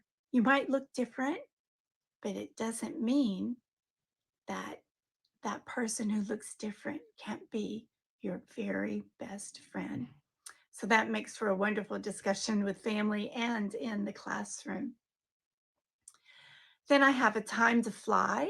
about a little bird. And this actually happened at our house where my daughter discovered the birds were like coming constantly to this one little empty flower pot. So I turned it into a story because there was this one little bird that was afraid to fly. And I kept watching this mama, say, it's okay. So I turned that into a story because we all have these moments, no matter what age we are. Maybe it's even a job like, oh my gosh, I'm starting this new job. Am I going to be able to do it? Is it going to be okay? And we ask all these questions. Well, if we still do that as adults, can you imagine what it's like for kiddos? And so A Time to Fly is all about this little bird who discovers that he can fly and loves it. And then I have A Song of Peace. A Song of Peace is all about a little boy who just wants peace on earth. So he walks around the park with his neighbor, and his mama's there too, but he walks around the park with his neighbor, Mrs. Seals, and he explains why he wants peace on earth. And it's so beautiful. And before you know it in the story, he starts singing just peace, peace, peace. And before you know it, someone's filming it and it goes viral. And before you know it, everybody's singing peace. And eventually what happens is, for a moment, there is peace on earth. And wouldn't it be lovely if we could just really make that happen, even if it's just for a couple of days? Absolutely, everyone's happy. Now, the other book I have is Boomer, the Curious Bunny. That's my latest book. And I'm so pleased to announce that Boomer has done so well that Norns Triad Publications has had me turn it into a series, which will be out real soon. So Boomer is so much fun to write about him. Again, imagination galore. And Boomer, he just wants to discover the world. So come discover the world with Boomer, the Curious Bunny, and Norns Triad Publications. There's more stories coming up. I wake up with new ideas every day. And if I don't, then I go work out in the garden, or maybe I'm doing a little bit of sewing. Whatever it is, my brain's always thinking. So I hope you all have a glorious day. Dr. Jacalyn, thank you again for having me. Thank you for having me be part of the USA Global TV and Radio. You will always have a special place in my heart, and I love you bunches. Have a great day. Blessings to everyone. Hello, boys and girls, and welcome to Story Garden. Your host, Diann BOEHM. I'm so happy to have you here today. Diann Floyd BOEHM tells wonderful stories that warm the heart, spark the imagination, and unite people and families across generations.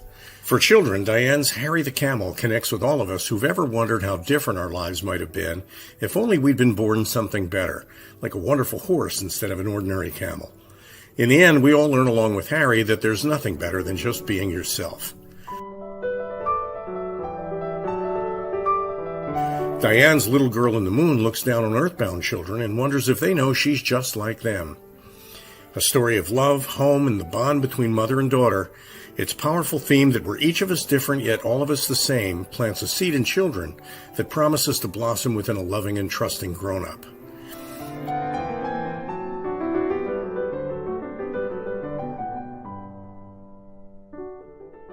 Diann's new biography, Rise, recounts the experiences of her grandmother, Ruby, to reveal the hidden strength of the human spirit. Ruby's story inspires all of us to become the best versions of ourselves. You'll find all of Diann's delightful books and much more at DiannFloydBOEHM.com. Visit DIANNFLOYDBOEHM.com. That's DiannFloydBOEHM.com.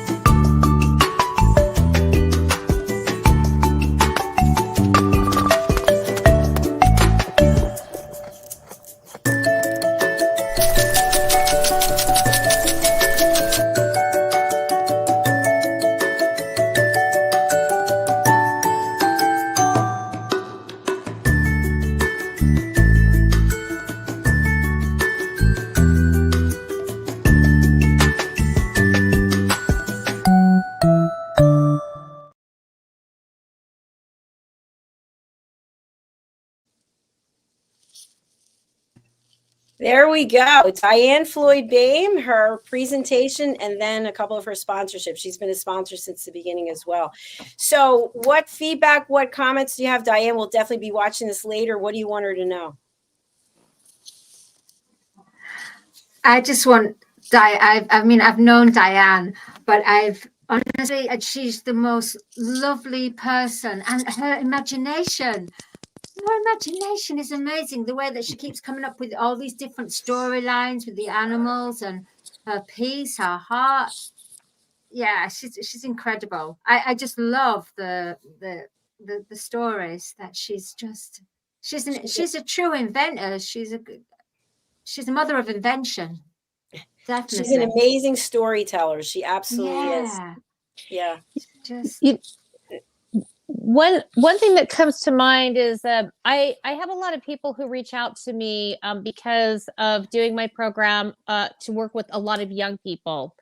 And one thing that has resurfaced over and over again is they want to come up with some things to help kids with mental health. And the one thing I think that, a kid will see me, here I'm like running a business and they see me wearing Metallica shirt. I've got red Vans on.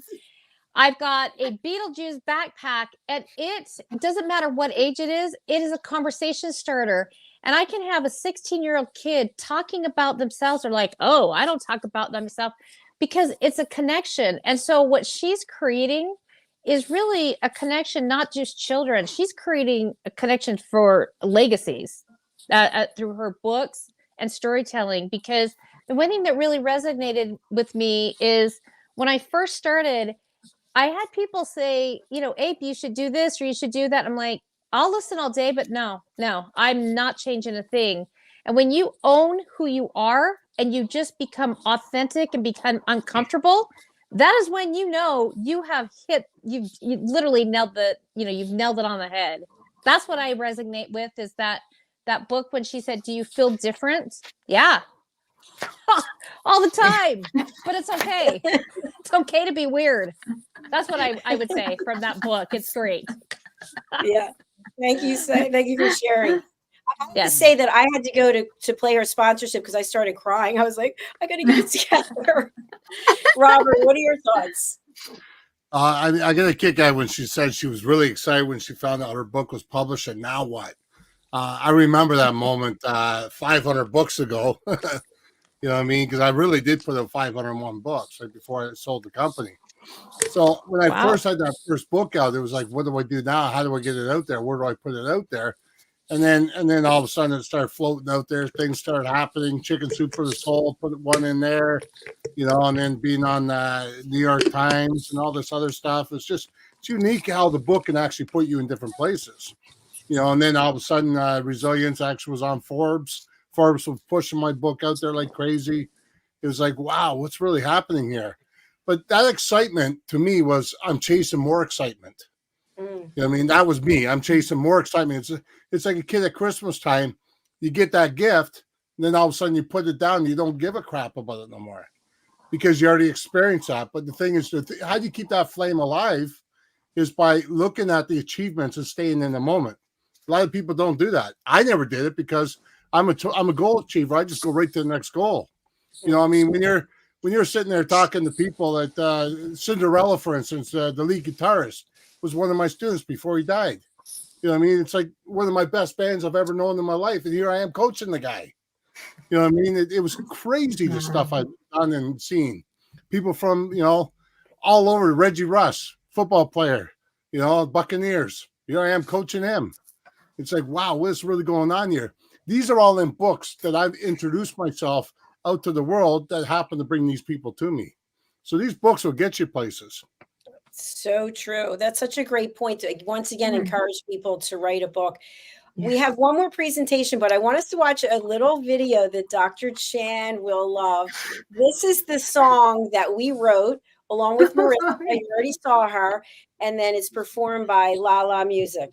Here we go. And this goes to one of the Lady Ella books. So Lady Ella is the character that's in the book that we use to teach children how to listen. Let's take a look.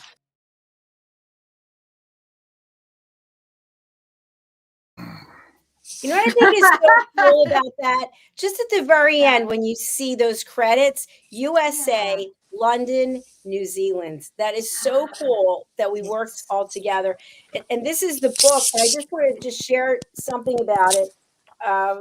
Lady Ella's on the back, and she represents my real great niece. This is her. Every book she gets older. But anyway, what I wanted to share was all the animals on the book cover and in the book are real people. So this is Al. We saw him earlier, and he actually is Testadora in the book. And we have let's see who else was here. AMINAH, who is just here. She's Blossom the bee. So it was a lot of fun doing those books. So thank you. We're going to go on to our last presentation for today, and I'll give a little bit of a background. So our next guest is Dr. Danielle Lord, and Danielle was referred to us by Tracy CRAM Perkins. You remember that's the book we showed before, Dementia Home Care, and she did that fabulous presentation. So Dr. Lord was a guest on her show. And then I believe she came on A Woman's Prerogative and met Mariska. And then from there, she now is doing her own show. So her show starts next week. And I'm not going to give, next month, I'm sorry, I'm not going to give the name of the project, but it just goes to show you just never know where the collaborations and connections are going to come from. So I've brought up the screen. Let me just make sure I have the right one. I have so many things open right now. You don't even know. Okay, let me come back here. I'm going to share my screen. We're going to hear Dr. Danielle Lord, and then we're going to call it a day. Let me go back over here. Critical fundraising deadline. With the election just around the corner. Hello, good morning. My name is Dr. Danielle Lord, and I am so happy to be part of the USA Global TV and Radio Reunion Show. So I want to talk a little bit about the work that I do and the value that I bring to organizations. So my work has been in organizational development, and it's often a misunderstood term, even within large corporations who use us on a pretty regular basis. So if you look at organizational development and what it is that we do, it will typically tell you that we are change agents. I don't think that term accurately describes what we do. From my perspective, organizational development is an umbrella term that covers so much more than simply change, but certainly organizational change, change management, behavioral change is all lumped under that kind of caveat, if you will.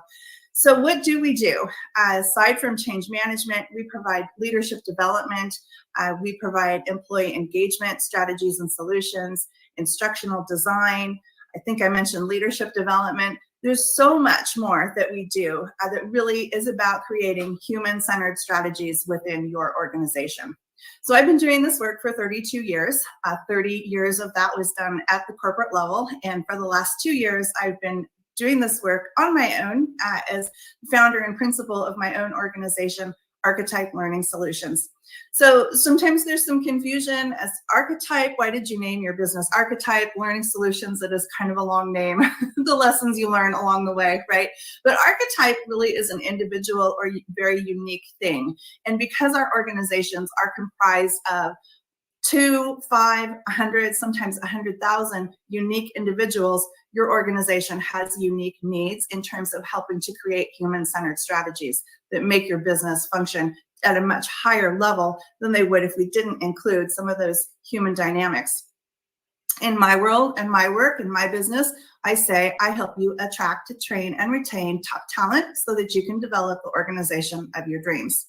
So considering those 3 banners that I have under that element of attract, I help businesses set up clear processes, procedures that are documented, that are easy to find, and gives every employee a very clear, precise understanding of the work that they're doing. Why is this important? In our organizations, there's oftentimes a lot of confusion about what it is that folks are supposed to be doing. We oftentimes don't set clear expectations. We don't have very clear documented procedures, and that creates a lot of confusion. When one person tells you to do it this way, another person says, no, do it that way. You have maybe a third, fourth, or fifth person saying, oh, no, no, no, it's this way, really. So that creates a lot of confusion for our team members. What happens when everyone's working in that state of confusion? We have constant conflict that cannot be resolved. So what that does is it creates a very toxic, dysfunctional culture that creates stress, frustration, anxiety, low engagement scores. And so you have an organization now where you cannot attract great people. You basically get a whole bunch of warm bodies because nobody wants to exist within that degree of dysfunction. So helping you attract great talent through your very clearly designed, developed, organized procedures goes a very long way in helping to make sure that you have a culture in which you've got great people who want to be working for you. Additionally, it helps organizations break down silos so that we have those interdepartmental functions or units that are clearly communicating together, which also helps the bottom line. So under the banner of train, now I actually really dislike the word training in organizations, but it just sounded better than learning. So under the banner of train, I help your new employees or your new team members, as I like to call them, really harmonize within your organization. So I like the word harmonizing rather than onboarding. I always remind business leaders that we're hiring humans, not bringing on cattle. So we want to make sure that we're harmonizing our entire culture together. So why does that kind of fit under that banner of train? Well, we're actually helping the entire organization learn together through bringing on employees who have never experienced your culture.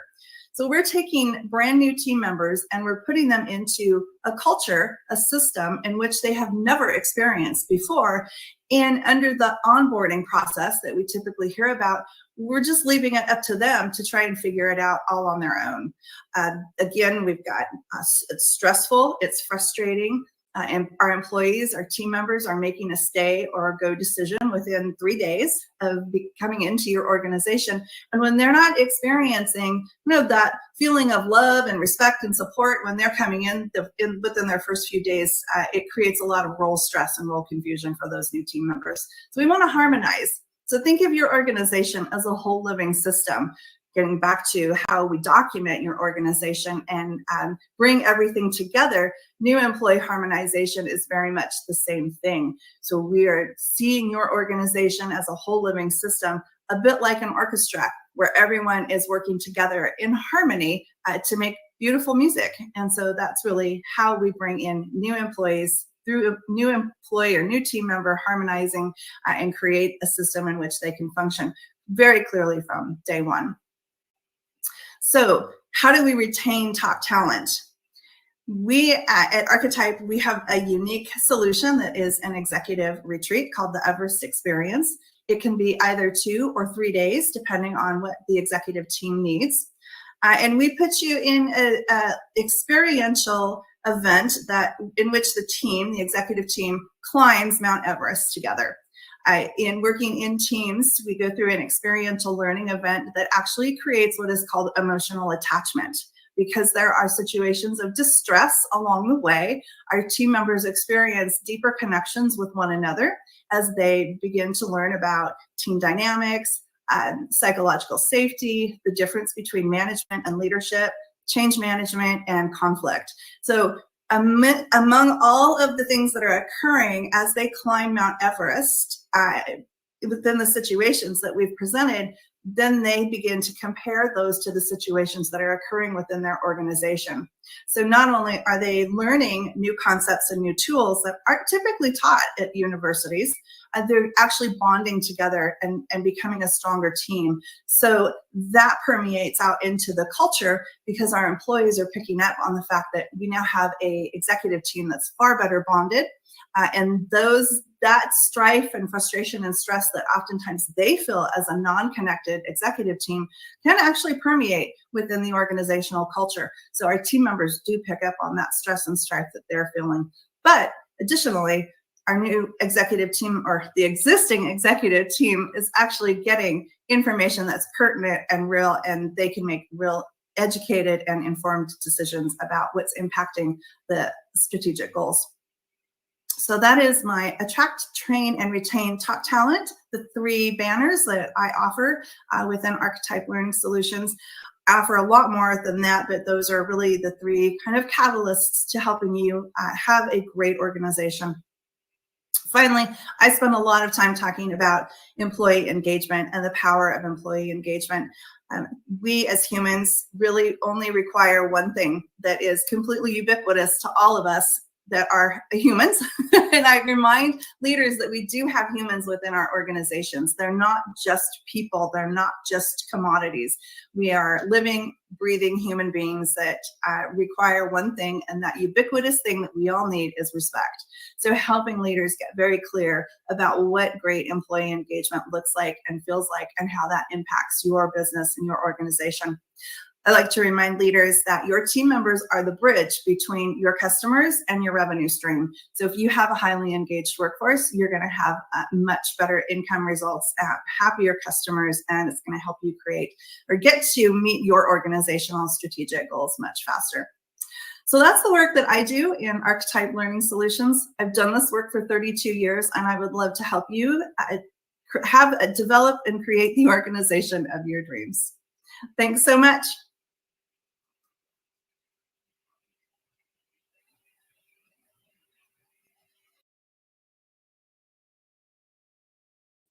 All right. I hear something very loud. Does anyone else hear that?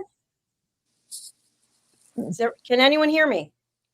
Yes. Yes, we can hear you. Perfect. All right, perfect. So that was Dr. Danielle Lord, who is joining our team as a TV show host with her new project, which I can't say what it is. What feedback would you like to share with her when she watches the show? Dr. Cham. Well, I love the fact that Danielle Lord, she takes a team of people in an organization and places them in an uncomfortable place, a place that they're not familiar with. Therefore, I just love the psychology of it. I think it's fantastic. I hope it's going to be covering things like that. That would be great, taking your team out to the wild, into the desert, on Mount Everest. Look how the relationships, how you can build, where normally you had a breakdown of communication and suddenly you're being forced to rely on that person or that. I love it. I love it. Yeah, I love that enthusiasm. Fantastic. Love it. How about you, Robert J. Moore? Well, I mean, when you take people out and you put them in the uncomfortable zone, it allows growth. Because if you're stuck in the exact same spot, you're banging your head against a wall. The old cliche is you have to break that circle, right? How do you break the circle when you don't know any difference? But so you had me, I've always put myself in the uncomfortable zone and grow. Yeah, yay. Go team. Thank you. How about April? I love the fact, I remember we were actually working on a film with John Rhys Davies, and the one thing that the producer that I was working with, he'd always say, the 3 things that you need to know, April, is just make sure that people know who you are, they remember your name and what you do. And he kept saying, there's no I in team. And it's really true. There is no I in team. And I think as you come together, we've come together, you start forming bonds with people, but you realize even if you are an entrepreneur and you're by yourself, you still cannot do it alone. The team is your team that makes you successful behind the scenes. So teamwork. That is so true. Fantastic. Thank you. Bring it true, April. Bring it true. Yes. Love it. Love it. All right. Well, we're coming down to the end. I'm going to run one clip for a team member who's not here. He just started with a brand new show. I met him with Al Cini way back in the day at RVN Television. He actually was the pastor for my mother's service that we had recently. And he said, Dr. J, I want to come back. So he did his first show this week. Let's check out his intro trailer that I created. Here we go. USA Global TV and Radio proudly presents Unstoppable Podcast. No matter where you are right now or what circumstances you face, lasting success is within your reach. starring Ralph Graves Jr., author of the book Unstoppable. Ralph is a pastor, transformational speaker, and consultant. Follow Ralph on social media at Ralph Graves Jr. Unstoppable podcast Wednesdays on USA Global TV and Radio. You are unstoppable. There you go, Ralph Graves Jr. Good job, Dr. Jacalyn. Very Yeah, nicely done. amazing. Love the plug.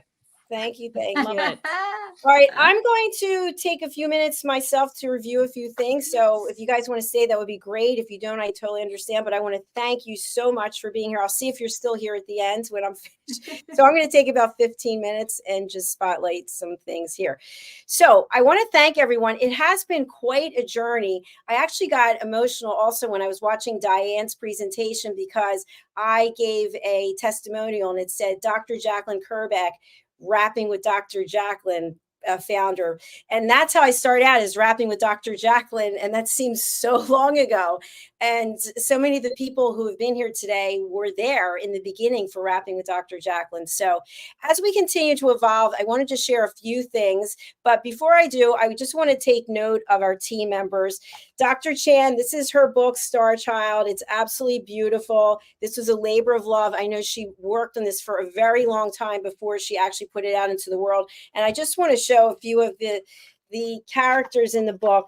So you can see these beautiful beings that she was talking about before. And it just fills my heart because I know how important it is to her that this book is out in the world after all the time that she spent working on it. So there you've got it, Star Child. You can find it on Amazon. Okay, I want to go through a few more. This is Diann Floyd Bain's book, Rise, and she actually has a sequel to this, Rise, A Girl's Struggle for More. And so Diann has written children's books and also young adult, and this is the story of her grandmother, and what they encountered.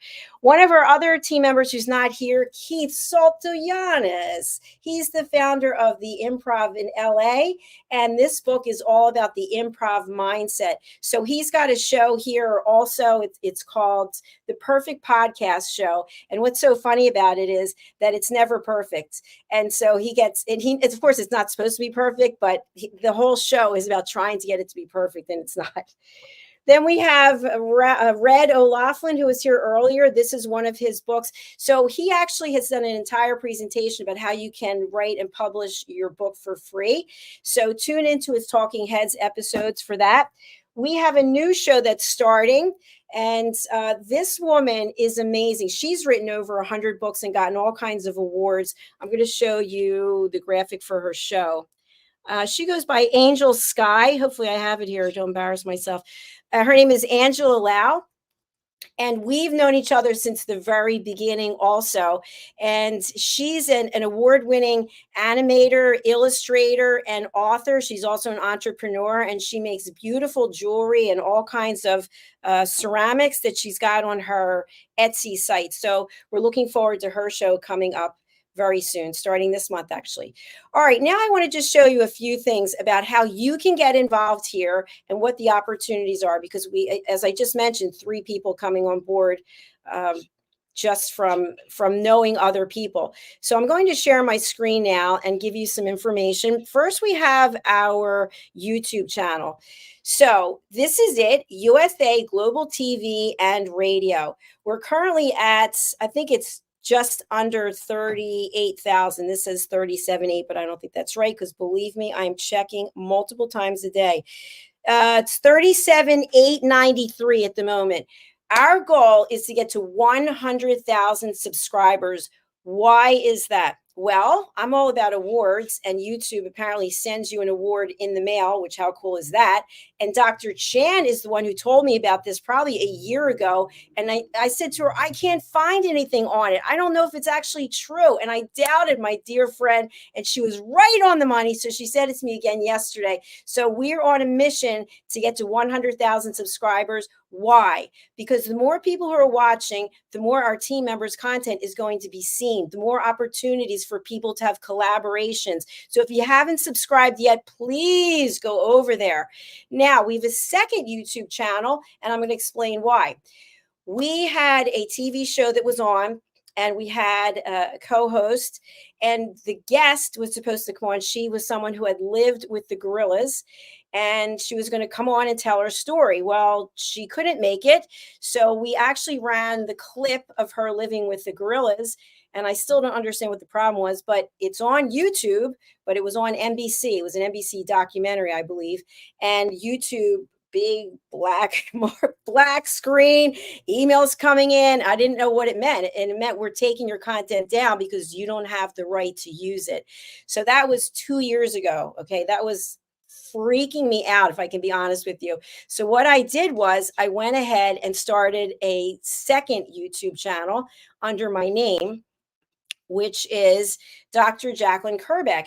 And until my dear friend Dr. Chan yesterday mentioned this about the subscribers, I thought, you know what? I'm going to put some time and effort and money into this channel. So we're going to have new branding over here. We are going to have somebody doing search engine optimization. I brought him on this morning, actually. So all the shows are on USA Global TV and Radio, and they're also on Dr. Jacalyn Kerbeck.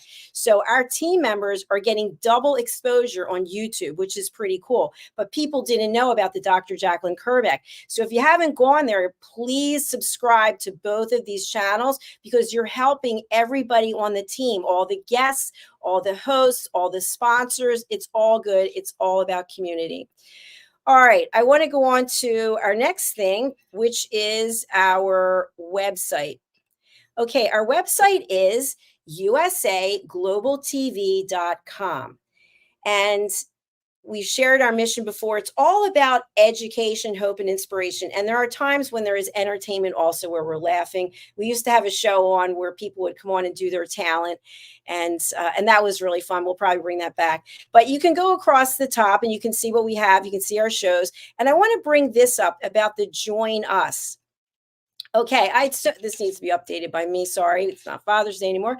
So what I did was I listened to what people were interested in, and everybody wants to talk to me. Everybody wants to find out from me what is available. So I thought, let me put something on the website so that's standard, so that people know what are the services that we actually offer. The first is, if you already have content, right? Your content's already out there, but you want to be on our platform. Why should you be on our platform, or what benefits do you get? First of all, we're on other people's platforms, right? So we have search engine optimization. We've got a team of 3 people who are on there, and I'm bringing on this other person. And then, of course, we're on E360 TV. We're on Zizzle TV. We're on Roku Worldwide. We're on Amazon Fire. We're soon to be on Apple TV ourselves, even though our partners are already on Apple. So you get all of this additional exposure. So we'll take the content that you already produced and we'll distribute it. You also have the opportunity to host your own TV show. Like I just shared with you, Dr. Danielle Lord is coming on board. Angela Lau is coming on board. So the pricing and what's included is there. We give you the production, we do the marketing, everything is key and turn. So you get the graphic, and then we manage everything for you. You just show up, you do your show. Next is co-hosting a show with me. And this is more expensive. And you might say to yourself, well, why is that? Well, because I've done over 5,000 shows. So I've got a lot of experience. I train people. And it's my goal to have you go out into the world by yourself, like you're a little chicken and you grow up like Dr. Chan. She can run the whole thing herself now. All right, so that's the first thing I wanted to show there. And then we also have some other options. You can be an expert presenter on Talking Heads. As I just mentioned, Mariska is an expert presenter. Dr. Chan's an expert presenter. Red O'Laughlin, Caroline, Diann was. This is where you have 30 minutes to present your expertise. Now, this is not a talk show. It's a presentation. So week after week, Dr. Chan shows up and she provides her insights. She doesn't know exactly what she's going to be talking about typically until 2 days before or the day of, whereas Red has a formal presentation that he's using. So you can have something written down or not written down. It doesn't matter. You're just sharing your expertise. Next, join our panel of women on a woman's prerogative. This is a show on Mondays. It's now 2 episodes on Mondays because Mariska's in New Zealand and she's sleeping when we're doing the first episode. But women from around the world are on a panel and we talk about women's subjects. So nobody knows what it's going to be because I have to come up with it every week, not too much pressure. But once I figure out what it is, I let everybody know. And then we go around and have a conversation about it. And of course, you get to promote yourself and your work.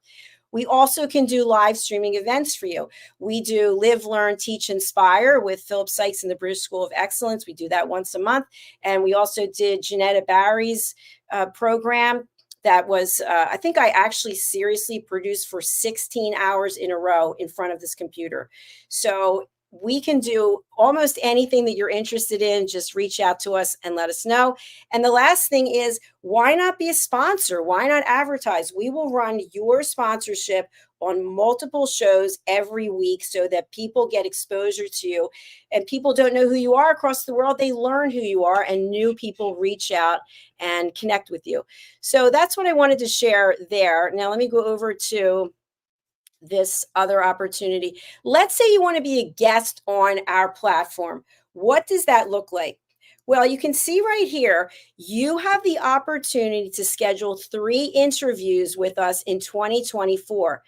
Now, if you are a team member already, you can schedule as many interviews as you want. So how do you become a team member? You take our course, The Power of Elevated Listening. It's a 2-hour online course. It costs you $39 because I want as many people as possible to be able to take it. And then you become a team member and you can be on as many shows as you want. Now, if you're not a team member, sorry, but you're going to have to pay I think it's $35.97. Again, something that's reasonable so that people around the world can join us. We have all of our testimonials. Here it is. If you've already been on 3 times and you're not a team member, you would pay here. Now, if you are a guest and you want your show to be on Roku and it's not already on Roku because each of the TV show hosts get to decide where their shows are going to stream, you can pay $11.99 to have your show on Roku. We're also on Zizzle TV. Zizzle TV really celebrates ethnicity and diversity. And so Kirk Jimenez, who was on our show on Wednesday, his platform is on 300 different platforms, including Samsung, LG, Binge Networks, Roku, all of the big ones. So you can have your show as a guest on Zizzle for $61.99. All right. You can also purchase an edited copy of your interview where we take out the intro and the outro. We take out the sponsorships. You can also pay for additional search engine optimization. So we are currently optimizing 80 shows a month. That's going to increase, I think, to 120. But let's say you want more authentic views. We only do authenticity here. We're not interested in robots. So that's where you would go for that. So if you want to book on a show, you'll come here to book your session. Now, some of the shows are not available to the public. Let's look at Keith's show. Not open to the public. Does that mean that you in the public can book in? No, it does not. Why is that? Because Keith is looking for people who do improv, and not everyone can do that. If you have a background in that, sure, reach out to me. Love to hear from you. Let's look at some of the other shows. So The Wise Ones, that's one of Red's shows. Anyone can book in on that. We have Joseph STETTER, Resume Whisperer and Corporate Culturist. Do you have a background? Are you a business owner, an entrepreneur, and you're going to have something to talk about that interfaces with what Joseph's doing? Reach out to him. Ask him first. So you can find all the information that you need to contact people here. The Corner Bookstore was DIANN Floyd Babe's baby, which is amazing. She started with that. And now we have 4 people that are hosting 1 episode a month for the Corner Bookstore. We have a host in Ghana. We've got Red, we've got myself, and we've got Dr. Cham. Okay, then I provide coaching and strategy sessions. I can teach you how to be a global broadcaster, and you can sign up for that there. You can sign up for a free conversation with me for 30 minutes. And then if you're an author and you want to promote your book, and we can do an Amazon Live because I'm an Amazon Live influencer, go ahead and book on the journey of an author. Also, you can come in with me on Hot Topic. Any of the shows that I am hosting myself, my shows, there is a small fee, which is $29.99. And I explained that's because I've done over 5,000 shows. And otherwise, I'd rather be doing something else like producing, to be honest with you. Dr. Chan does the film and music show. So do you have some affiliation with film and music? Are you an artist? Are you someone who's looking to break into the industry? Contact her about being a guest. All right, I mentioned Amazon Live. If you do not have a book, but you have other products or services on Amazon, they must be on Amazon already. Book in with me for an Amazon Live. I had an author reach out to me and book in for Amazon Live, but his book isn't available yet. That's a no-no. Whatever your product or service is, it has to be on Amazon. We have the Power of Etiquette and Manners with Mr. Philip Sykes. He's one of our sponsors as well. And he also does Live, Learn, Teach, Inspire. And then this is our program with Caroline and myself. If you are an elevated listener, if you have taken the Power of Listening course and you've gotten your certificate, you can come on this show. And we're going to talk all about how elevated listening impacts your life, or maybe you found people in your life who are not listening at an elevated level. How does that impact your life? We also have fashion, travel, and fitness. We have the Be Fit Project with Coach B. He's the one I spoke to you about before, Brandon Eckel. That's Joseph Stetter interviewed him, and then Coach B and I had a show to do ourselves together. I told you about a woman's prerogative. There it is. If you've got a course, have you created some kind of course that you want to market? Why not do it here on our platform? That's called Have I Got a Course for You? Authentic Achievements with Kim Randall. Kim was with us on Wednesday for our first show for the reunion, and she's over in the UK. She has her own platform, which is called Authentic Achievements, AuthenticAchievements.com. Please feel free to contact her. Be a guest here, be a guest there on her platform. It's all good. TRACY Perkins, she's the creator and founder of Dementia Home Care. We talked about that earlier. If you have a loved one, someone who's suffering from dementia, go ahead and book in. If you're someone who provides expertise in this area, same thing, book in. We also have the United Kingdom News and Culture with Ian Pelham Turner, Helena Shard, Simon McDonald, Diann Floyd Boehm, and myself. And we have Food and Our Emotions, which Red and I did a 12 series on food and our emotions, which was all about various diets. And we have Talking Peace Around the World. That show is really in demand at this point in time because there's so much going on. Daisy Gideon is the one who founded that one. We also have the Energy Show, where we have people who are healers, energy workers coming onto that. And then I mentioned already Coexistence and Sustainability with Pet Psychic AMINAH.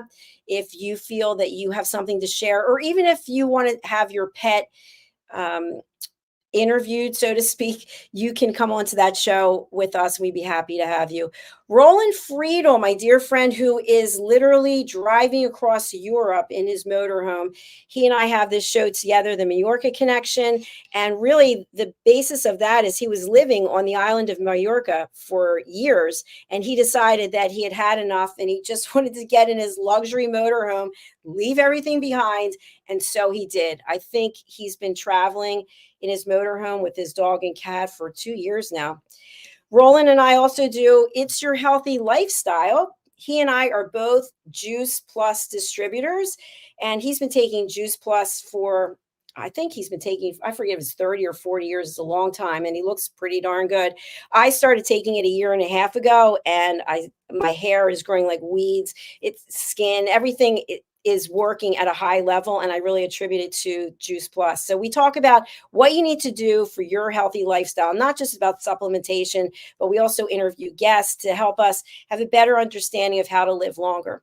Roland and I also do the Planet Earth Show, where we talk about the oceans, we talk about the environments. We've had many interesting shows just bringing awareness to Earth, and to our planet, and how we can be proactive, just like with AMINAH, with coexistence and sustainability. I also host the Business Talk Show. It's no wonder I'm so tired. The Business Talk Show, where we welcome entrepreneurs from around the world to share their stories to help other people be inspired. A new show that we have, thanks to Dr. Chan and the introduction to Dr. Jamie Long, is Spread Your Wings TV show. Jamie did his first episode 2 weeks ago, I think. He'll be coming back this next week. And he's had an incredible story, like Robert, overcoming so many things. It seemed like even recently he's had to overcome more things. Things just keep presenting themselves. And this man just, get out of my way. I'm coming through. I mentioned about our new guest, Angela Lau, about her book. This is her show, Dreams Came True with Angela Lau. She's over in Macau, by the way, China. And so that show you can also book in on, but I think she's already booked. Another newcomer is The Holistic Alternative with Julie Mejia. And Julie did her first episode. I don't remember if it was this week or last week. It was fantastic. So she has helped me. I've had wrist problems, I think, from teaching so many fitness classes, and she's got some patented products, and she sent me 2 of them, and I put this cream on my wrist, and it took the pain away almost immediately. And then this, of course, was our reunion show, so that's old news. So that's what we have in terms of shows. So I hope that I've made it easy to understand. Go book in, put your information in there, and again, 3 interviews a year so that other people can get on, unless you're part of the team. Or you're part of the team, come on as much as you want. We'd love to see you. All right, a few more things I'm going to share, and then I'm going to stop talking. I want to share one of our other websites, which is all about our listeners. So this website is theelevatedlisteners.com. Now, you can get to this website. You can get to any of our websites from usaglobaltv.com. So the purpose of this website is to really celebrate our VIP listeners. So what does that mean? That means that there's certain people who are elevated listeners who've gone above and beyond in their work in helping other people. And so we get to feature them here. So here's the information. We've got our partners, and then we've got our team of VIP listeners. And why wouldn't I be there, right? I'm the one teaching people how to listen. I love the hairstyle, by the way. But we've got Red, myself, we've got Philip Sykes, we've got Caroline HEWARD, and then we've also got a number of other people. So this, you can come here and you can see them, and you can find out their story and what they've been doing. There's my beautiful sister right there, Debbie Wilson. Janetta Barry, she was with us for a long time. She just came back onto A Woman's Prerogative. I already told you about Mariska. And so there you have that.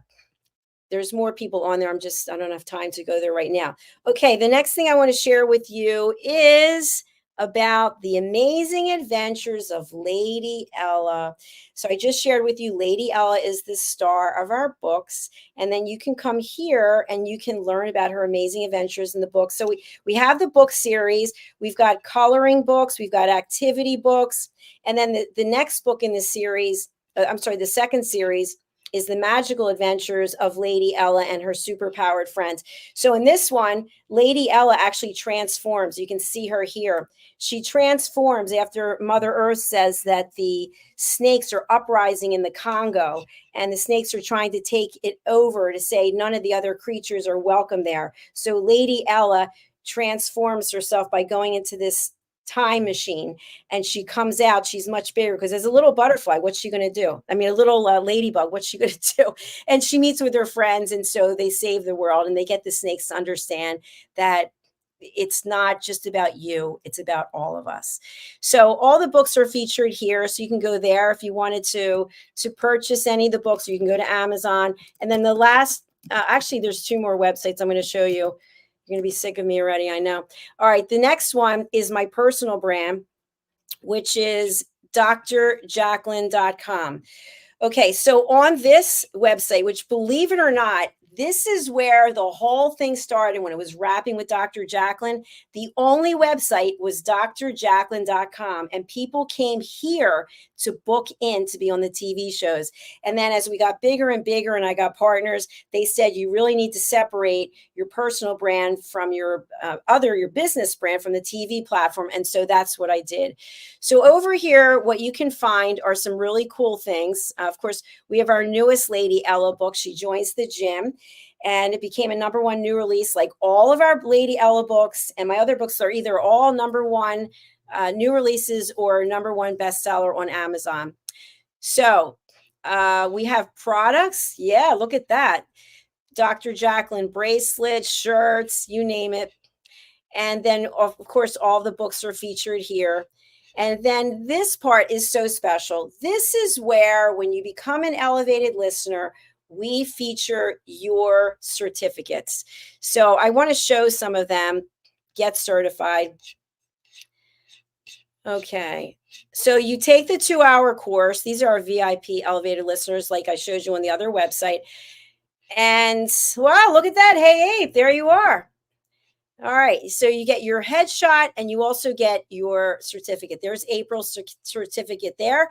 And so you can use the certificate on your websites or wherever it is that you, LinkedIn, even, so that people know that you know how to listen at an elevated level. And believe me, it makes a big difference. All right. Thank you to all of our elevated listeners. And the last thing I want to show you over here under services. So I offer life, career, executive, and interview coaching. I can't even speak. So if you would like to learn how to be an expert broadcaster, you can hire me. I've already worked with numerous people on our team. And many times I find that even though someone is in the public domain and they're used to speaking, when it comes to interviewing other people, they feel very insecure. So they work with me. I teach them everything from the green screen, all the technology, as well as what are the skill sets you need to be an expert when it comes to broadcasting. And of course, don't we know that listening at an elevated level is also very valuable. All right, this coming Tuesday, I'm sorry, let me go through this. Press release. If you need a press release written, we can do that for you. So you can see here what's included. If you're interested, reach out for more information. And then of course, we have our client testimonials. We love when our clients take our courses. It means so much. And here's some other packages that we offer. This is the Podcaster Pro package. You get one-on-one coaching. You also get the 2-hour course that I didn't talk about yet, The Art of Being a Professional Interviewer. And you get the listening course, and then you get membership as an elevated listener. So you can go here. You can book these things. These are also the courses that Madeline was referencing before. They're on this website. And then I'm going to show you where else they are. So let me stop here. And let me go to this next place. All right. And we talked a little bit earlier about giving things away. And so when it comes to these courses, I feel like the pricing is crazy. But why is it so crazy? Because we want as many people as possible to take the course. So this is the Power of Elevated Listening. This is the book. Of course, you can see it's $199 to take the course that's 2 hours that includes role plays, but not for you who are watching or listening. We have a promo code. If you're interested, I'll drop it into the chat so that you can pay $39 and become a member of our team.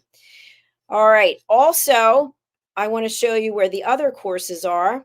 It's the same link, but it's actually collections. So, whoops, says that's not right. Okay, let me come back over here. Let me come over here and get my own link that I already shared. All right, so on this link that I'm going to share with you, that is where you can take the courses that Dr. Chan and I have worked on, the courses that Dr. Chan did herself, and then the courses that I've done myself. Where is the link? Here it is. It is collections. It's drjacalyn.thinkific.com/collections. Okay, so that's where you can go to take those courses. Now, the last thing I want to leave you about when it comes to listening is this is my calling card. This is my business card, Mastering the Power of Elevated Listening. This book is filled with testimonials and case studies about listening. And I'm going to give you just an example. But first, I want to let you know that there are actually quizzes in here. So you think you're a great listener, and maybe you are. I'm not here to debate it with you. But you can actually take the pre-assessment of your listening skills. And we basically find out where are you today versus where you want to be. And at the end, there's another test to see how you did. And then I'm looking for that right now. And then we send you the results and let you know how you've done. So this is quiz number 2. You can also take different quizzes on our website, usaglobaltv.com. You'll see at the bottom, I think of every section, there's a place where you can take the quiz. Why is this so important? Because as Diann Floyd Bain mentioned before, inner peace, so important. World peace, priceless. What is it that we see? I don't care if you're in the United States or where you are, people screaming at one another, people judging one another, people looking at you like they're listening, and the whole time they're thinking, I can't stand her. I don't like what she represents. I don't like what she's saying. And we're no longer listening. So I encourage you to take it upon yourself to learn how to listen at an elevated level. Okay, next, I just want to give a shout out to the Crohn's Colitis Foundation. They're having their Take Steps walk. I believe it's tomorrow. It will be the first time I'm not there. But I wrote this book, Blonde, Sexy, and Hot as Shiite, Beauty, Brains, and Ulcerative Colitis. This is about my journey of living with an incurable disease for the last 34 years. And the illustrations, oh, I just saw it's dedicated to my little mother. Anyway, the illustrations were done by the same guy who did the children's books. And you can see here, this is my mom and I when we went to University of Pennsylvania, and the doctor told me that I had ulcerative colitis. He said it's an incurable chronic disease. And I remember thinking that nobody would ever love me. And until I found the Crohn's Colitis Foundation in 2018, I really believed that. So they really saved my life. And so if you're out there, you have some kind of chronic illness, don't be in silence. I'm getting all upset. Okay, don't be alone. Don't think that nobody cares, because people do care. You just got to reach out and realize that you are not a disease. You may have a disease, but you're not a disease. You have a lot to give in this world. All right, I'm going to close it out now. I'm going to say thank you to everyone for listening. Thank you to everyone who's been here today. It's been an absolute pleasure. And I hope that you will open your heart, open your voice, and find your passion. Find whatever it is that drives you. Reach out to our team members who are here today, who are here Wednesday, who are here all the time, because they're here for you as well. We are a community. Thank you very much. We're closing out now. Bye.